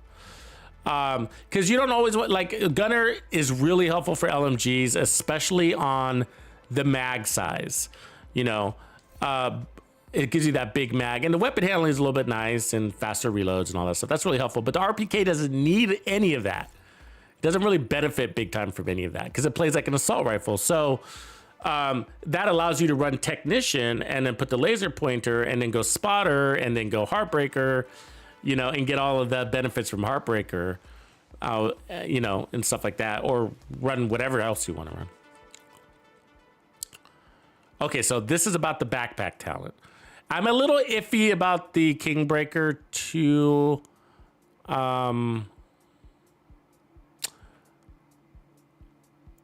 I mean, maybe we should stick with it just to have a different look.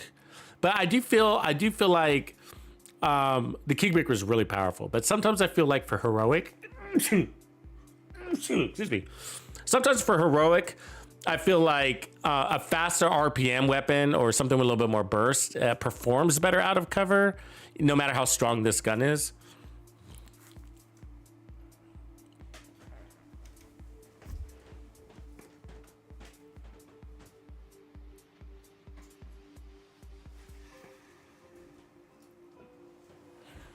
Thank you, Matt. So we could run flatline, a regular flatline, but we could also just get rid of spotter, run obliterate, and run the chameleon. The chameleon, in the end, would put out a ton more damage because of its 90% kicker, but and the chameleon's also going to help with clutch too. I mean, we don't have to run the chameleon, but we could just run the police M4. Something with a faster RPM. Because you crit faster, you heal faster.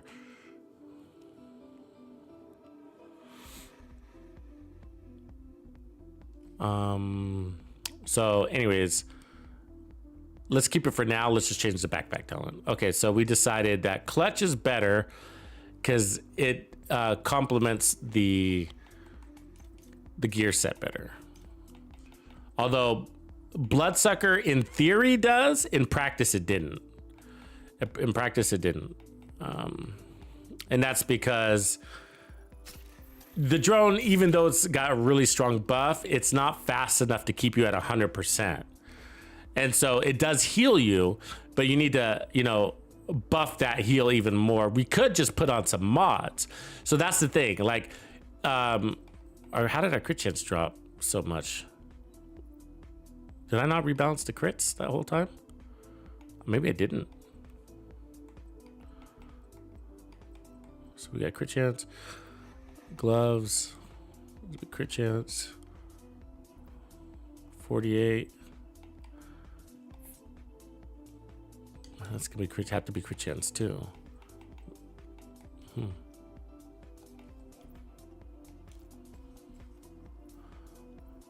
54.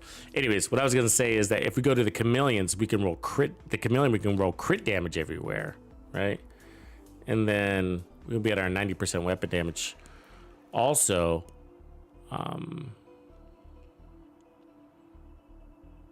shit, if we go to chameleon, we could even get rid of technician if we wanted to and just run a tier 3 shield, or we could put on one more red core.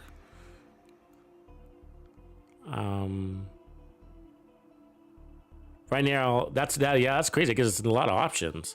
Because that's a tier 4 shield right there as it sits. It's pretty strong. But the chameleon changes a lot of things. You see, we run obliterate, and then we run a chameleon, so we could lose technician, drop 1 skill tier on this. We don't worry about the drone. It's got its 30% repairs. It's gonna have its 1 skill tier from this. So 30% repairs is like a skill tier and a half, and then it's gonna have another skill tier. So it's basically a 2.5 skill tier fixer. Then we got the clutch healing you on top of that, and then you got the shield coming in at tier 3. It's pretty good. Good as it needs to be.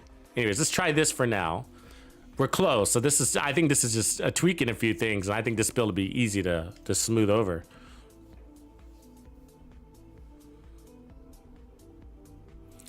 I do have it. Well, you know, it's starting to become spring a little bit, right? We're getting closer to spring. So my office does need to be cleaned, man. Big time. It is messy. You're right, Matt.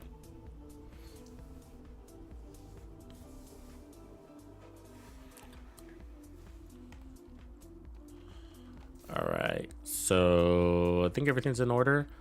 So 5480, we could actually drop that a little bit, but I'll just leave it. We need to be at high crits for the heals. So let's just give this a try. All right. I think the Kingbreaker is just not a good matchup for running and gunning, even though it's powerful. I think like you might disagree with me if you run Heartbreaker though. But the difference is like with Heartbreaker, you have so much resistance and you're refreshing that resistance. So you got all that bonus armor, and then every hit refreshes that bonus armor. So, you know, you're more resilient to be okay with that time that you're spending out of cover. We're on a red build, you know, you need that thing to be pretty zippy, and it's just, I don't know, we'll see.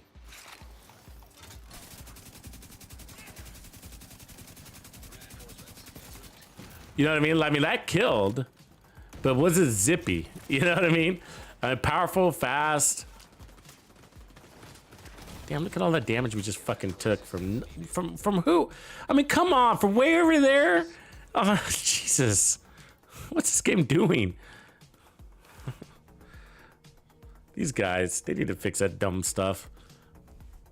I'm a red grunt shooting from across the way at a weird angle. Under elevation, hitting you at 100% accuracy. Because I can. That's in my programming.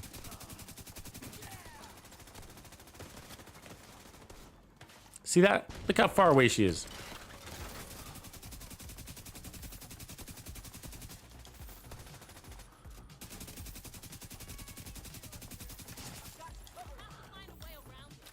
I mean, she was way more accurate than I was, I'll tell you that. Now, the reality is that they also hit really hard. So it's almost like when it comes to NPCs, they don't have diminished damage at range. So I feel like their damage, you know, at 5 meters is the same as 200 meters. And as a matter of fact, I think that they can shoot farther than we can. You know, our optimal range is at about, what, 100 meters? And I think NPCs are farther than that. I don't know that for sure, but it seems like it, right? I mean, especially when you're playing Legendary and you have this NPC wailing on you from like very far away. So it's like, what kind of optimal range does this guy have?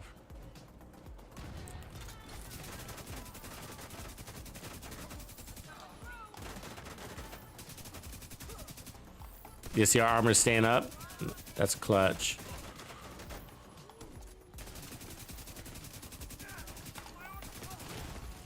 Oof. What? She just shot around the corner.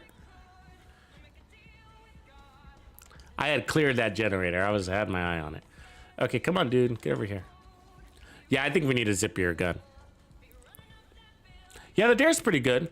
Dare's great.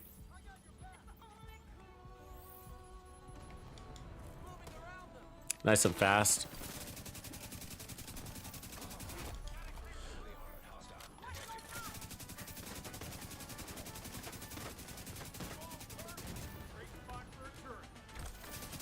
See, that reload's pretty slow too for playing out of cover. Shield's plenty strong though. Strong as it needs to be.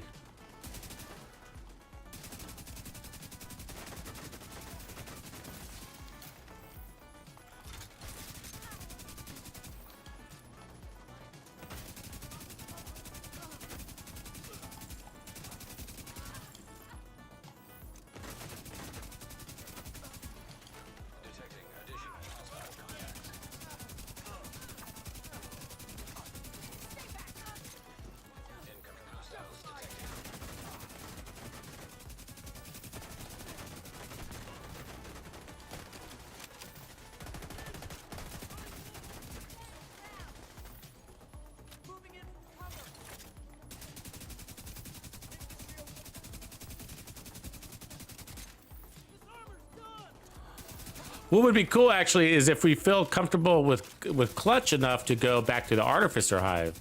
It's kind of an interesting thing too, because that artificer hive was pretty fucking strong, wasn't it?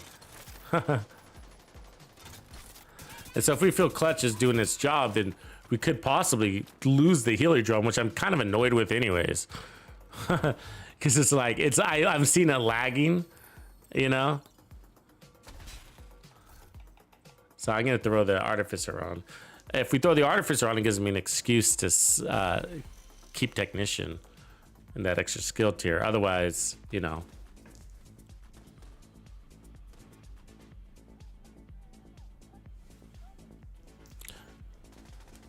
No Yen Sheng Chen? No, man, I'm pissed. I think that is the worst thing that they did to the game. You know, the worst thing, the 45% skill repair, right?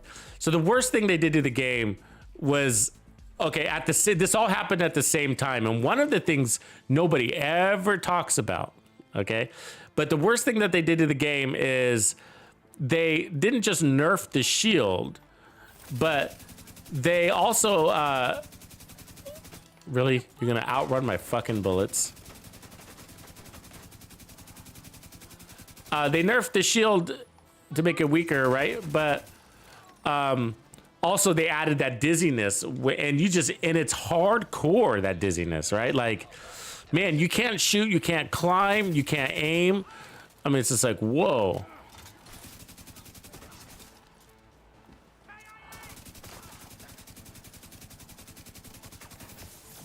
Oh God. At the same time, they also increased the status effect from fire. Not just the damage from fire, but fire makes you dizzy. And maybe it's always made you dizzy to a certain degree before, but now it's like, it's so dizzy, it's very noticeable, and it's quite an impactful change. It was quite a buff to that status effect too. I mean, it was quite a buff. It's like, wow, I'm really dizzy when I'm on fire. And it's annoying because the devs, I mean, the enemies have so many advantages over us. We're outnumbered, outdamaged, out-armored, you know what I mean? And then they already have status effects and damage. There's a variety of them, right? You have to combat all of it. They got riot foam, they got fire grenades, they got, you know what I mean? They got everything. And then they got blind grenades too, by the way. And they're really accurate with their grenades. The grenades curve. You know, the grenades follow you around like a puppy. And then they add additional status effects to hurt us, you know?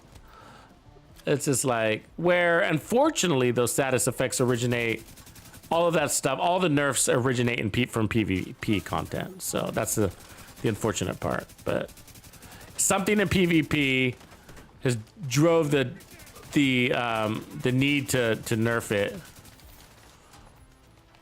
See that heal? The shield right there? I mean, that's pretty fucking good.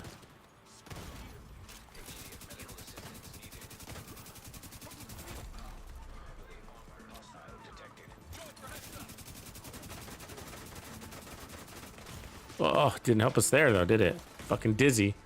See? You're fucking dizzy, and then you're dead. Yeah, but they were a horrible nerf. Yeah, I like hazard protection in this game, actually. I was saying that, like, it makes it more, it's not just like a power thing. It makes the game more fun, you know? Because the reality is like the worst parts of this game are the hazards. You know? Like this, oh, you're always on fire or foamed, and it just gets annoying and it's not fun. And I think the devs have ruined the game that way. Not ruined it, but I think the game would be more fun if they just took it easy with those status effects, you know?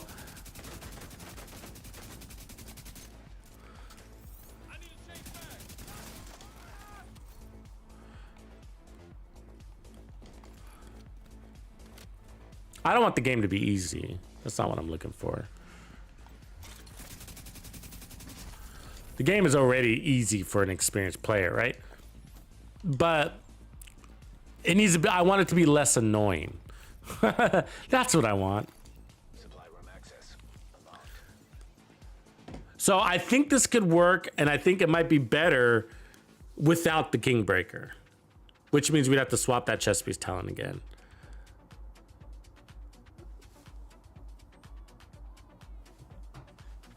I mean, what I would like to do is also get rid of a blue core and turn it red. That would make a faster and stronger clutch. My holdback is I just don't have that piece. Just don't have that gear piece. So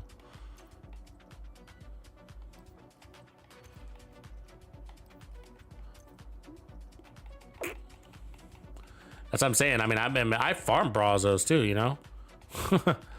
Annoying. I mean, I could get rid of Brazos altogether and go back to, like, I mean, I guess we could do like a Bellstone Fenris combo. Yeah, Joey. Good call. I've never actually had anybody say that. That's funny. He said, we need the armor that the civilian leader has. Yeah. And we need his ADD too, right? That guy's got ADD, right? He's got some attention deficit. Because you're sitting here fighting 50 guys all by yourself, taking on a battalion. And he's out on the other side of the fence, you know, with his whole little mini civilian platoon, focus firing on one red guy that they can't kill for some reason. You know what I mean? And then you have to go out there and pick him up. And then the fight's over, and then he enters the fence, you know, and you're like, oh, there you are. See, glad you finally made it. And sometimes I go out there, you know, I'm killing enemies, and I kind of run by the gate, and I look out the gate to see what he's up to, and I see him like chasing a butterfly, you know. He's out there chasing a butterfly. It's like, what the fuck?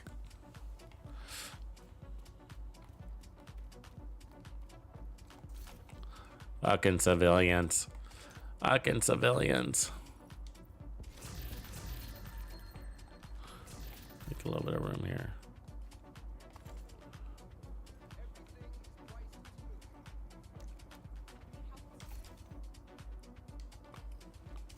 I like the idea of two Brazos here, though. But I don't necessarily like the 1.1 million armor. I would like to drop this to a 1 blue core, you know. Let's just look at the stats just to see again. The reality is the chameleons will make up for the blue core thing on the damage side of things. But what the chameleon can't do is make up for a stronger backpack talent. Brazos. I mean the clutch. So if we had a red cores makes a better clutch. That's what I'm looking for. Yeah. It's got to be Brazos to maintain the skill tiers. We do have one wasteful thing from Brazos, which is the skill haste. But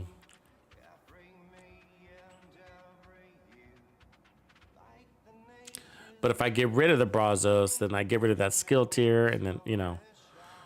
Let's just keep it simple for now. Let's just change that chest piece talent and the gun. And see if the faster gun. So the faster crits alone might give us a stronger clutch talent. And so because of that, we're gonna have to go to obliterate.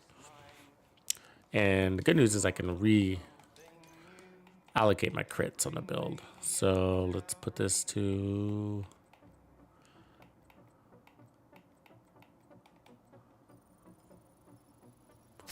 obliterate.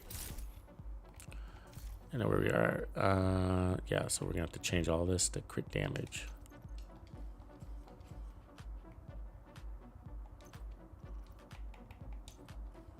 God damn it. Crit damage.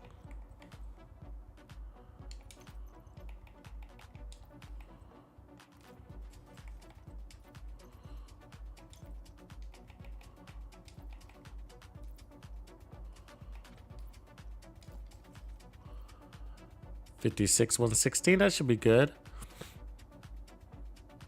We still want to keep it kind of high.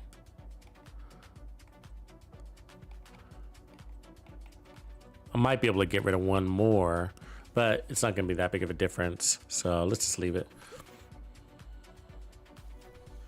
It's because my pieces aren't god rolled. So if they were god rolled, I'd be able to get rid of at least one more. Get us another 12% crit damage, but we should be good.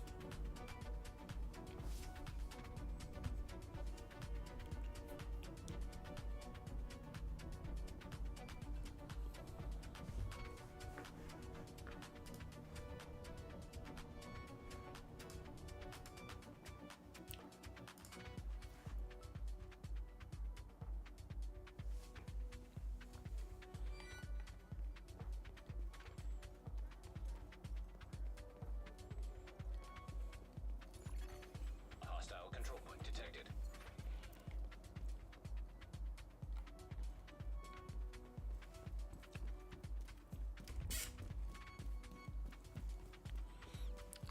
I mean, just to say, like, there was nothing really wrong with the Kingbreaker, you know, but I'm just looking to you know, just to boost the performance of the build.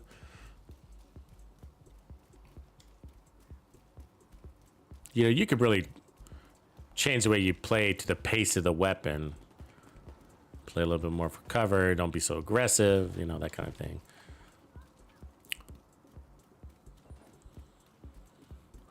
But remember, when this chameleon has its 90% weapon damage plus its 50% crit damage, I mean, that's way more than that damage to come out of. I mean, it's just like, it already feels faster. On that first kill, we have no buffs, you know? Where'd these go?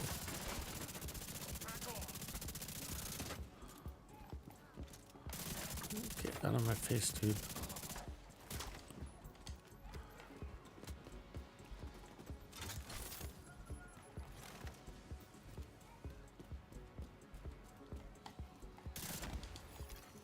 Reinforcements have arrived. Come on, bad guys.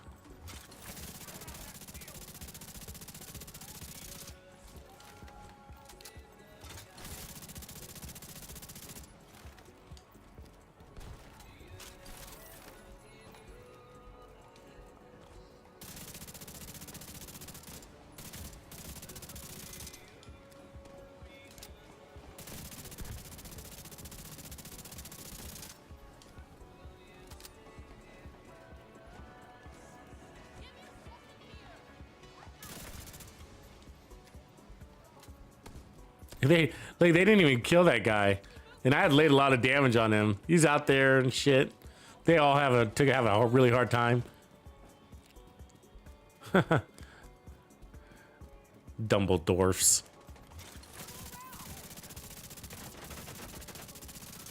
It's funny that you can use that name as an insult, right? You fucking Dumbledorfs. I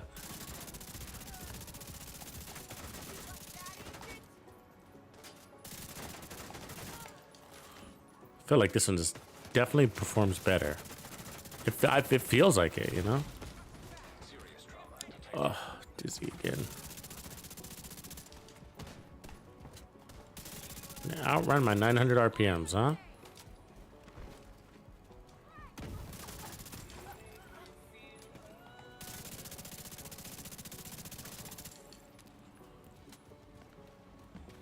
So that's what I hated about coming out here. I lost my advantage. Position advantage.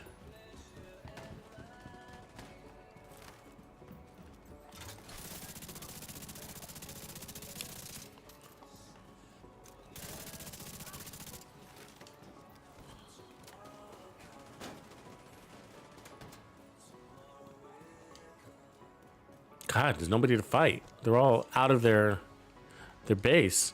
I don't know if I go out there, then I'm gonna go out there, kill one guy, a spawn is gonna come. I have to turn around and come all the way back.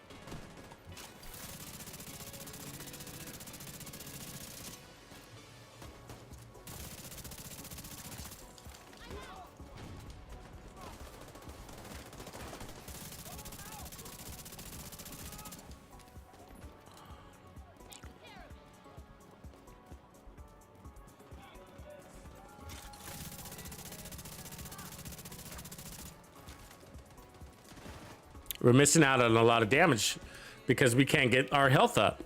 You see that? We've been sitting here just wasting ammo because there's nobody to kill.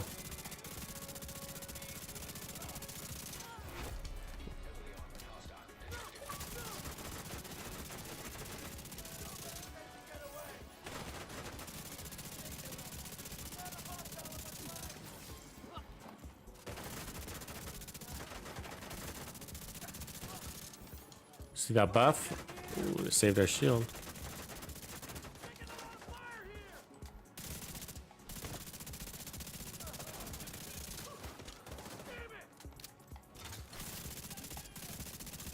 Yeah, technician is big help. Seeing that shield constantly refresh. The only downside, again, is we're back to that situation. We're like, well, we're missing damage. We're missing the damage buff. I need a stronger clutch, basically.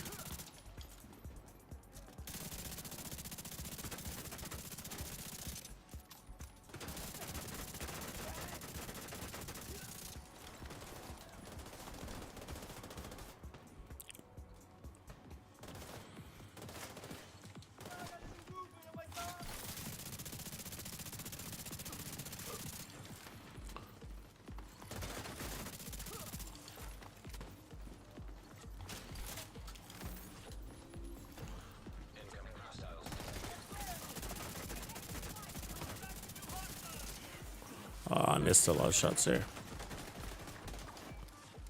Really?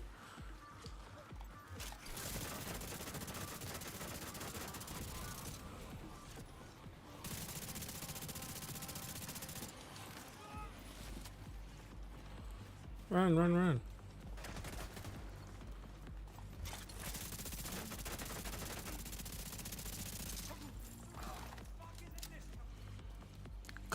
Clutch didn't even work right there. Got 3 kills and I didn't see it kick in.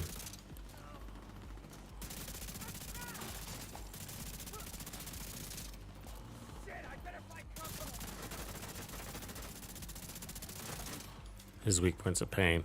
You only hit his weak point when you don't want to hit his weak point. That's how his weak point works. It's like, can you get that electrocution? You're like, damn it.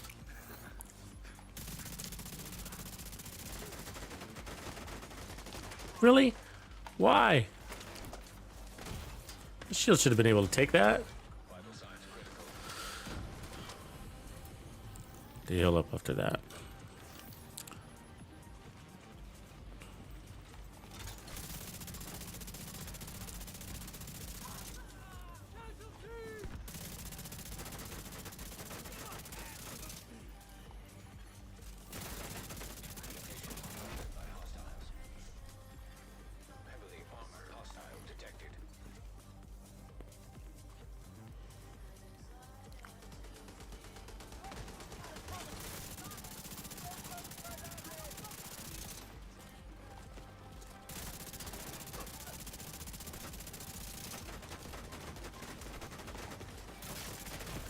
See that, like the buff wasn't there then, you know what I mean? Like, that's just weird. Sometimes it's just that the timing on that shield recharge.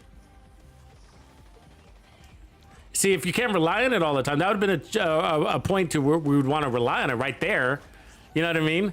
It's like if you can't rely on it when you need it, sometimes you feel like, man, if it's not that reliable, then maybe I just don't want it. You know? Maybe I'll just take the damage, right?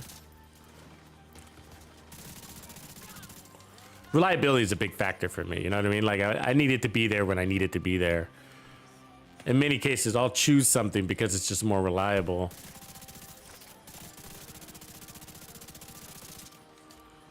Less power, more reliable, or less defense, more reliable kind of thing. Really?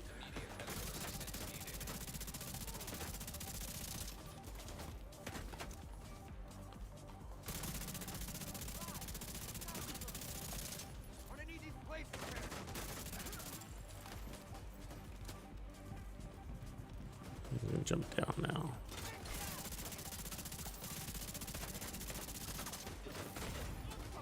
Now what? Now what? Who is... Oh my god, way over there. The accuracy on these guys. They need to tone it down.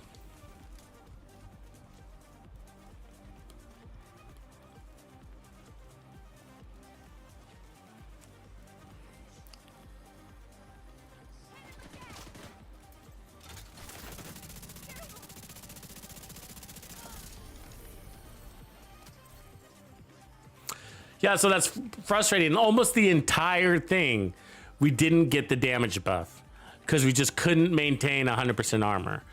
You know, that's frustrating. And so part of it is the blue cores. We can't have it. We got to get rid of maybe at least one of those.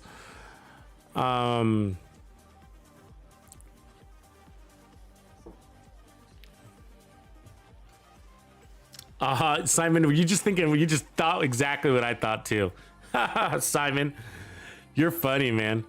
That's exactly what I was thinking. I was like, maybe this is one we do run the memento on. I was just thinking that, you know, because it's such a good build. You know, maybe we OP it out with that memento.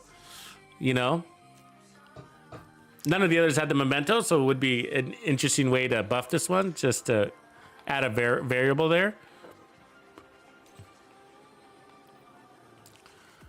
I wonder if the Catharsis would help this one too. But then we'd have to add the chest piece. The chest piece, the future chest piece isn't horrible. Unfortunately, I don't have it right here. The future chest piece increases that total weapon damage to 25%. But the downside is like, well, if you're not keeping your armor up to 100%, then that's just more waste.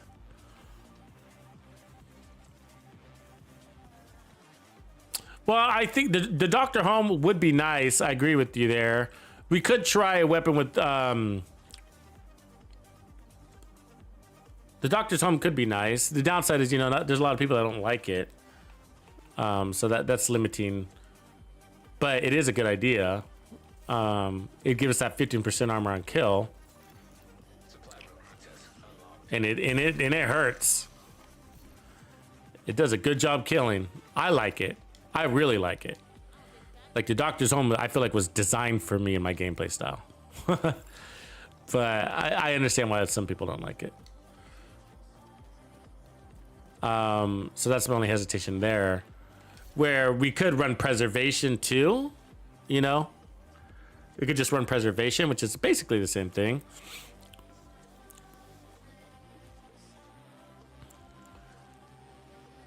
Not as fast, but not as instant. But we tried Bloodsucker. Now, Bloodsucker works, but we had a problem with it. Is that then we couldn't get our heals on our body, and it was the same thing. Because even with Bloodsucker, you still take some damage to your body. And you know, it was all right. It wasn't horrible, but it was just like we were better off with something that heals us. Because that's what we need. We need to stay at 100% armor. And even with the shield and everything, you know, there's just somebody shooting you in the back. That's the problem. It's just somebody shooting you in the back. And you can't be at 99% armor. You got to be at 100% armor, right? And so you got to have something that's healing you. Now, we tried to fix your drone, and it did a decent job, but there were a lot of times where we were moving so fast, it was just lagging behind. There was seriously like a minute where it's just like, it's not healing me at all.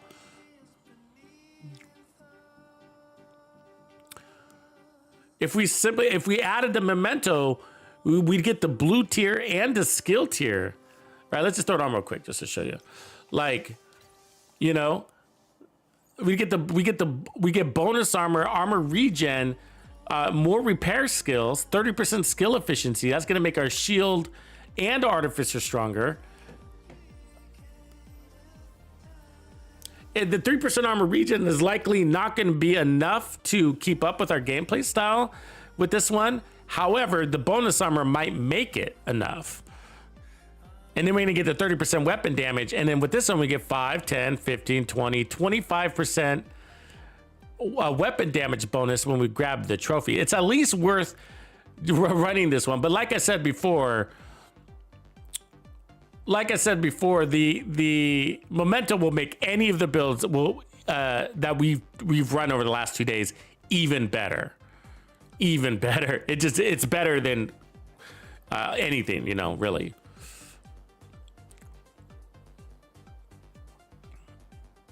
But we still, yeah, it would still be nice, I agree, to have an option other than the memento. But, you know, I feel like we're just going back and forth.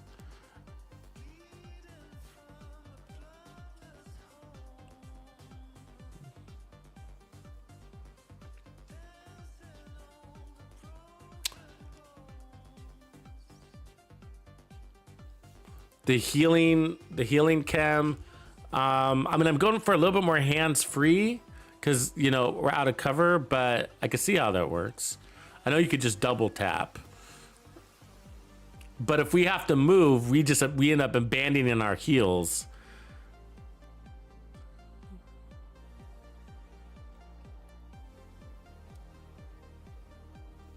If we lose the Artificer Hive, maybe that's what we got to do. Yep, I think we're gonna have to try to lose the Artificer Hive. Let's go. We have to at least try it. And go Gunner and get our 10% armor on kill, and then just run the Fixer. So we got Fixer, Gunner, and Clutch.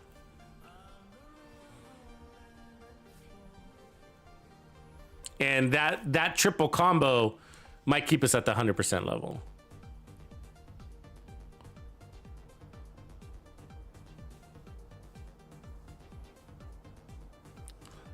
And it might keep us out of the memento world too. But the memento would be an easy fix. You slap on that, I think it would be really close to solving all of our problems, especially the weapon damage buff. Like that's one of the biggest perks the memento would do. Defense aside, okay? Defense aside, we get 2 skill tiers right away with the memento. You know, we get 2 skill tiers right away with the memento, and then we'd be able to turn this red. And so we'd have a 6 skill tier, 6 red core build. That's 30% weapon damage on pickup of a trophy, stacking, boom, boom, boom. And then you got 30% weapon damage from 30 stacks on top of that. So you go 30, 60, 90, 120. I mean, that's mega damage on a build that could like more damage, right? So, but okay, let's not do that right away, or maybe at all. Let's try. Which one was it we were running? Brazos. Okay. And then what we're going to do is we're going to lose Technician, put on Gunner, pick up our armor on kill.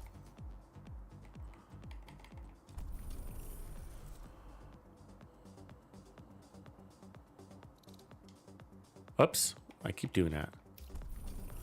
Activation's over here. That's 10% armor on kill. We lose a skill tier, but we still got 3. So we're still pretty good shape for the shield. And then this is basically a 2.5 skill tier, a drone, because it's got 30% repair skills.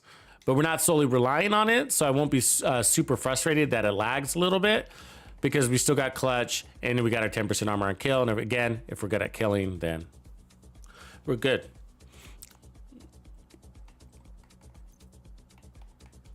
All right, let's try this one. Where we are, crits, 56, 116, so it should be good.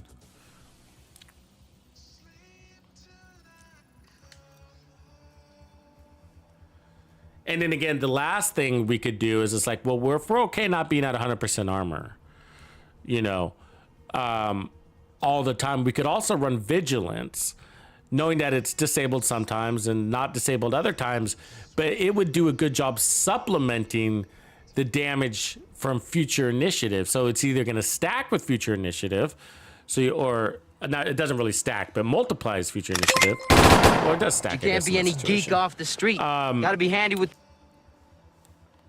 Yeah, so it's more total weapon damage. So so we get, I guess, from 15 plus 25 is about 40% total weapon damage. Or it's going to be 25%, or it's going to be 15%. You know, it could be any three of those combinations. So that could be interesting. Yeah, I love my memento. I love my memento.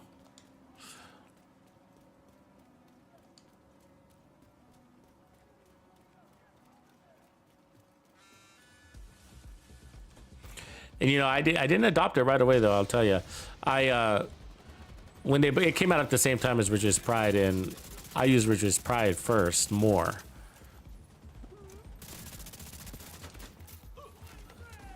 Pretty into that. And at the time, I was like really into my SMG builds. It was that they had released the summit with this at that time too.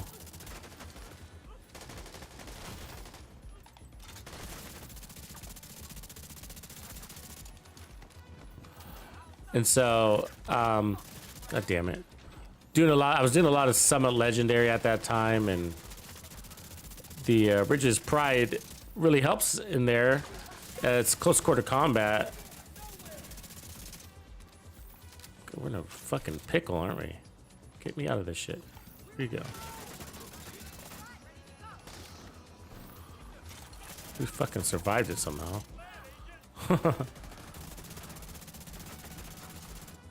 God, they're everywhere though, man.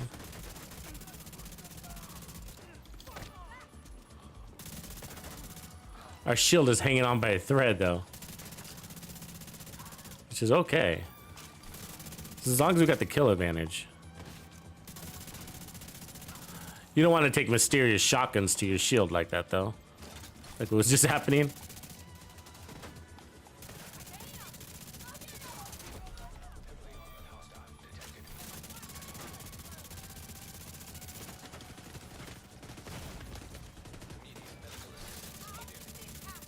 See how I like to drop my shield? Oh, she just broke it?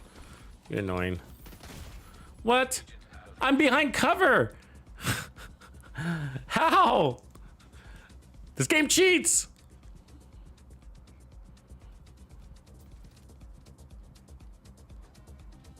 Yeah, we don't have enough damage, but I thought about that too. We looked at the Vanguard. Get that 5 seconds of invulnerability, that could help a lot.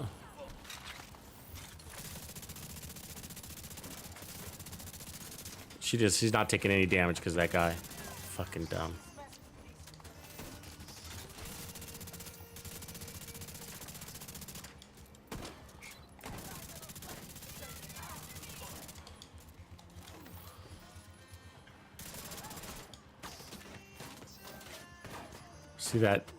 See that turret back there wailing on me from a distance at an angle? Okay,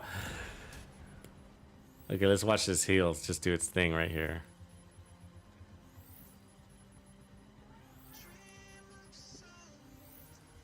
So yeah, it takes forever. It's helpful, but in combination, right?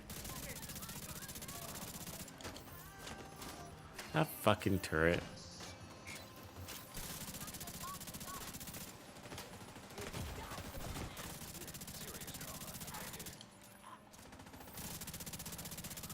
Critting on that turret gives me heals. You see that? Now we're healed. Got a guy at elevation. This is annoying. They're everywhere. I couldn't get out of there. God. They're being really annoying right now.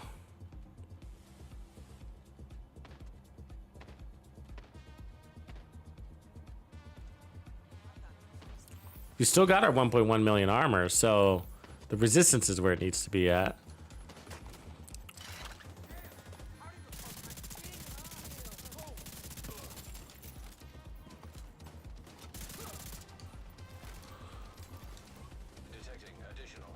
Man, one thing I'm wishing right now is like I wish I could run, because I'm thinking like the perfect combo would be like the Artificer with Gunner, you know? And that was supposed to come with our specialization revamp, which they abandoned, but for now at least. See how we're not taking heals right now? Now we are.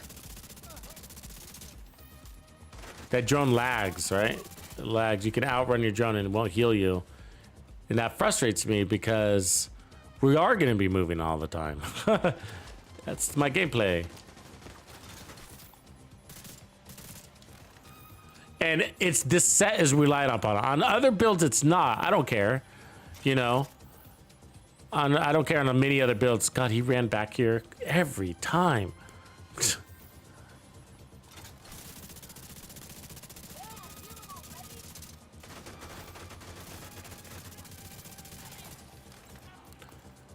But on this one, if you're not on 100% armor, you're not getting 100% of your damage, and that bugs me. That makes me that irritates me about the drone all of a sudden, right?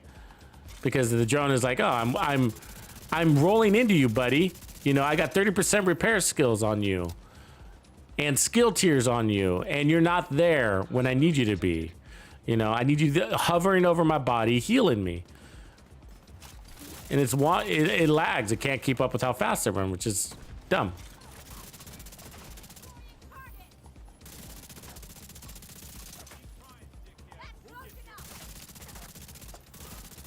Look, it's still not at a full armor right now. Notice that. Now we are. You know what I mean? So it took a while for the drone to catch up with me, and then it needs the time to heal me. And by that time, the fight's over. You know? It's like, hey, where were you 5 seconds ago?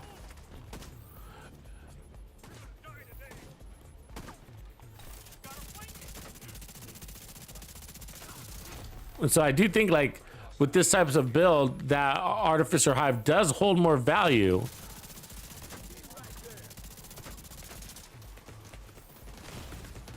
Not as much as the armor on kill, apparently.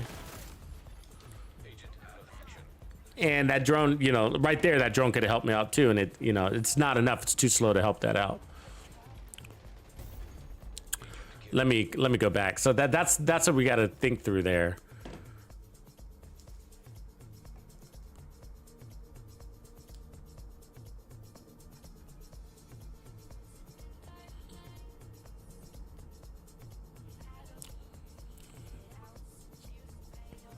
Yeah, that's right, JD.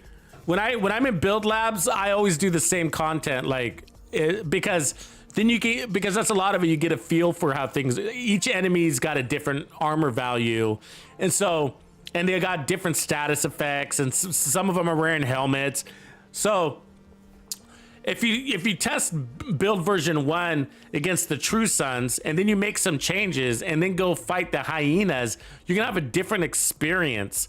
And lose track of your time to kill on, you know, an elite grunt because it's a different type of elite, and maybe he's got a helmet or a different weak point that's harder to get to or something like that, you know. So it's easier to know, like, to fill it out, like, oh, I usually kill this guy, you know, this fast by feeling, and oh, it feels like I'm killing this guy a little bit slower.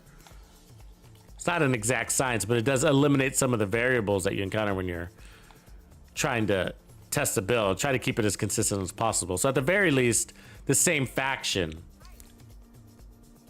And I go to the sinkhole because it's just really easy to get to. I can go back and forth to my cache, my stash, if I need to go run back to the ring safe house.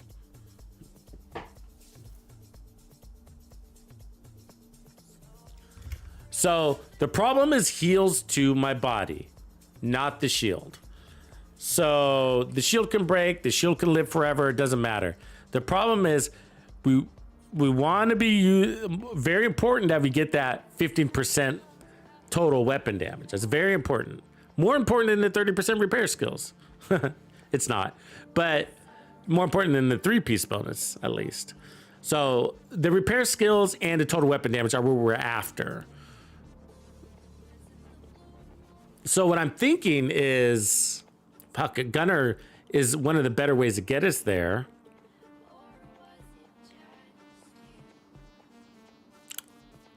We might have to go to 2-piece Bellstone.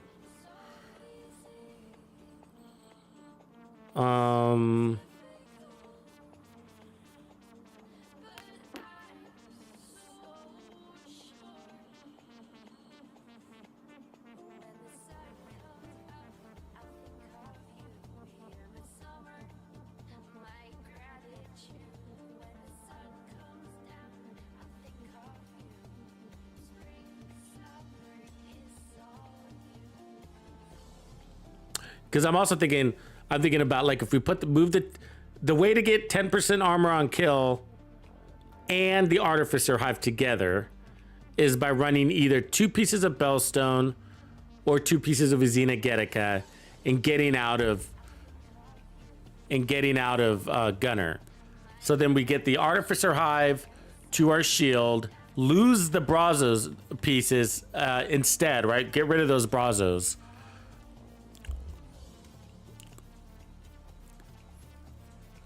Yeah, let's do that. So Technician is gonna help compensate us for that.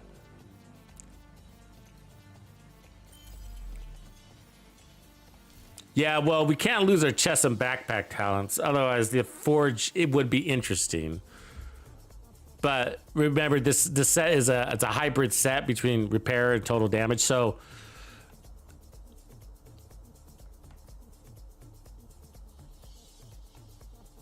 let me see here. How do we get the... Let's see what we got, I guess, chest piece wise. So Uzina would be interesting. But I probably have better Bellstone pieces like this one, right? Because I can turn it red. And then a 1 blue core in the backpack. Such as that. And then that would keep our shield at a tier 2 shield. Turn this one red, get more damage out of that, get Obliterate. We get 1% armor regen and a 10% armor on kill. And so we could also try this concept with Spotter. And this to heal our shield. So we kind of have the best of both worlds here.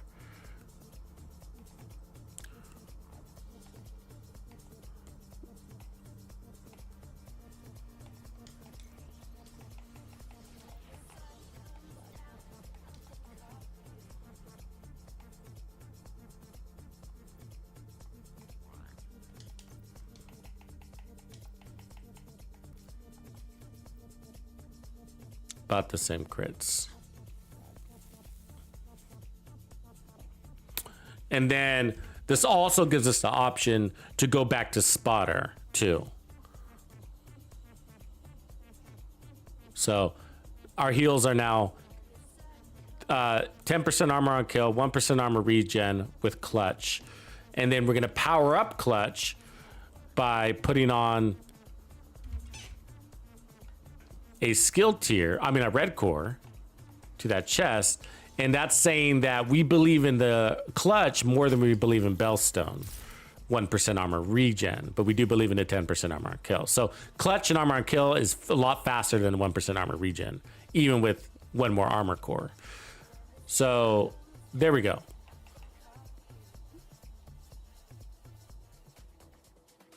All right, let's try that. And then we got the Artificer Hive with 1 skill tier, and then it's got the 30% repair skills, which gives us 30% skill repair on that. So let's see if that's helpful. So what we're looking at really at this moment again is keeping ourselves at max armor.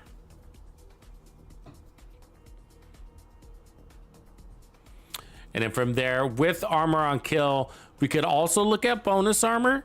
If we feel we're doing a good job killing, like just getting a lot of kills, then we could look at the bonus armor because we're getting bonus armor plus armor on kill. So that could work. So we could look at Bloodsucker if we feel like our killing is going good here. Hostile control point detected. Tends to be a good combo, right? We like running our shield. I mean, our bonus armor with armor on kill. Like it's like Hunter's Fury with the Memento, right? You get the 20% armor on kill plus, you know, bonus armor on kill, and so you healing and shielding.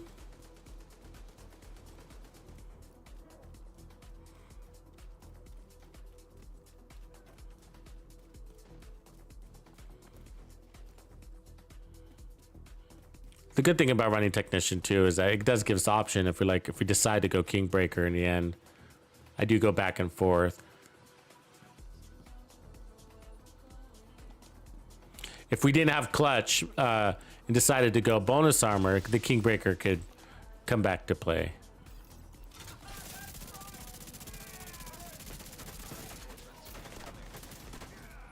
Oh, fucking weird reload.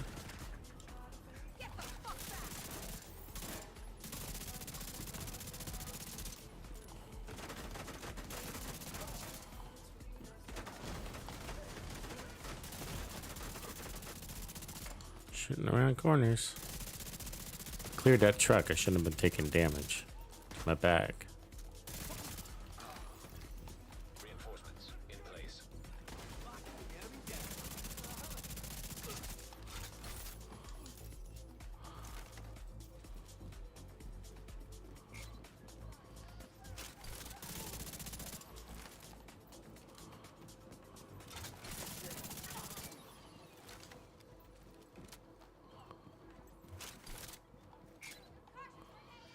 Got that fucking turret out there.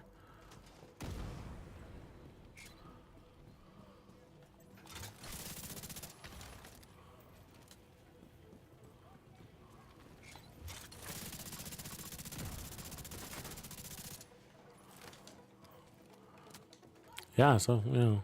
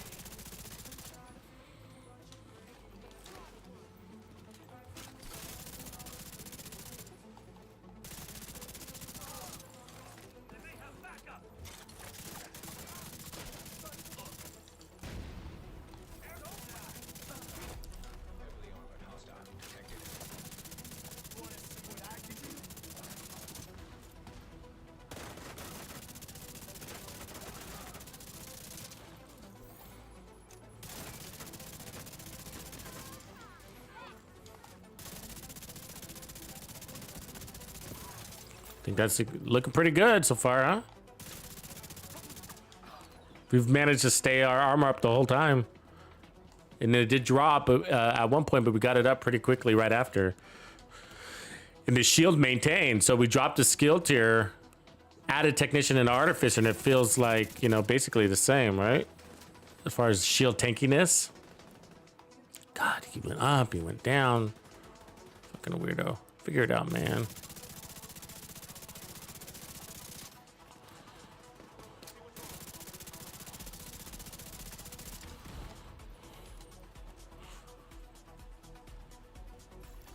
Yeah. Okay, let's see how we do more out of cover, huh?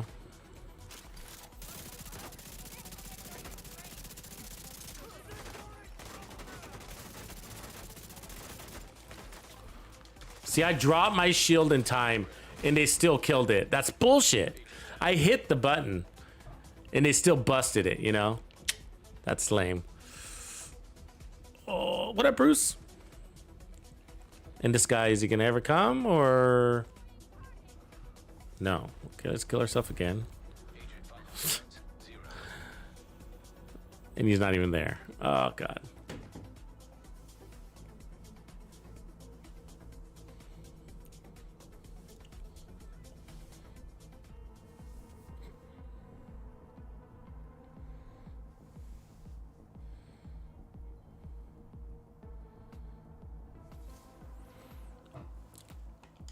Let's get back out there, I guess. I don't know where the control point guy is.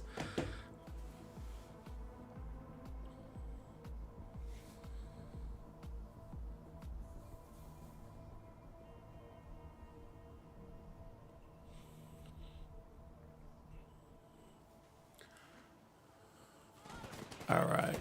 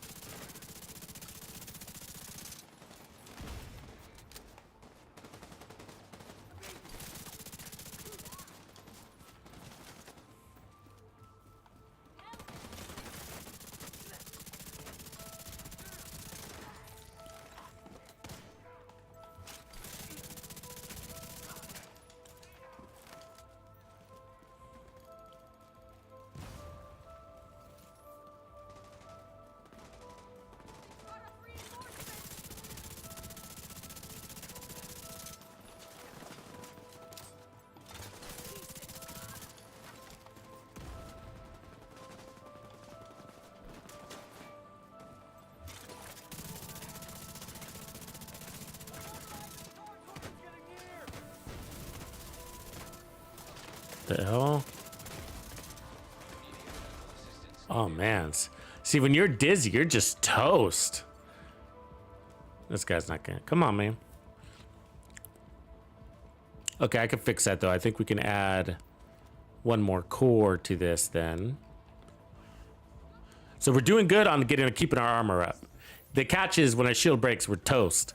So we need to buff that. You know, the question is buff the shield's resistance or buff the artificer hive.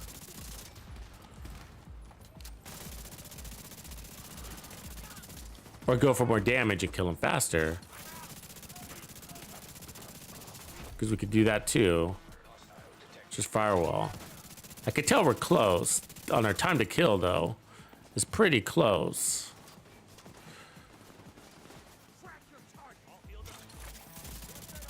Send us 2 medics, you see that?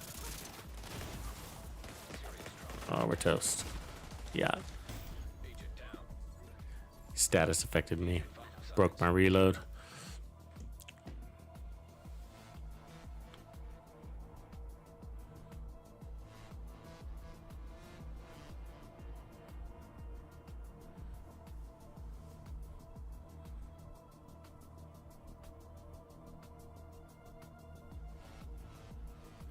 So if we add the blue core, we might just, that might be the balance out. Add the blue core, add the bonus armor. And then we got the armor and kill and regen underneath that, which might be enough to keep us at full. The blue core helping us not take as much damage. And then after that, it's not like we have to have the buff 100% of the time, the total weapon damage buff, because the chameleon, once the chameleon kicks in, it's just like, it's doing all the damage. So, but we want it up the majority of the time because otherwise, why are we even running future, right? So you don't want to run future if your armor isn't there, because then all you're doing is you're running it for the 30% repair skills. And it's like, well, that's easy to get on your build.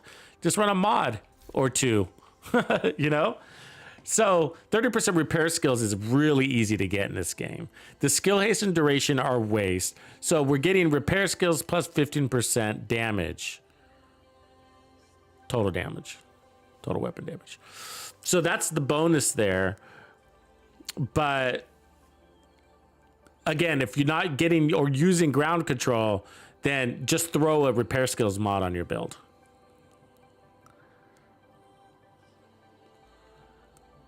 But it doesn't need to be up 100% of the time. That's not realistic, but you know, the majority of the time. So what we could do now is we need to fix that shield a little bit. So let's add one more skill tier here, and thereby giving us the power to run more bonus armor instead of clutch. And then we're gonna have our 10% armor on kill and regen. And then the bonus armor is gonna help us not take as much damage. So that should work. Let's see. because our damage was just about there. I felt pretty good about it. There we go.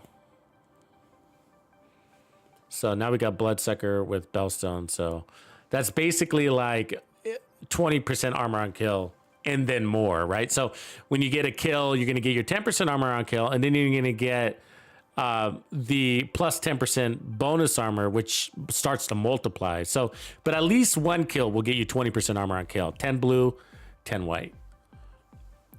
And then we now have stronger armor regen. It's not going to be impressive, but it's going to help us underneath that bonus armor.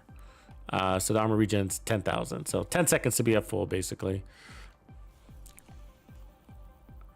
So let's see if that's the way to go.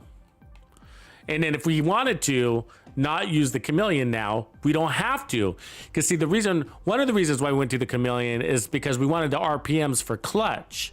But now we're not running clutch. So we can try, if this feels good, then we'll just go back and forth between Kingbreaker and the chameleon and see which one we like best.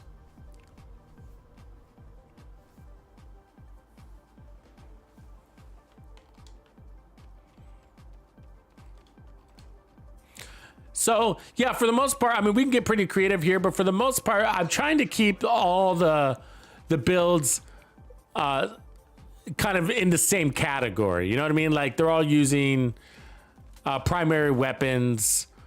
They all have no more than 1.1 million armor, or in other words, no more than 2 blue cores on their build. And they all must have a fast time to kill or an effective time to kill, which is a fast time to kill. And then they have to have sustainability. They don't have to have resistance, but it tends to be important anyways.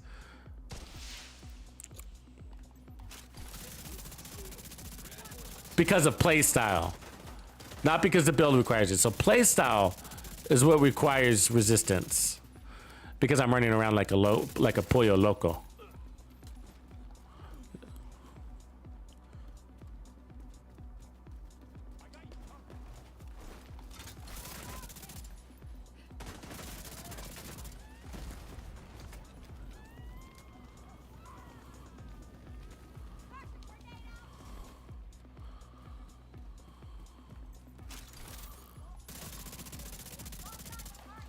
Come on out.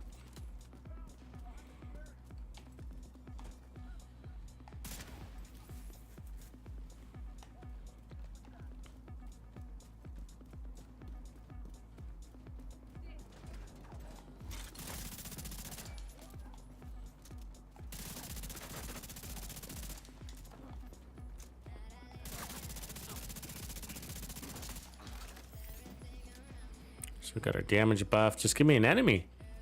Give me somebody to kill.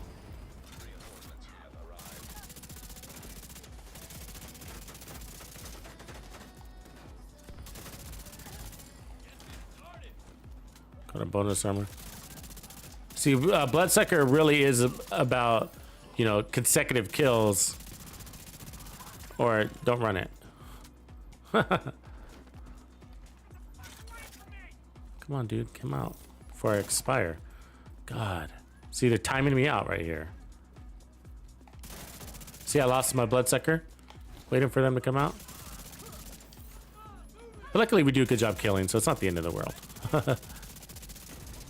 Bloodsucker, you gotta be a killer, man. Because if you're not a killer, it feels like such a waste.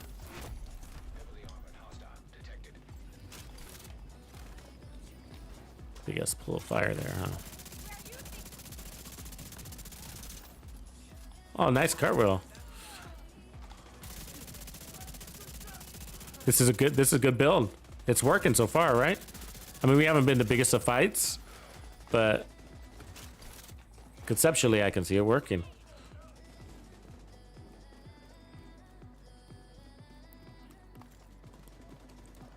Be interesting to see it with the other gun too. Technician.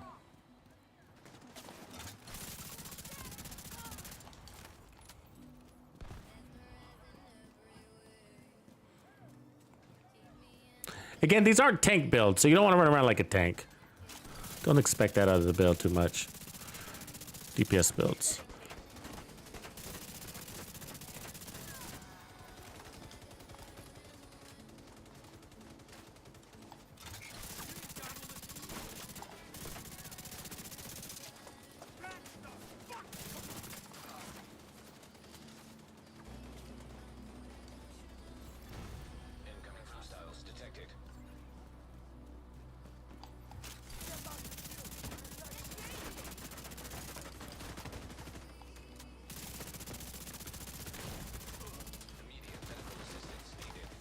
that I hate. They're on all angles here.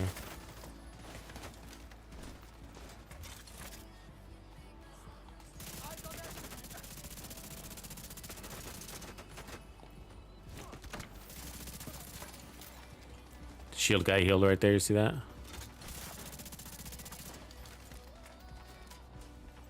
God damn it. They love to go out here.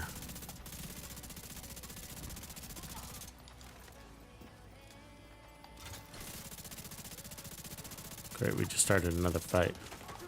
Oh, this guy's got his green bar. I hate green bars.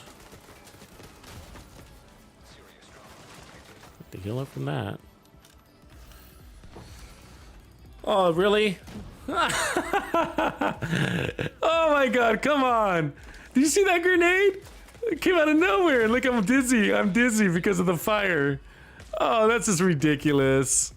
This game.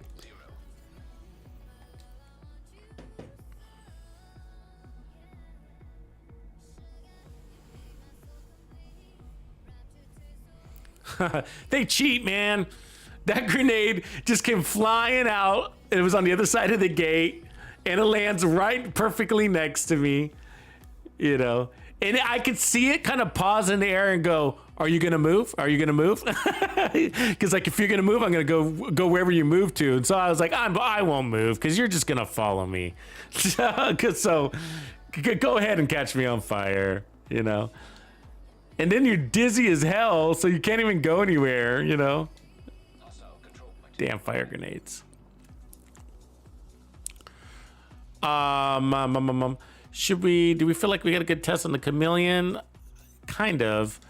I'd like to see a little bit on the chameleon, but we do need to change the to the Kingbreaker. See, if we ran a Kingbreaker, we could actually run spotter on the chest and get that amp damage and not have to stack. That could be the winning combo. Kingbreaker spotter. I don't know if I have the right bellstone for it. I'd have to look for that, but let's just get a little bit of a feel for this.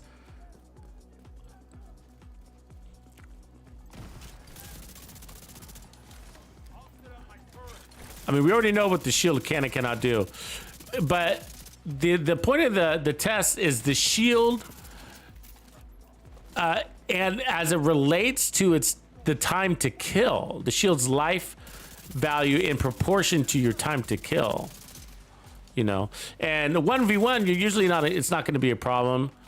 And so, but when we got 3 guys, like probably 2 or 3 guys shooting at us, and then it's all going to your shield, you know, and then are we going to get that kicker from the Artificer Hive? Is that going to be enough? Does that buy us the time we need to get another kill? And then from there, how many kills can we realistically get?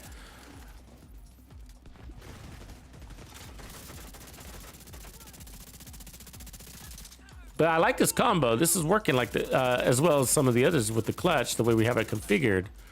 Now that we loaded a little bit more armor. So here's a good example right here. Right, so like we had one guy shooting us at the right. We got that kill.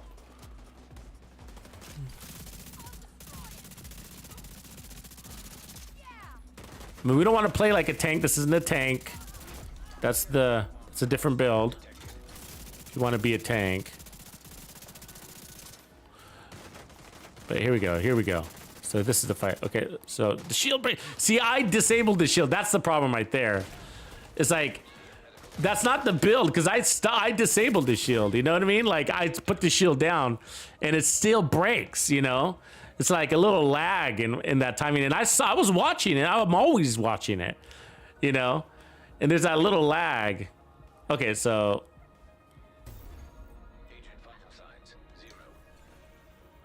From when you drop your shield and it's still taking damage apparently, you know? Which, okay. Can't wait till the last second.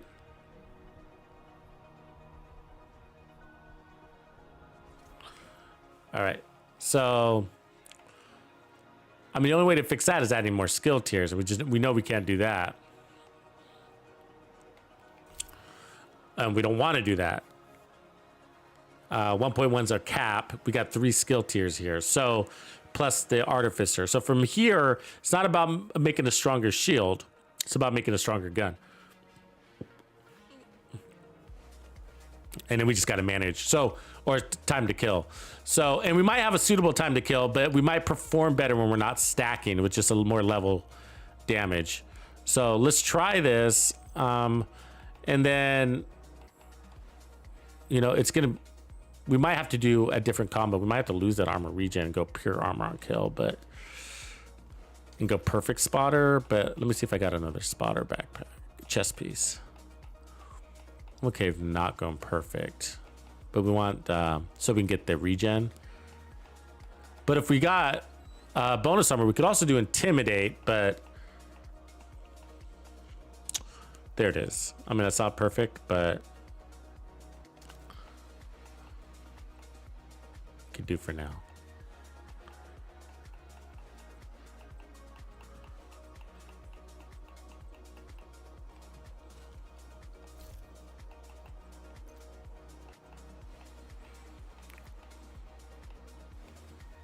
I mean, so this would give us net 5% more amp damage, but then we lose 1% armor regen, which may or may not be helping us. I haven't determined that. You know, are we good with just our armor on kill? And then, where are we crit chance here? So we have to add crit chance mods.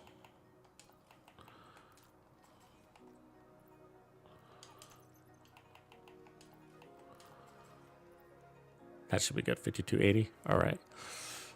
And then we got the laser pointer, right? Yeah. All right. Good to go.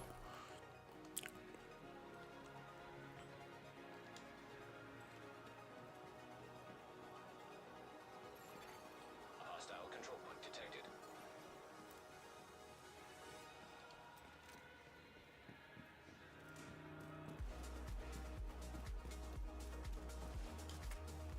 I do have headshot future pieces I'm saving too, because I'm thinking like with the Regulus, it's pretty easy to maintain your armor at 100%. And then you throw the memento on it, and then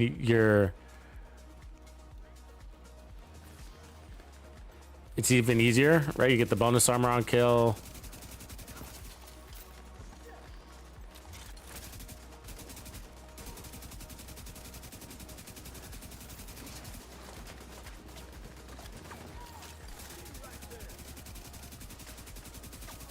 Look at that fucking weak point, dude.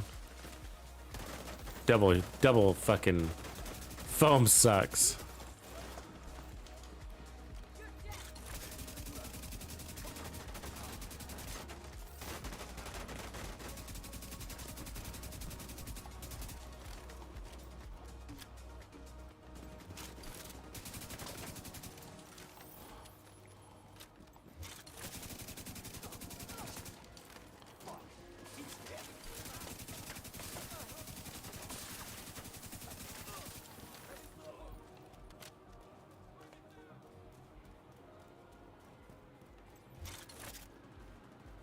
Where'd he go?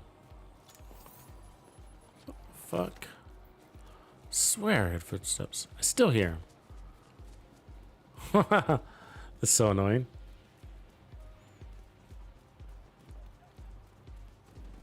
There he's way over there now.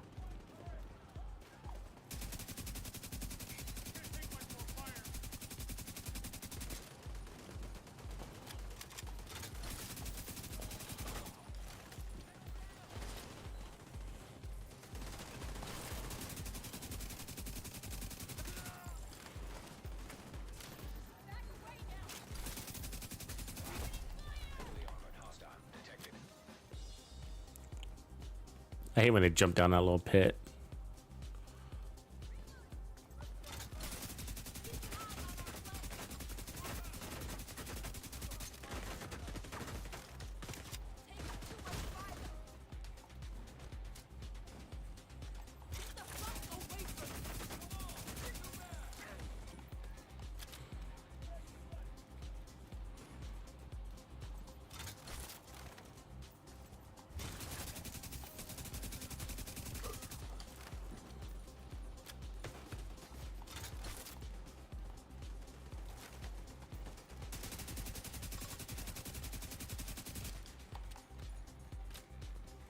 So this is where that little 1% armor regen is helping, right? It's just, it's slow, but it's something.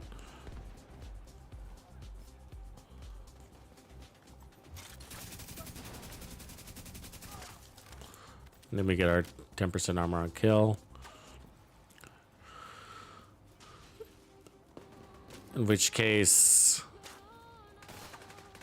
if we're not feeling that benefit from the shield, I don't know yet. I was gonna say we can put on Gunner again. No, we don't want to. I mean, if we decide this is the gun, then we can't put on Gunner.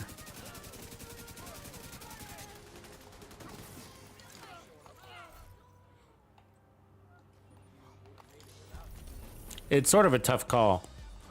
I think I'm gonna have to do another control point with this one. I can't tell which. I really can't tell which gun I like better. Supply room access unlocked.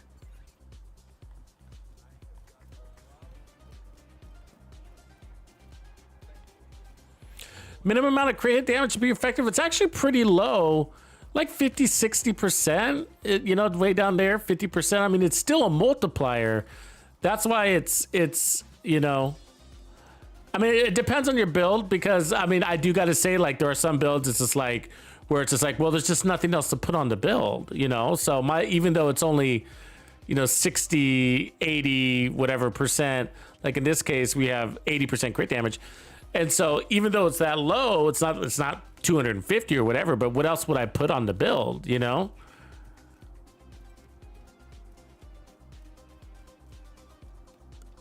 I mean, depends on the build, right? On this one where you'd be like, well, you could put on more repair skills, that could help the whatever.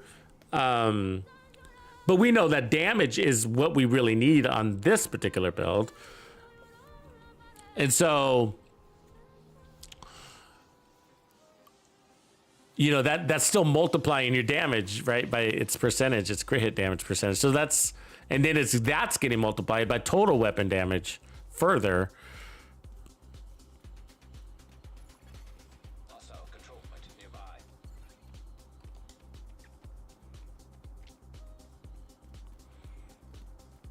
The catch to this, okay, here's the catch, guys. So the bonus armor, we got to be watching that bonus armor. How often are we getting more than just a single kill's worth of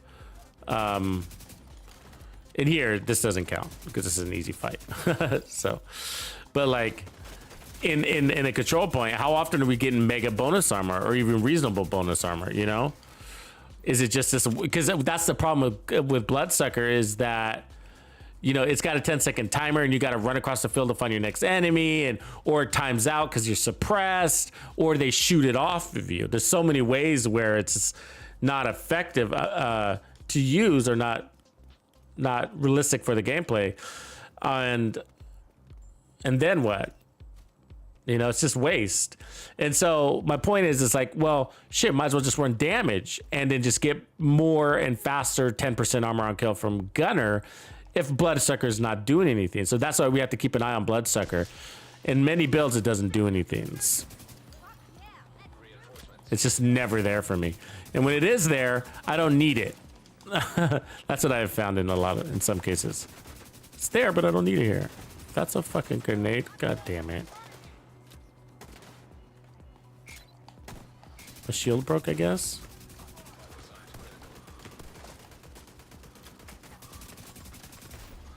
God, that was whack.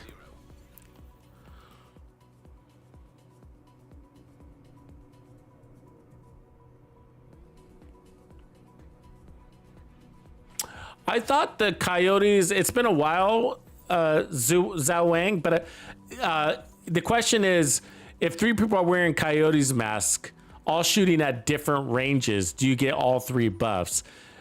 I remember back in the day when I was doing raids a lot, I remember the number being 2, like you can't have more than 2 coyotes. I don't know how accurate that is, but I remember that being the call.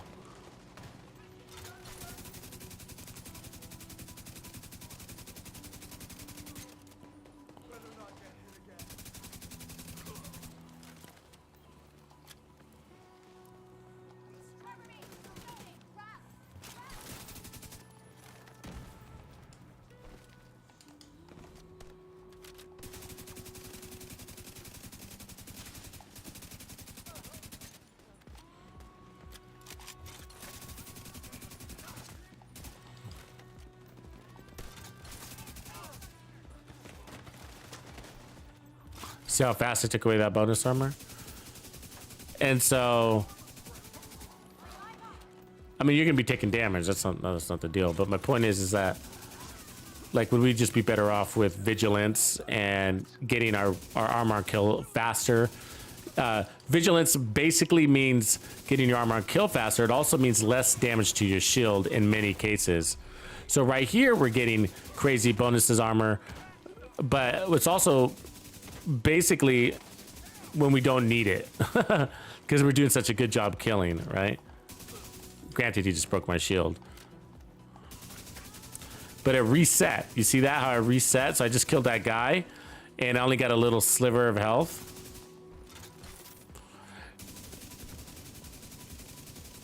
And so it's not helping me right here at all, right? On bosses, it doesn't help, or really tanky targets, it doesn't help at all. Where vigilance would have helped right there. Also protected by the shield vigilance. It's not the worst talent in the game, don't get me wrong. It's actually not bad at all, but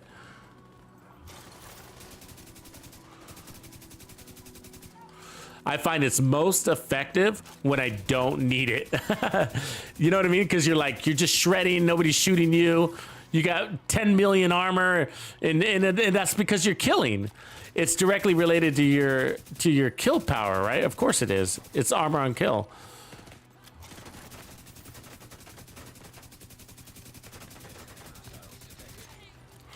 You only got that bonus armor because you killed. And so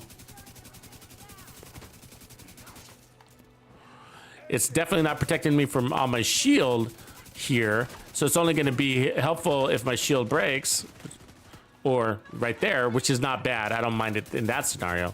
And that's where I would use it the most, is to drop my shield if I have the opportunity to. I want to drop my shield, right? So I can move faster. And that's what I like about it over clutch, is the bonus armor allows me to drop my shield and just take damage directly. I don't mind taking damage, as long as I recover quickly, which we're able to do if we're moving fast and killing fast. So now I can take it to my body, because it's just going to expire anyways. So that was a good fight. That was a good demonstration, because those are tough little things, right? Convoys.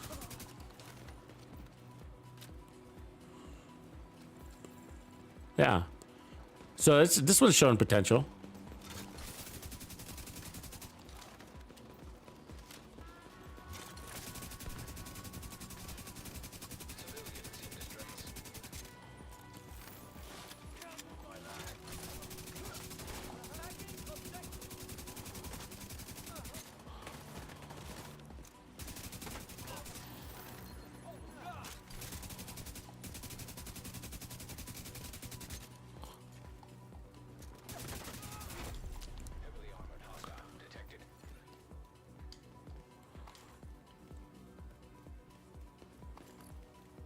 Yeah, I would like to see this with vigilance. I'm curious.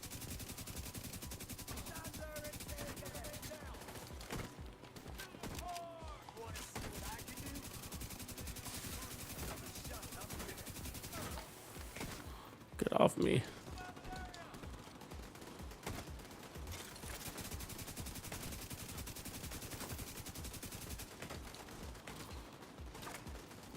Taking a shotgun from long range. Oh, really? Really? How many times does that happen today? Such bullshit. I mean, that grenade came out of nowhere, right? Out of nowhere.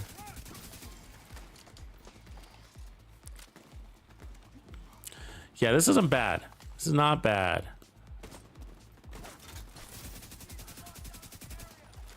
I would like to see a little bit of a faster time to kill.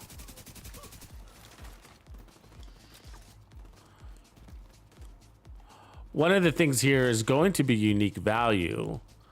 That's sort of a problem with using the technician thing, I gotta tell you. So this, although this is working, let me tell you that where it's gonna fail is in its unique value.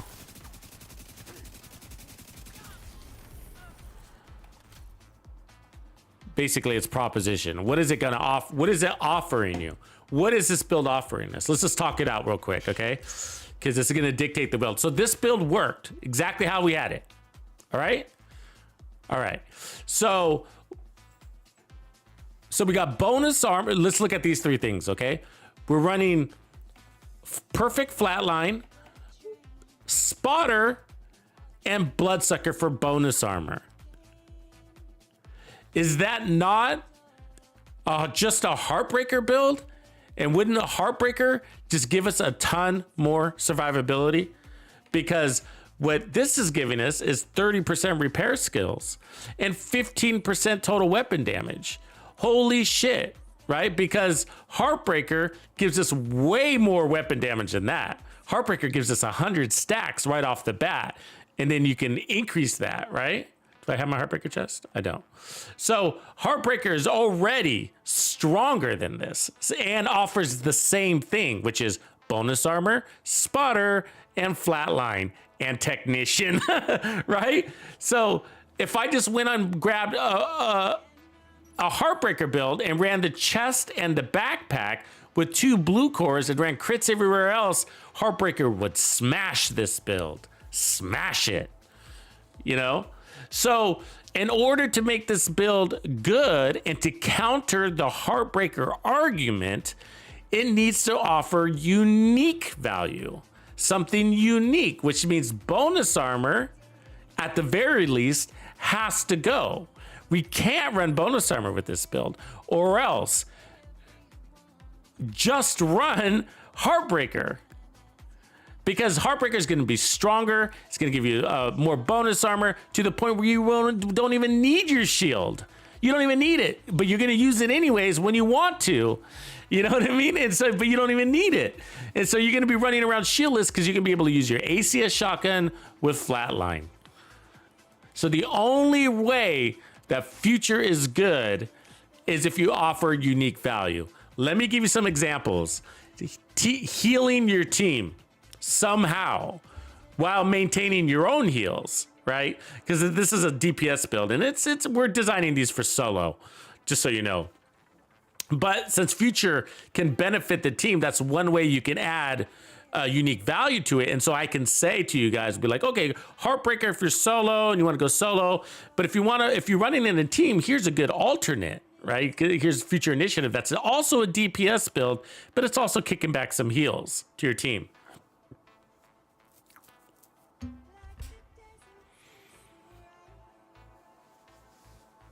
So that's just one example, is the heals thing. Otherwise, how else do you make it unique? Well, you got to get rid of the bonus armor, you know, that's for sure, and rely on something else great.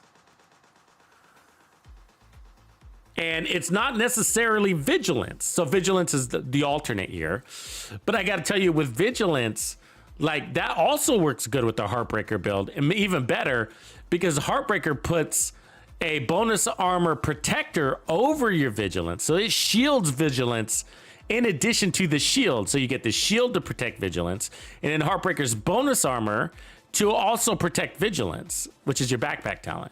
So vigilance isn't the answer.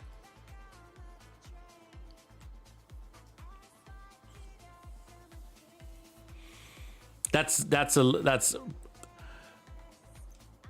interesting, huh? What does that leave us with? That leaves us with Clutch, of course, which did work. And might bring us back to a full circle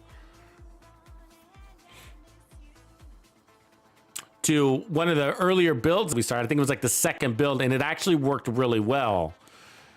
And I think it was, but we've done so many, I'm trying to remember which one it was.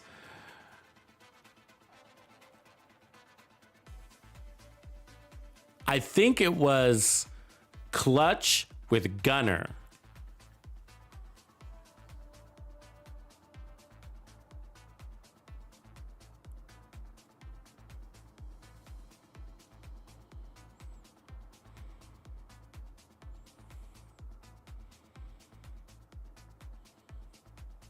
Oh yeah, George, I know what you're talking about.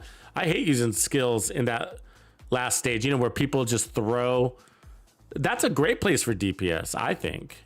You know, I like jumping over that wall and fighting right there where you land, and which I call the landing zone, and then just fighting everything from there. It's great. You just got to keep an eye on your ammo because there's no immediate ammo crates.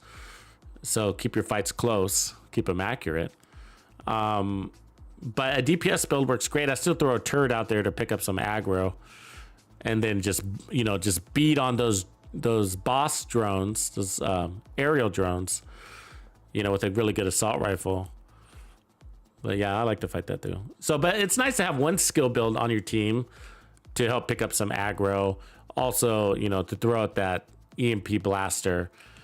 But you can, an EMP on a zero skill build is a zero skill tier build is actually still pretty strong. It holds them down long enough, It takes you longer, but it still works.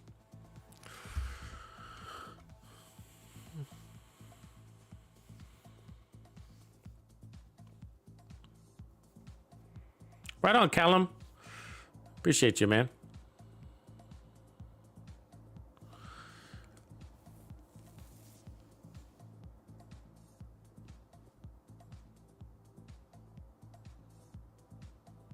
Yeah, and then so anyways, so I think we have to strip this back. This just starts going down. You guys kind of, I think you caught the drift. It starts going down Heartbreaker Road, and Heartbreaker is just going to do better at that. Heartbreaker is probably going to be the easiest version. I don't even have to do anything on Heartbreaker.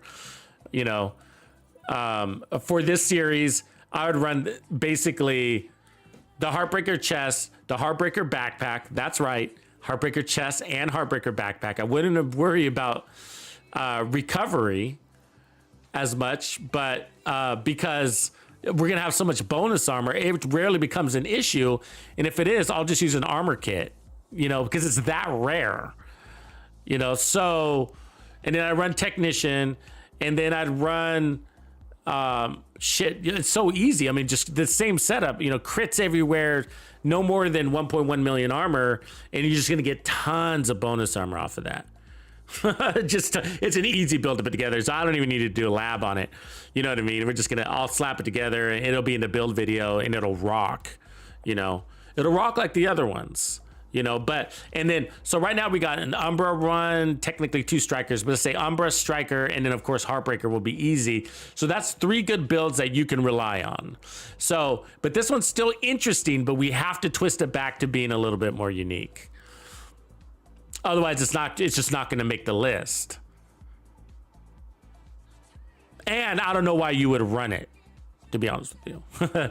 And now there's other ways you can go down Wingman. So you can go Wingman. We can pop bonus armor for team, but that's a completely different build, and that could be pretty cool too. So you can heal well and pop bonus armor.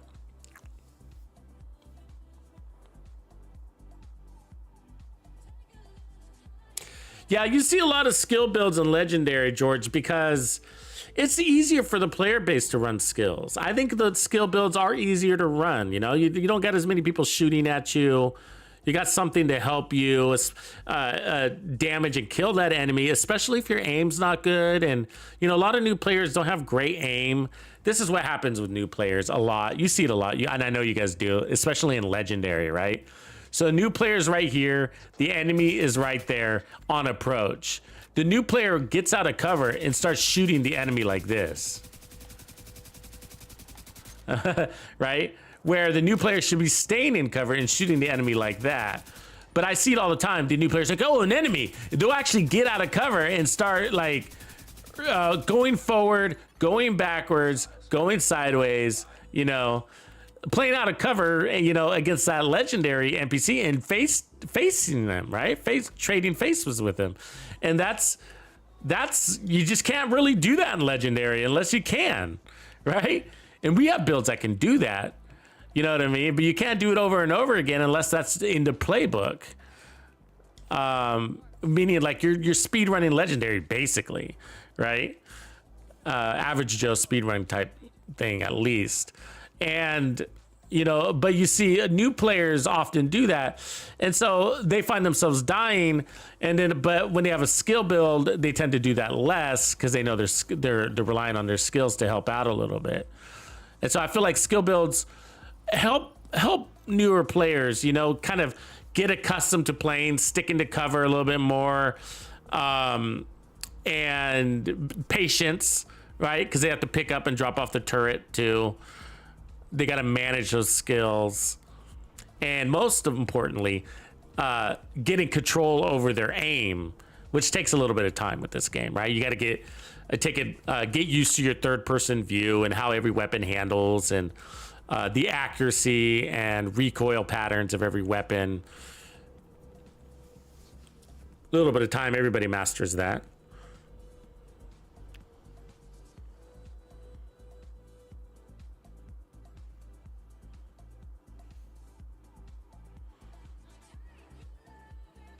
So I do gotta say that one of the unique ways, so like if we re-equip the strongest build that we've had so far, one of the strongest ones at least, was it was an initial build when we started, and I think it was like this. I'm just gonna slap it together real quick, and then I think the chest was Fenris Obliterate. I think it was something like this, and I think we had one armor core, maybe two.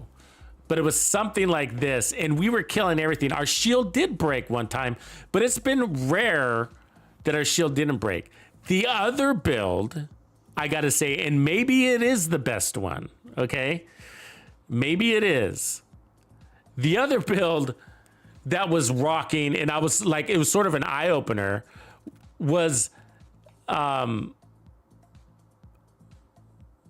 sort of, I think it might have been I think we were running the Brazos with it. The two-piece Brazos, I think. I can't remember if we were running Brazos or not. This was unique. This was unique, and it worked really well. This was the one where the shield wouldn't break. Remember? So it might not have been Brazos. It might not have been Brazos when we were running that. It was the one where we were like, we took on that whole room of the second wave. It was 100% elites, and it was 3 waves all in one room in Hope. It was the second wave, 3, and they were all elites, and our shield never broke. And it was just like, I was like, that's a really strong shield. I was like, but I would like my damage to be stronger, but maybe it doesn't need to be, you know, maybe it didn't need to be. Maybe that was the unique value, you know, and we killed everybody. Our shield never broke, you know. It wasn't the fastest time to kill in the game, but it had a unique value. It had a tier 6 overcharged shield on an almost all red build, you know, and that's also very, very valuable. Stronger shield, but I can't remember if it was exactly this.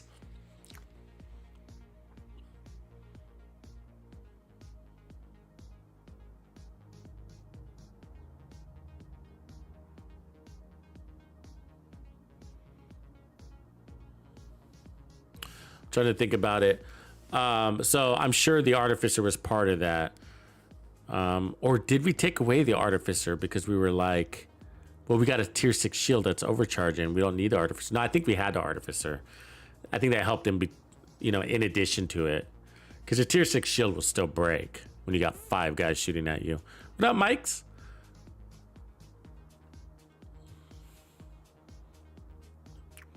So I'm wondering, like, did we try the Brazos yet when we did that? Because right now I'm looking at it, we got too many skill tiers. So that's my problem. I got the 2-piece Brazos is giving us 3 skill tiers right there for the shield. So you got 2 blue, that's 2 tier, and then 1 skill tier, so that's 3, and then Technician is giving us 4, and then the gun is giving us 3 more. So now we got 7, and then we're getting overcharged. It's impossible to have 7. In other words, we have waste. So I don't think we ran this one. I think I think that was the one where we had these 2 blue. So I think this build was, I think we used amp damage here. We could do this because now we have this, And we had this. That's right. I think this coming together. I think this was it. So, and then the backpack must have been Cheska.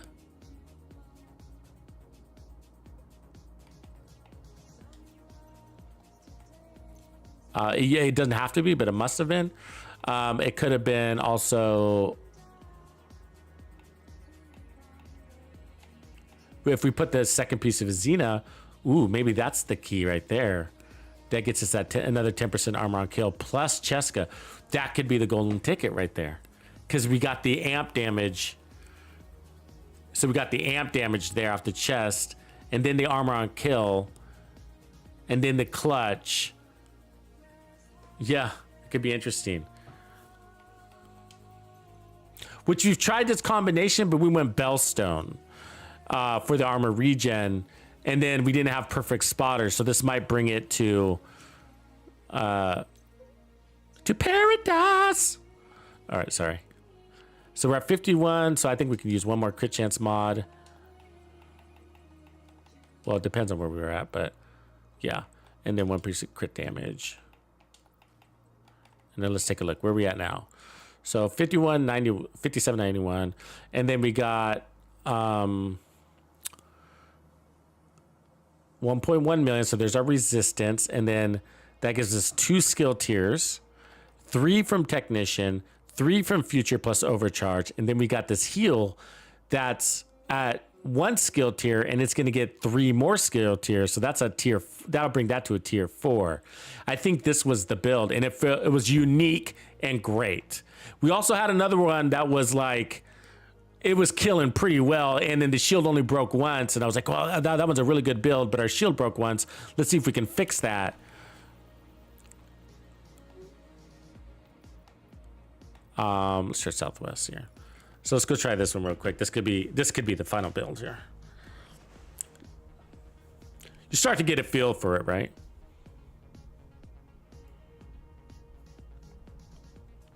Rising Reap, a Heartbreaker solo setup. I would probably go. Heartbreaker is one of the ones where you definitely go chest piece in for heroic, because it's so easy to get your max stacks on the chest. And I'd actually play. That's one of the ones that I gotta say, like, one of its unique values is also its backpack. I mean, you get mega bonus armor. So the Memento is really appealing too on the damage front. It really is, because you're gonna get the bonus armor, and then you're also gonna get weapon damage. So, you know, the Memento is also really attractive. So, you know, think Memento. But that being said, the backpack is really cool. I mean, you feel so invulnerable with that backpack. I'd probably run about, if I ran, whether it was a Memento or the Heartbreaker backpack, I'd probably still run about 1.3 million armor for heroic. Now, the reality is I got those Juggernaut builds, and I show you that you can go max armor and have a time to kill that makes you happy. But, you know, just like to be the best of what it can be, I'd probably chill out a little bit. God, this is a bad spot to be in. Hold on. God damn it. You're being tough on us today at the starts. I normally have really good starts. Today I've been sucking butt.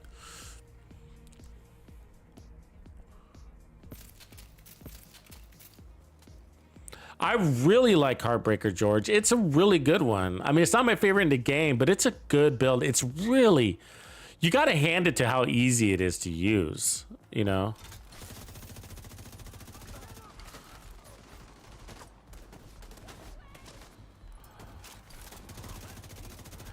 And flexible. You should check the DPS values on it, you know? I mean, it's not apples to apples, but god damn it, why can't I shoot? Just pulling my trigger, no bullets were coming out. It's that reload glitch. Even though I had ammo, I was thinking it was reloading, you know? It's frustrating. The servers in this game aren't as fast as I play, and that's annoying. That annoys me. It didn't always used to be that way. It's like new problems.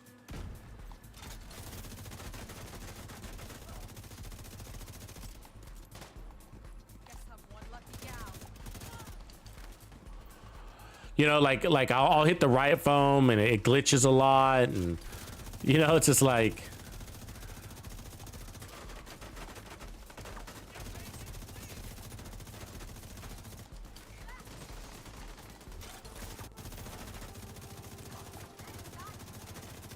You got to be the one thing you got to be careful with this build is your player confidence. You got to tack it back a little bit until you get those kills for your shield.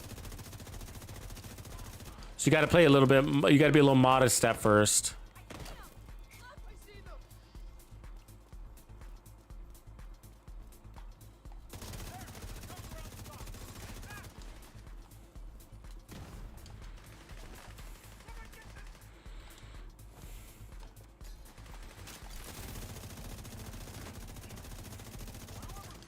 God, he moves funny. Come on, man.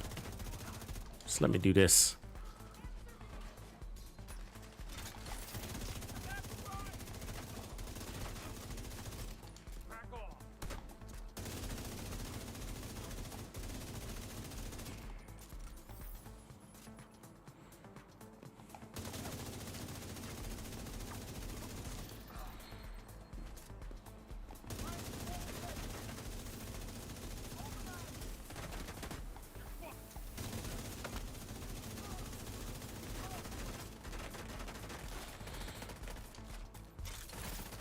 Oh, see the animation right there? Again, can't shoot.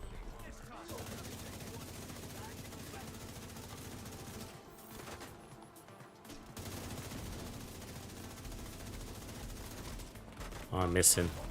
God damn it. Agent down. Might need to go mechanical animal here. Oh, come on up here, man. Hurry up. Oh, Jesus. Worthless. That's worthless. Yeah, no, that's what I was thinking. I need more. I think I need, gonna have to go with the higher base weapon damage.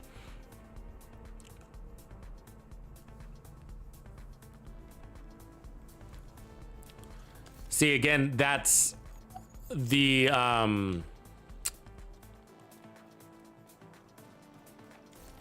we could also just go vigilance on the backpack, get rid of clutch, but then we lose the,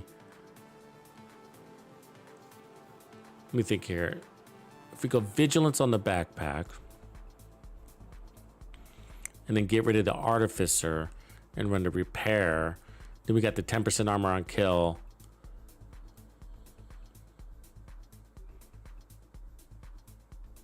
Plus the repair. The shield is going to go into overcharge anyways.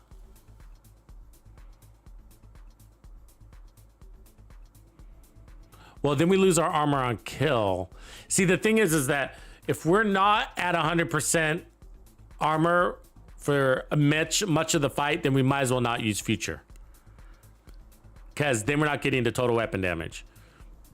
That's the catch. That's the catch. Like when I play, I don't mind taking damage. I don't mind playing at 60, 50, even 40% armor and just running around like a crazy man. I don't mind that. But that's the damage we're missing, right? That's the damage you're asking for. You know, you're saying, hey, you need more damage. Well, we didn't have the damage because we took damage. You see? And so instead of clutch, we could put bloodsucker, right? But what happens? That's what sends us down, you know, into whatchamacallit? The Heartbreaker scenario again. And they're like, oh, we might as well use Heartbreaker. So we could go, and then so there's Vigilance.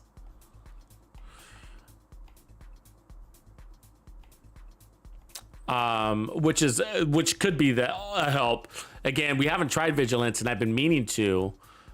But we still need the heals, and so the armor on kill would be important. So we still have to, we'd have to run it on this backpack. And I don't have another one to supplement. Let me try it.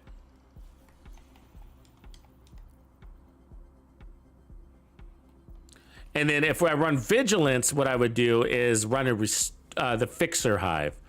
And then I'm not so critical about my armor not being at its max because I know I still got vigilance, but at the same time, since I'm killing, I'm getting my armor on kill. And since I'm getting my armor on kill, we're gonna get back to 100% and then get that boost of 15% total weapon damage, if it works. Yeah, clutch only works if you're shooting. Clutch only works if you're shooting. That's why it's an offensive heal for basically aggressive gameplay. And it works really well. I mean, it's really fast. I've always liked it.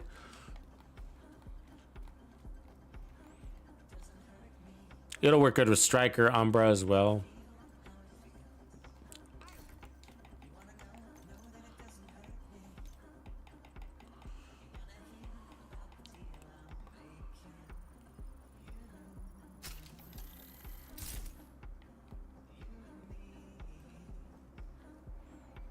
You know, vigilance is only weapon damage. It's only for your weapon. So with this, which is like, I mean, maybe we keep the Artificer, maybe we don't.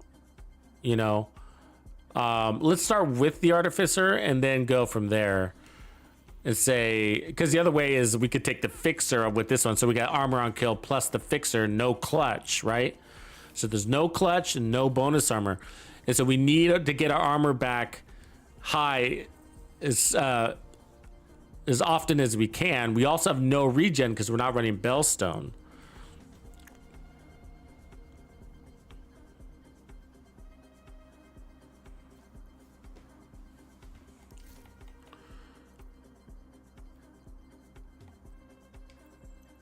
So now I can lower one of these to crit damage.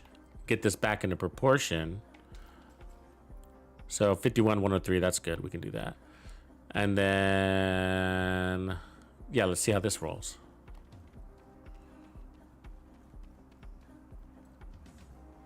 Yeah, this one's a challenge. The challenge is the damage. To make sure like that's clear. It's not any of the defense. The defense I could wrap up pretty easily, but what I'm trying to get is that time to kill to be where the other ones are. And if it can never get there, then it doesn't really, you know, it doesn't really have a place. You can turn this into a skill build pretty easy though. Run a really strong fixer and the turret and then run skill tiers. That's pretty easy to do. Oh, got guys right there. Got guys coming from behind. We're about to get overwhelmed. It's been like this every control point, hasn't it?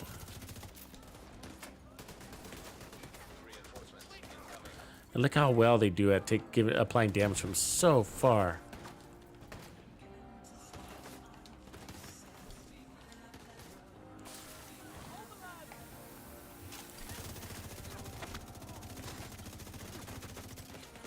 Get off! I'm taking damage from so many directions.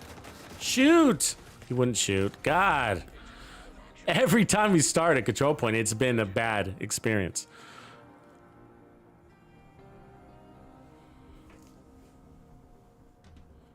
Juhani. Signs 0. For Heartbreaker, I run Kingbreaker for sure. And then the ACS shotgun to build my stacks. So I do run both. And I don't typically run something else because I want to use that. I want to use that shotgun. And so if you run the Chameleon, which feels pretty good with that build also, the problem is, and I do use it sometimes, but the problem is then you can't use your ACS shotgun because if you switch out of your Chameleon, you lose your stacks. And that can be kind of frustrating. But sometimes I use it just to do something different, and it is good. But then you just can't use your ACS shotgun, so it's just something to keep in mind.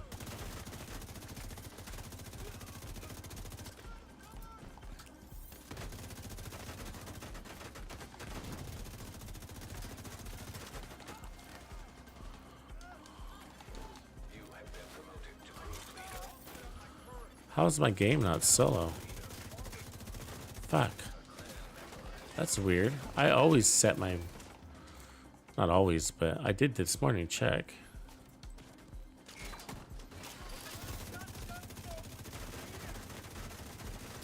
Watch that. Look at that shield.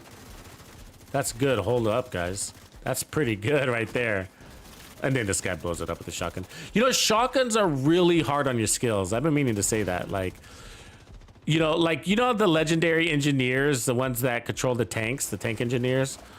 Like, you want to keep an eye on them. Like, you don't want them to be alive because they're wailing on your turrets. They're wailing on whatever skill you have. Their shotgun obliterates your skill.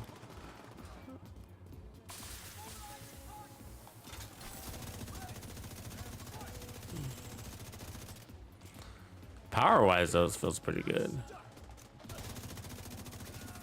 That's vigilance adding 25% total weapon damage. So it's filling it. So right now we're not getting the weapon damage from the gear set because we're not full armor. God damn him. What are you, a clown?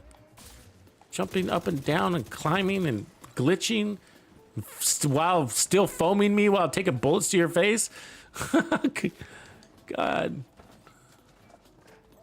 How many riot foamers are they going to throw at us? I've already killed like 4 of them. Here's 2 more.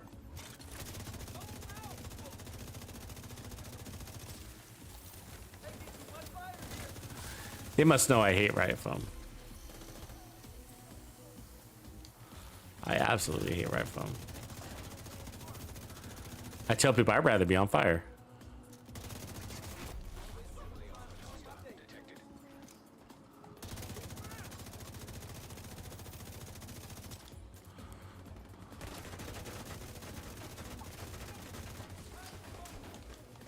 Fucking more foam, man.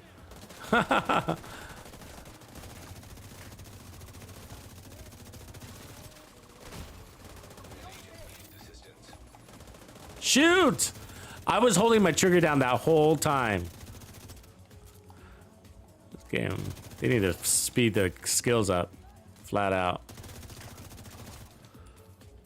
So yeah, what happens is like I'll reload, throw out my shield, and then pull the trigger. I got a full mag, but the game kind of goes into this weird like reload pause, like where it thinks I have no ammo, and then it's 2 seconds, right? 2 seconds to for it to imaginary reload.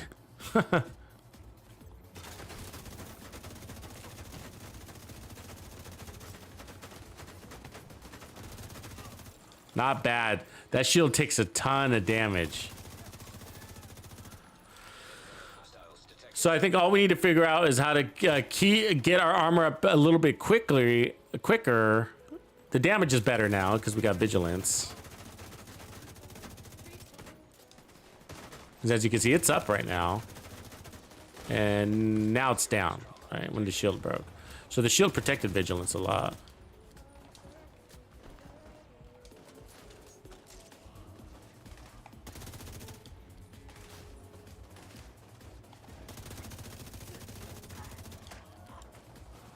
I was gonna look at a heavier weapon too, actually. What was the one that we...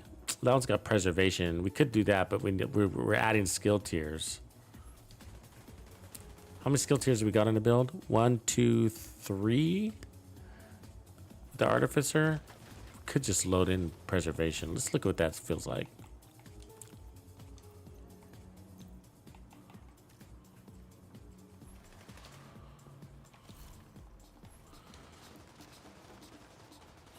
God, get off that. Now that we have vigilance.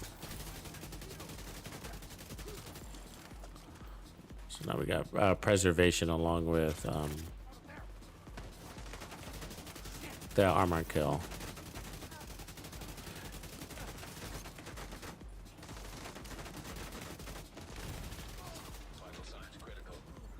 That didn't feel very good. Should have been able to pound him out.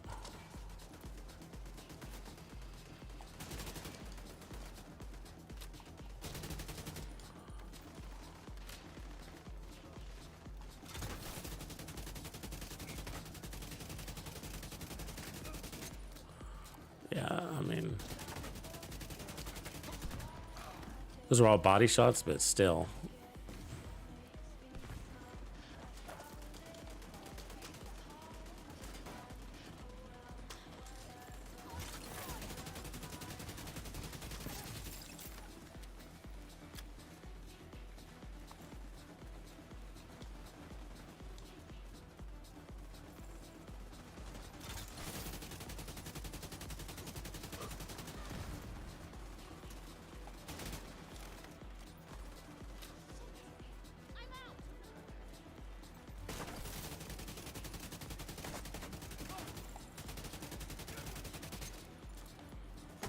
Yeah, those should be easy kills right there. The fact that I have to reload is annoying.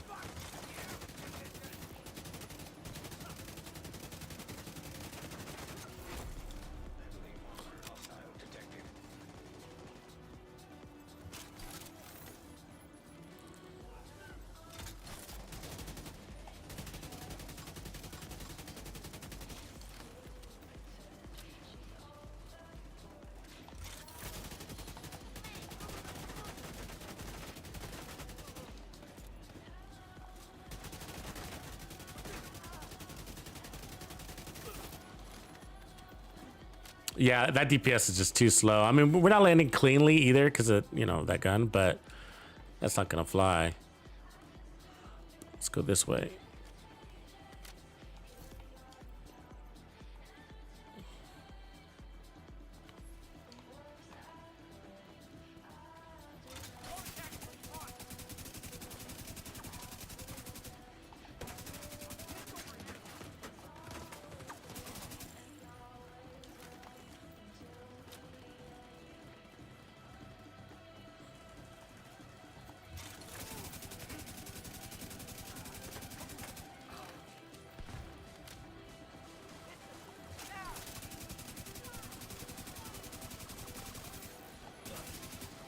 That crit's not bad. Definitely 600 and something. Might have seen an 800 and something.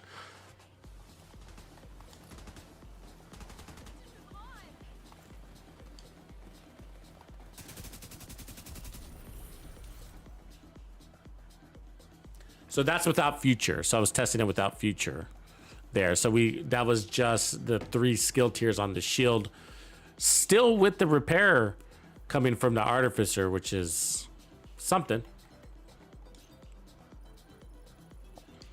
You know, so it's not a tier 6 shield with overcharge, but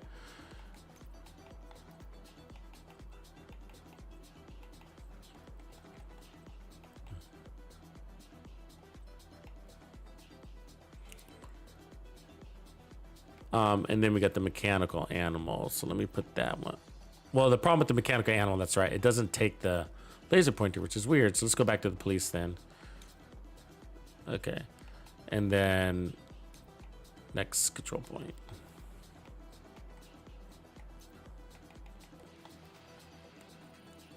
It's one of these two, or it's nothing at all. That's basically what I'm getting down to here.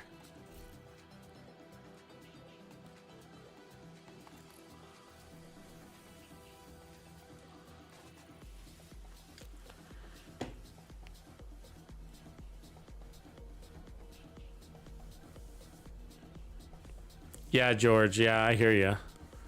It's buggy that way.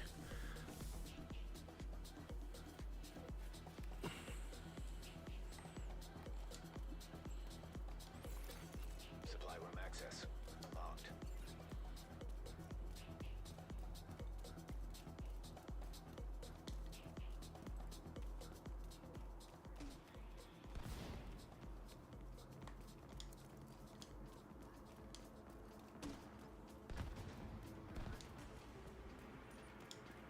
Yeah, Division 1. It's been a long time since I played it too. It's been a long time. I didn't see it all the way through to the end, but it was a really good game, and it's what sold me on Division 2. With Division 1, it was like really cool, and I remember walking the streets of New York, and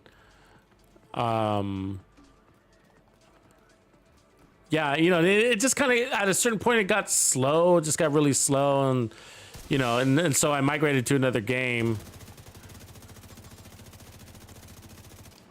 But I had a lot of fun. And, you know, then they added stuff later. But by that point, I had moved on. But when Division 2 came out, I was like, oh yeah, I remember that Division 1 game. I was like, that game was cool. God damn that guy. So he forced me out of cover because he had an angle on me. Now we're in trouble. Agent down. I'll just kill myself. Agent down. Agent.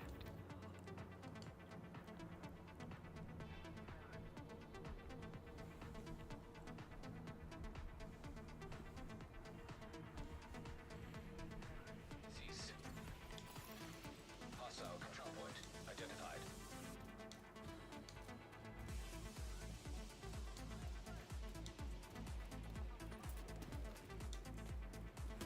Yeah, I was actually really impressed.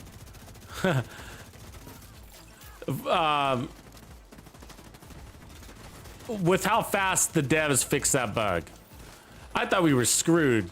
I mean, I was hoping for the best, but I was like, oh man, these guys, their development resources really suck. I don't think this is gonna go very well. I was like, this could take a week, 2 weeks. I was like, who knows, right?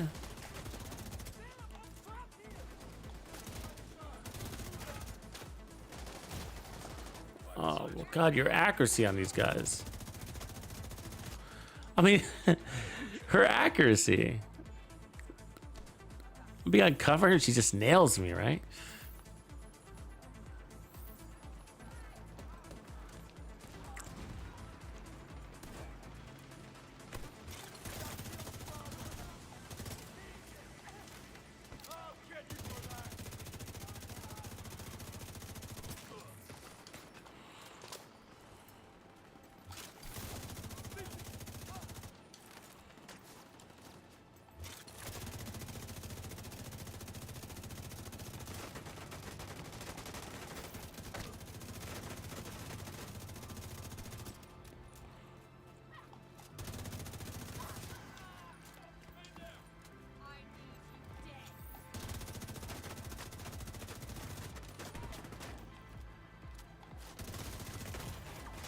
How are you killing me so fast?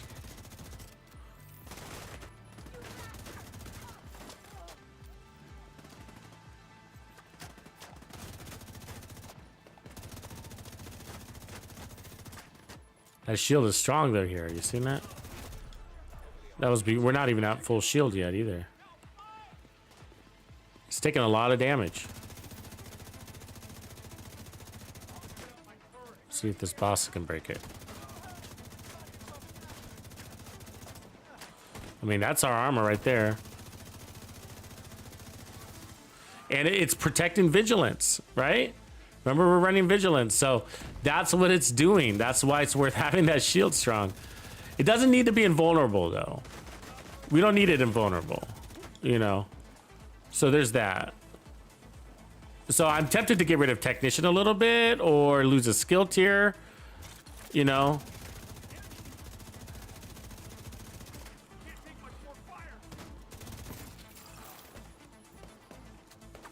But that held up really well. This is the way to go. This is the unique aspect of this build. Strong Artificer.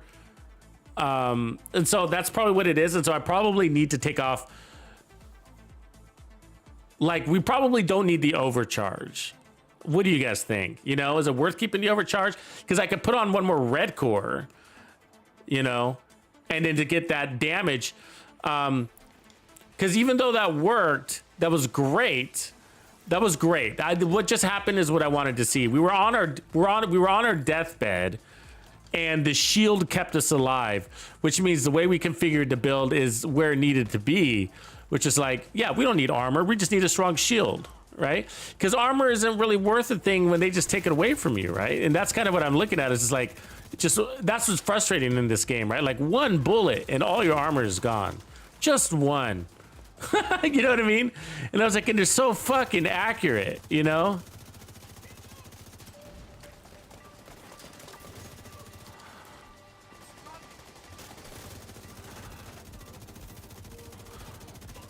So the strong shield is logical for me. because of that. So I like that. But the problem is this. We're down to the same problem, okay? Which is I need our armor to maintain its 100% armor more than it is, you know? And we got our 10% armor on kill, but it's just like we need more than that, you know? And the reason why is because I'm missing damage when I don't have it. Now I have my damage, right? Now I have my damage, but we know how easy it is to take damage. And so... But right now, so now we have our damage. So yeah, we're shredding. We got 15% more damage. And now we don't, right? But the good news is that now we got a strong shield. Right? And it allowed us to survive that situation. So that is the value of this build. It's a tier 6 build with a fucking artificer and it's strong. But we need to get our armor back up to 100%. That's the one thing we have to, because that's where we are really we're more powerful. We're not like God Kings or anything like that, but we are way more powerful with that extra 50%. I feel it, you know, I can feel it. And so right now I don't feel like I'm missing it, but when I have it, I feel why I want it, you know.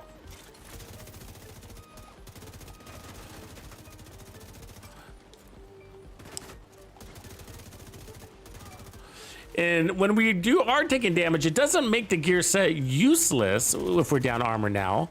And that's because we are getting benefit from that 30% repair skill. So we're getting benefit because that's making us stronger. Look, we got 60% skill repair, not 30 and whatever. But like, you know what I mean? So the skill repair is helping this thing.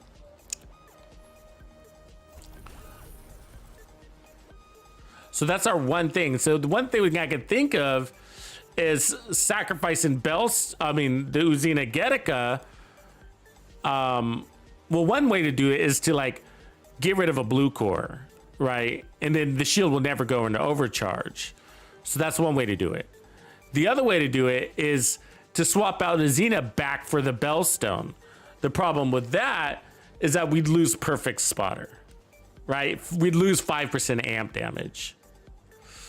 So if that's right now, that's not an option. So let's just try flat out just adding more damage. Okay, so we're just adding a red core. We're dropping a skill tier. So now we're base 2 skill tiers. We're gonna add 3. So we're gonna never be greater than 5 skill tiers. So no overcharge, no 6 skill tiers. But that might be, but since we gain more damage, we might not ever need more than that either now. Because in theory, or how you'd want it to work out is that, well, our time to kill is faster, so we don't need it to be in a tier 6, and you don't want to.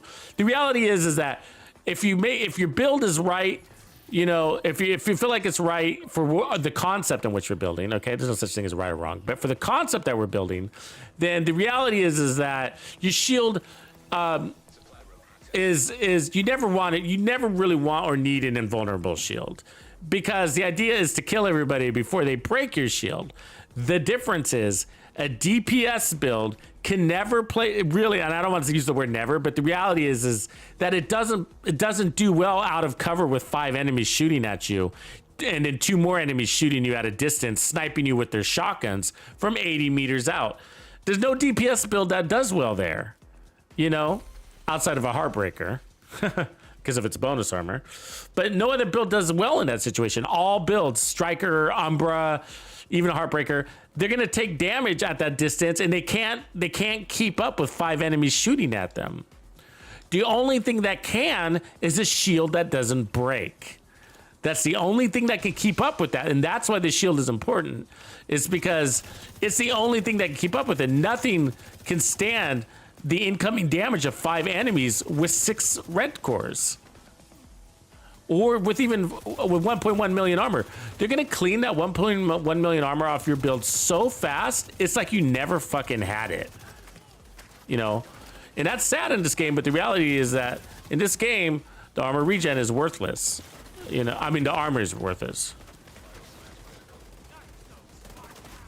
What? It shot me while I was behind cover. Let me just kill myself here. Agent killed.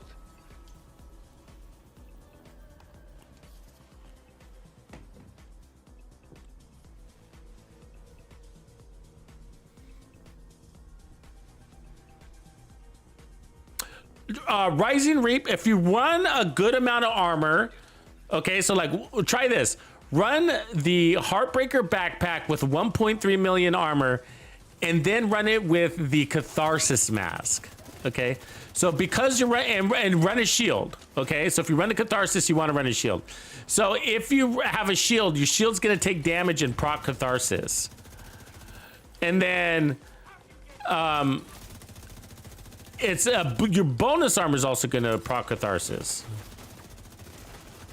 So when your bonus armor takes damage, you're gonna have Catharsis kicking in too, or charging up, I should say.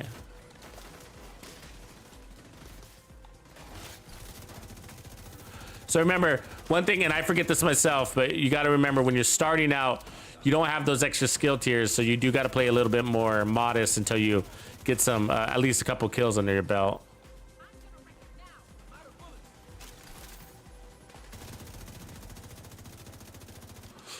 But what would make this pearl perfect is 10% more armor on kill, I gotta say, but oh god.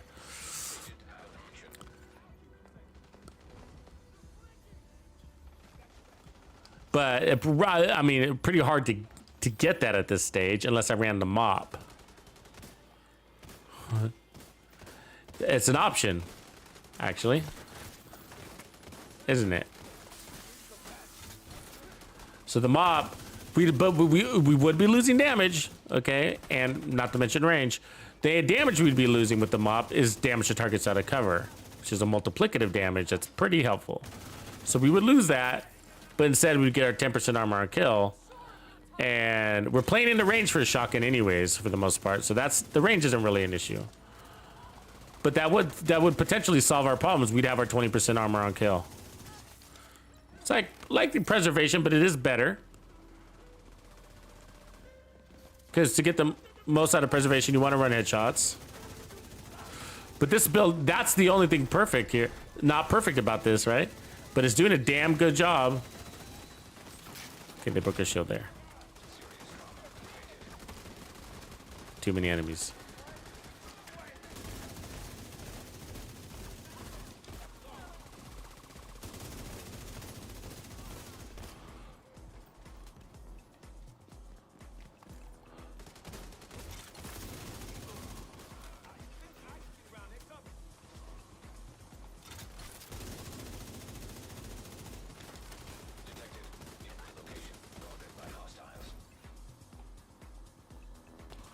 Yeah, so the mop could be a good option, actually, now I think about it. It's not an assault rifle, but it might be the easiest way to get this to its perfect place. Mop is strong, too. I mean, I'd be brave enough to say the mop is stronger than assault rifles in the sense of not necessarily DPS, but even though it does hold its own. I mean, in the sense of like, it's got a faster reload. Like a really fast reload, and it staggers really well.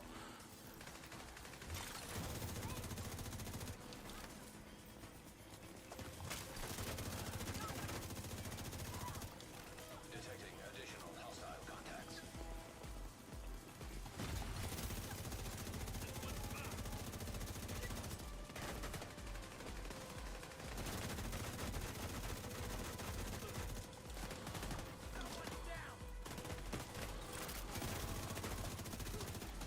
That shield when it heals, it's healing all the way. I don't know if you're catching that. Oh, I didn't see you there, dude. Where did all those guys come from? All of a sudden there's like 30 enemies. Yeah, let me just respawn. I'm gonna try that shotgun.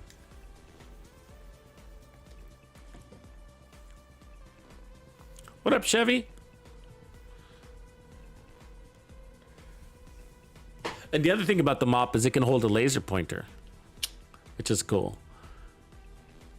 So I'm gonna put the mop on with future and then the laser pointer.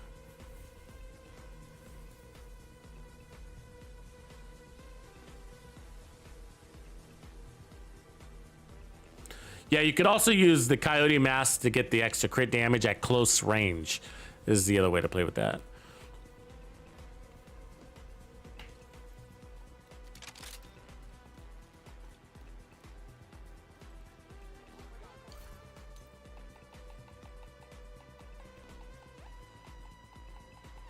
Where's my mop?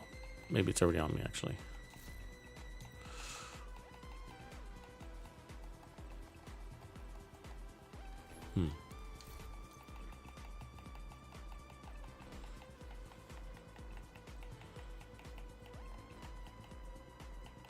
There it is. Hitting at 1,000,000. All right, what are we running? Technician. Take off SMGs. All right, this is gonna hurt. Let's push that to secondary. Let's go to primary and push this to the mob. 1.1 million base. So we got crit chance there. We want the laser pointer there. And then we got reload speed, which is good. All right. And then the talent, we're going to change this from preservation. We could run, that's interesting too. But we need the skill tiers. So let's go put on future. That's the uniqueness of this build. But you could also run preservation, get that armor on kill. And then by doing that, let me see, shotguns, future.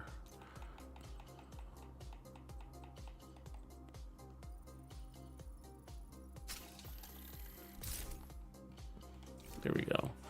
By doing that, you could get rid of your Uzina Getikas if you wanted to. Now with this one, because we got a weapon that's so much stronger, do we put on that extra skill tier now? You know, maybe we got both, so let's try with the skill tier, and then we got to rebalance our crit. So 46. Where are we at? 46, 103. Let's add one more crit chance mod. 5291. That's good. All right. Let's see. Is he still down there?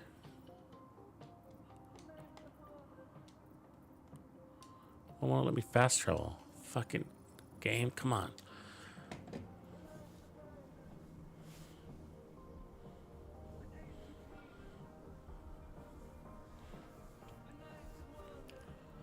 The mop is really good shotgun. If you haven't used it, it is one to try. For the longest time, I used it as a secondary weapon in case shit happens, and then I would never use it at all because, you know, just whatever. And a lot of people, you think of it as a secondary weapon because of its armor on kill, but it actually is really good. I like it better than the Scorpio. I do, because it's got damage, it's got a fast reload, it gets them out of the way without status effects, and then like then you get the survivability too, but the reload and the stagger capability. Staggering is a status effect too, right?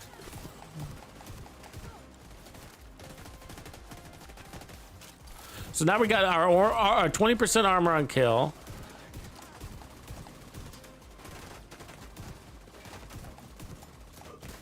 Along with everything else. Which was filling the one gap that we were missing, right?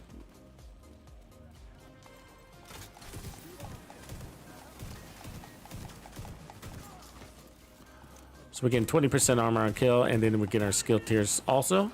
As you can see, this thing does a good job killing. Got a nice RPM, but most importantly, a really good shot pattern. The cadence is easy. It's very easy to manage this gun. And the reload is great on it. It's just really fast on the 612. And this is a real gun if you didn't know that.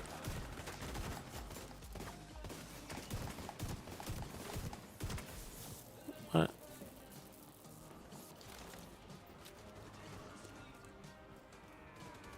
Where are they? Might be able to put that other red core on, but let's see how this feels.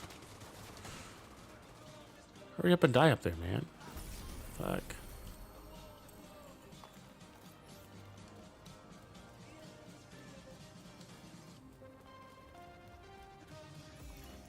Supply room access unlocked.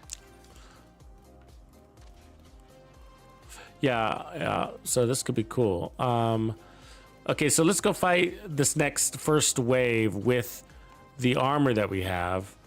And then let's try dropping that armor core down to one more red. You need to power up that shotgun just even more.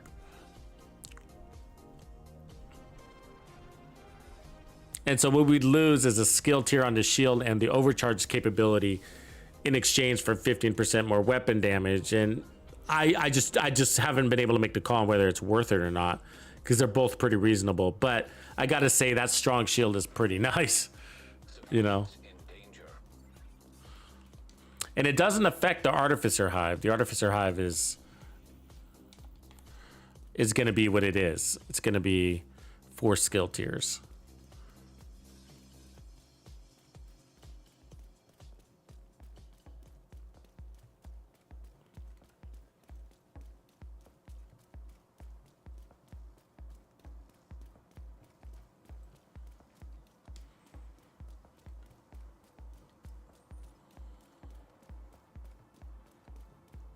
Sometimes when your build is on the verge, something as little as 15% weapon damage, which is little, all right, can really change it. It could be like, oh my god, now it shreds, just because it was on the verge of shredding, you know? Depends on the build, of course, but I find that a lot. Perfectly balanced builds, like one thing will get it to where it needs to be. Remember, we got to play less aggressive at first. I forget that. Ah.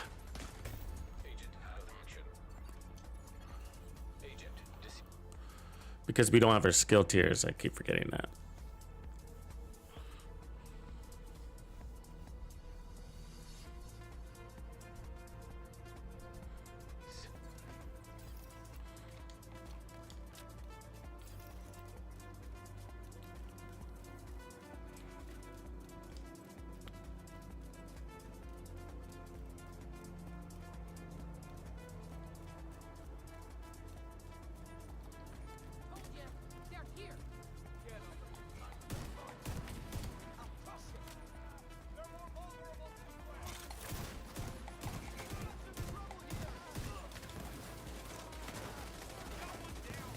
Oh, really? I was gonna move.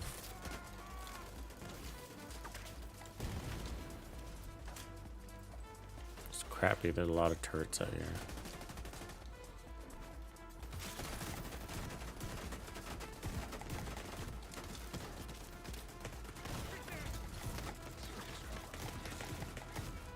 Oh, come on.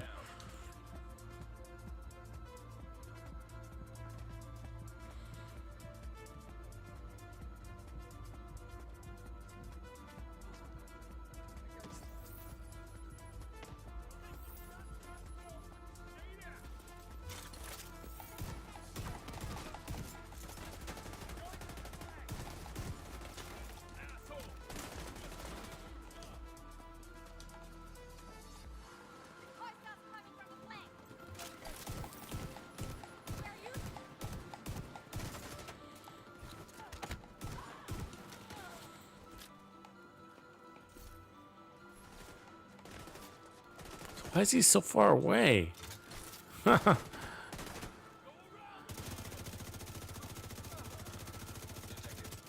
don't really want to switch weapons. I just forgot you don't want to do that, because you'll lose your skill tiers. You gotta stick to your one. God, they're so far away. Look at this guy.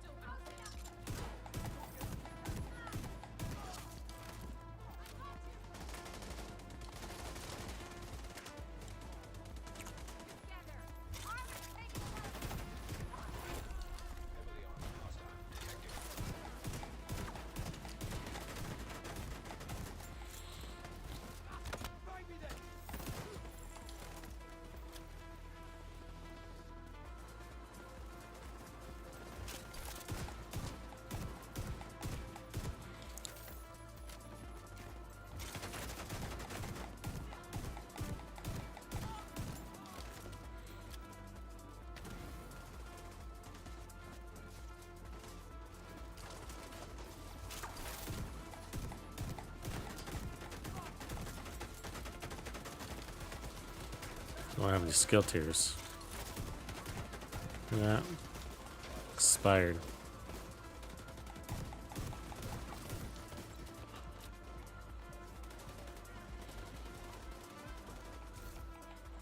I'm gonna switch over to the red.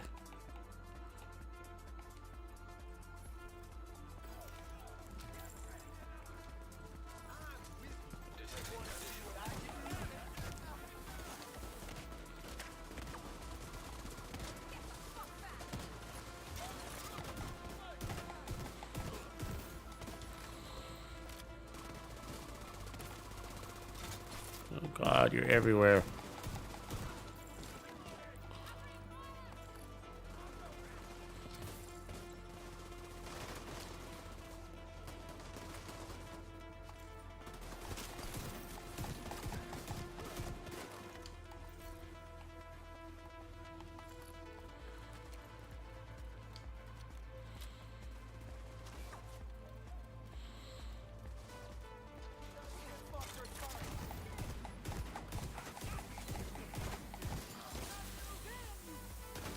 Double foam, fuck.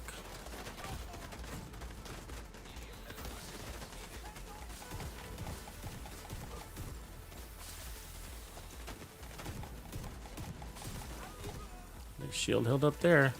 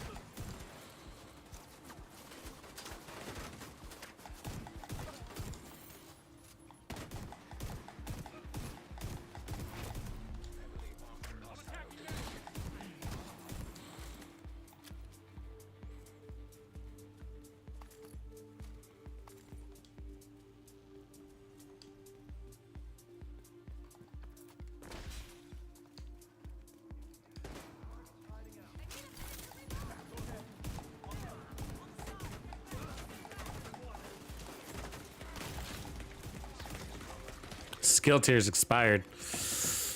Yeah, that's dangerous.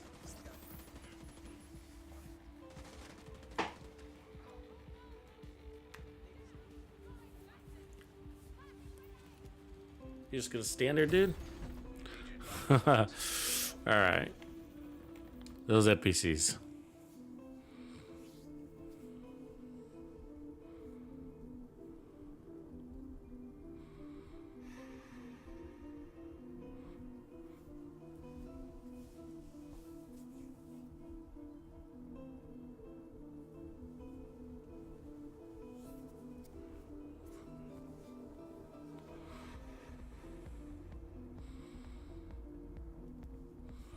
Yeah, Rising, the rock and roll is, you know, just for stacking, and then just go back to your king breaker from there.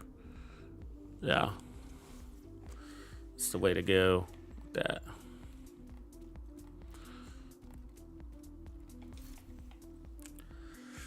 Cool. Well, I'm gonna hang it up now, guys, because we've been going at this for a while. I'm gonna keep testing this one, see if it goes anywhere. If it does, and I'll mark it. If not, then I'll trash it. It's on the fence though. It's Verge. I love that really strong shield. I don't know if I like the mop or not yet. I didn't feel like I got a good test out of it. So I'll test that. If not, I'll stick with the assault rifle and then decide if we want the overcharge or not, which I think we do if I go assault rifle. But if we don't go assault rifle, then the armor and kill is the way to go. But cool, brothers. Appreciate it. I'll catch you guys mañana. Tuxedo out.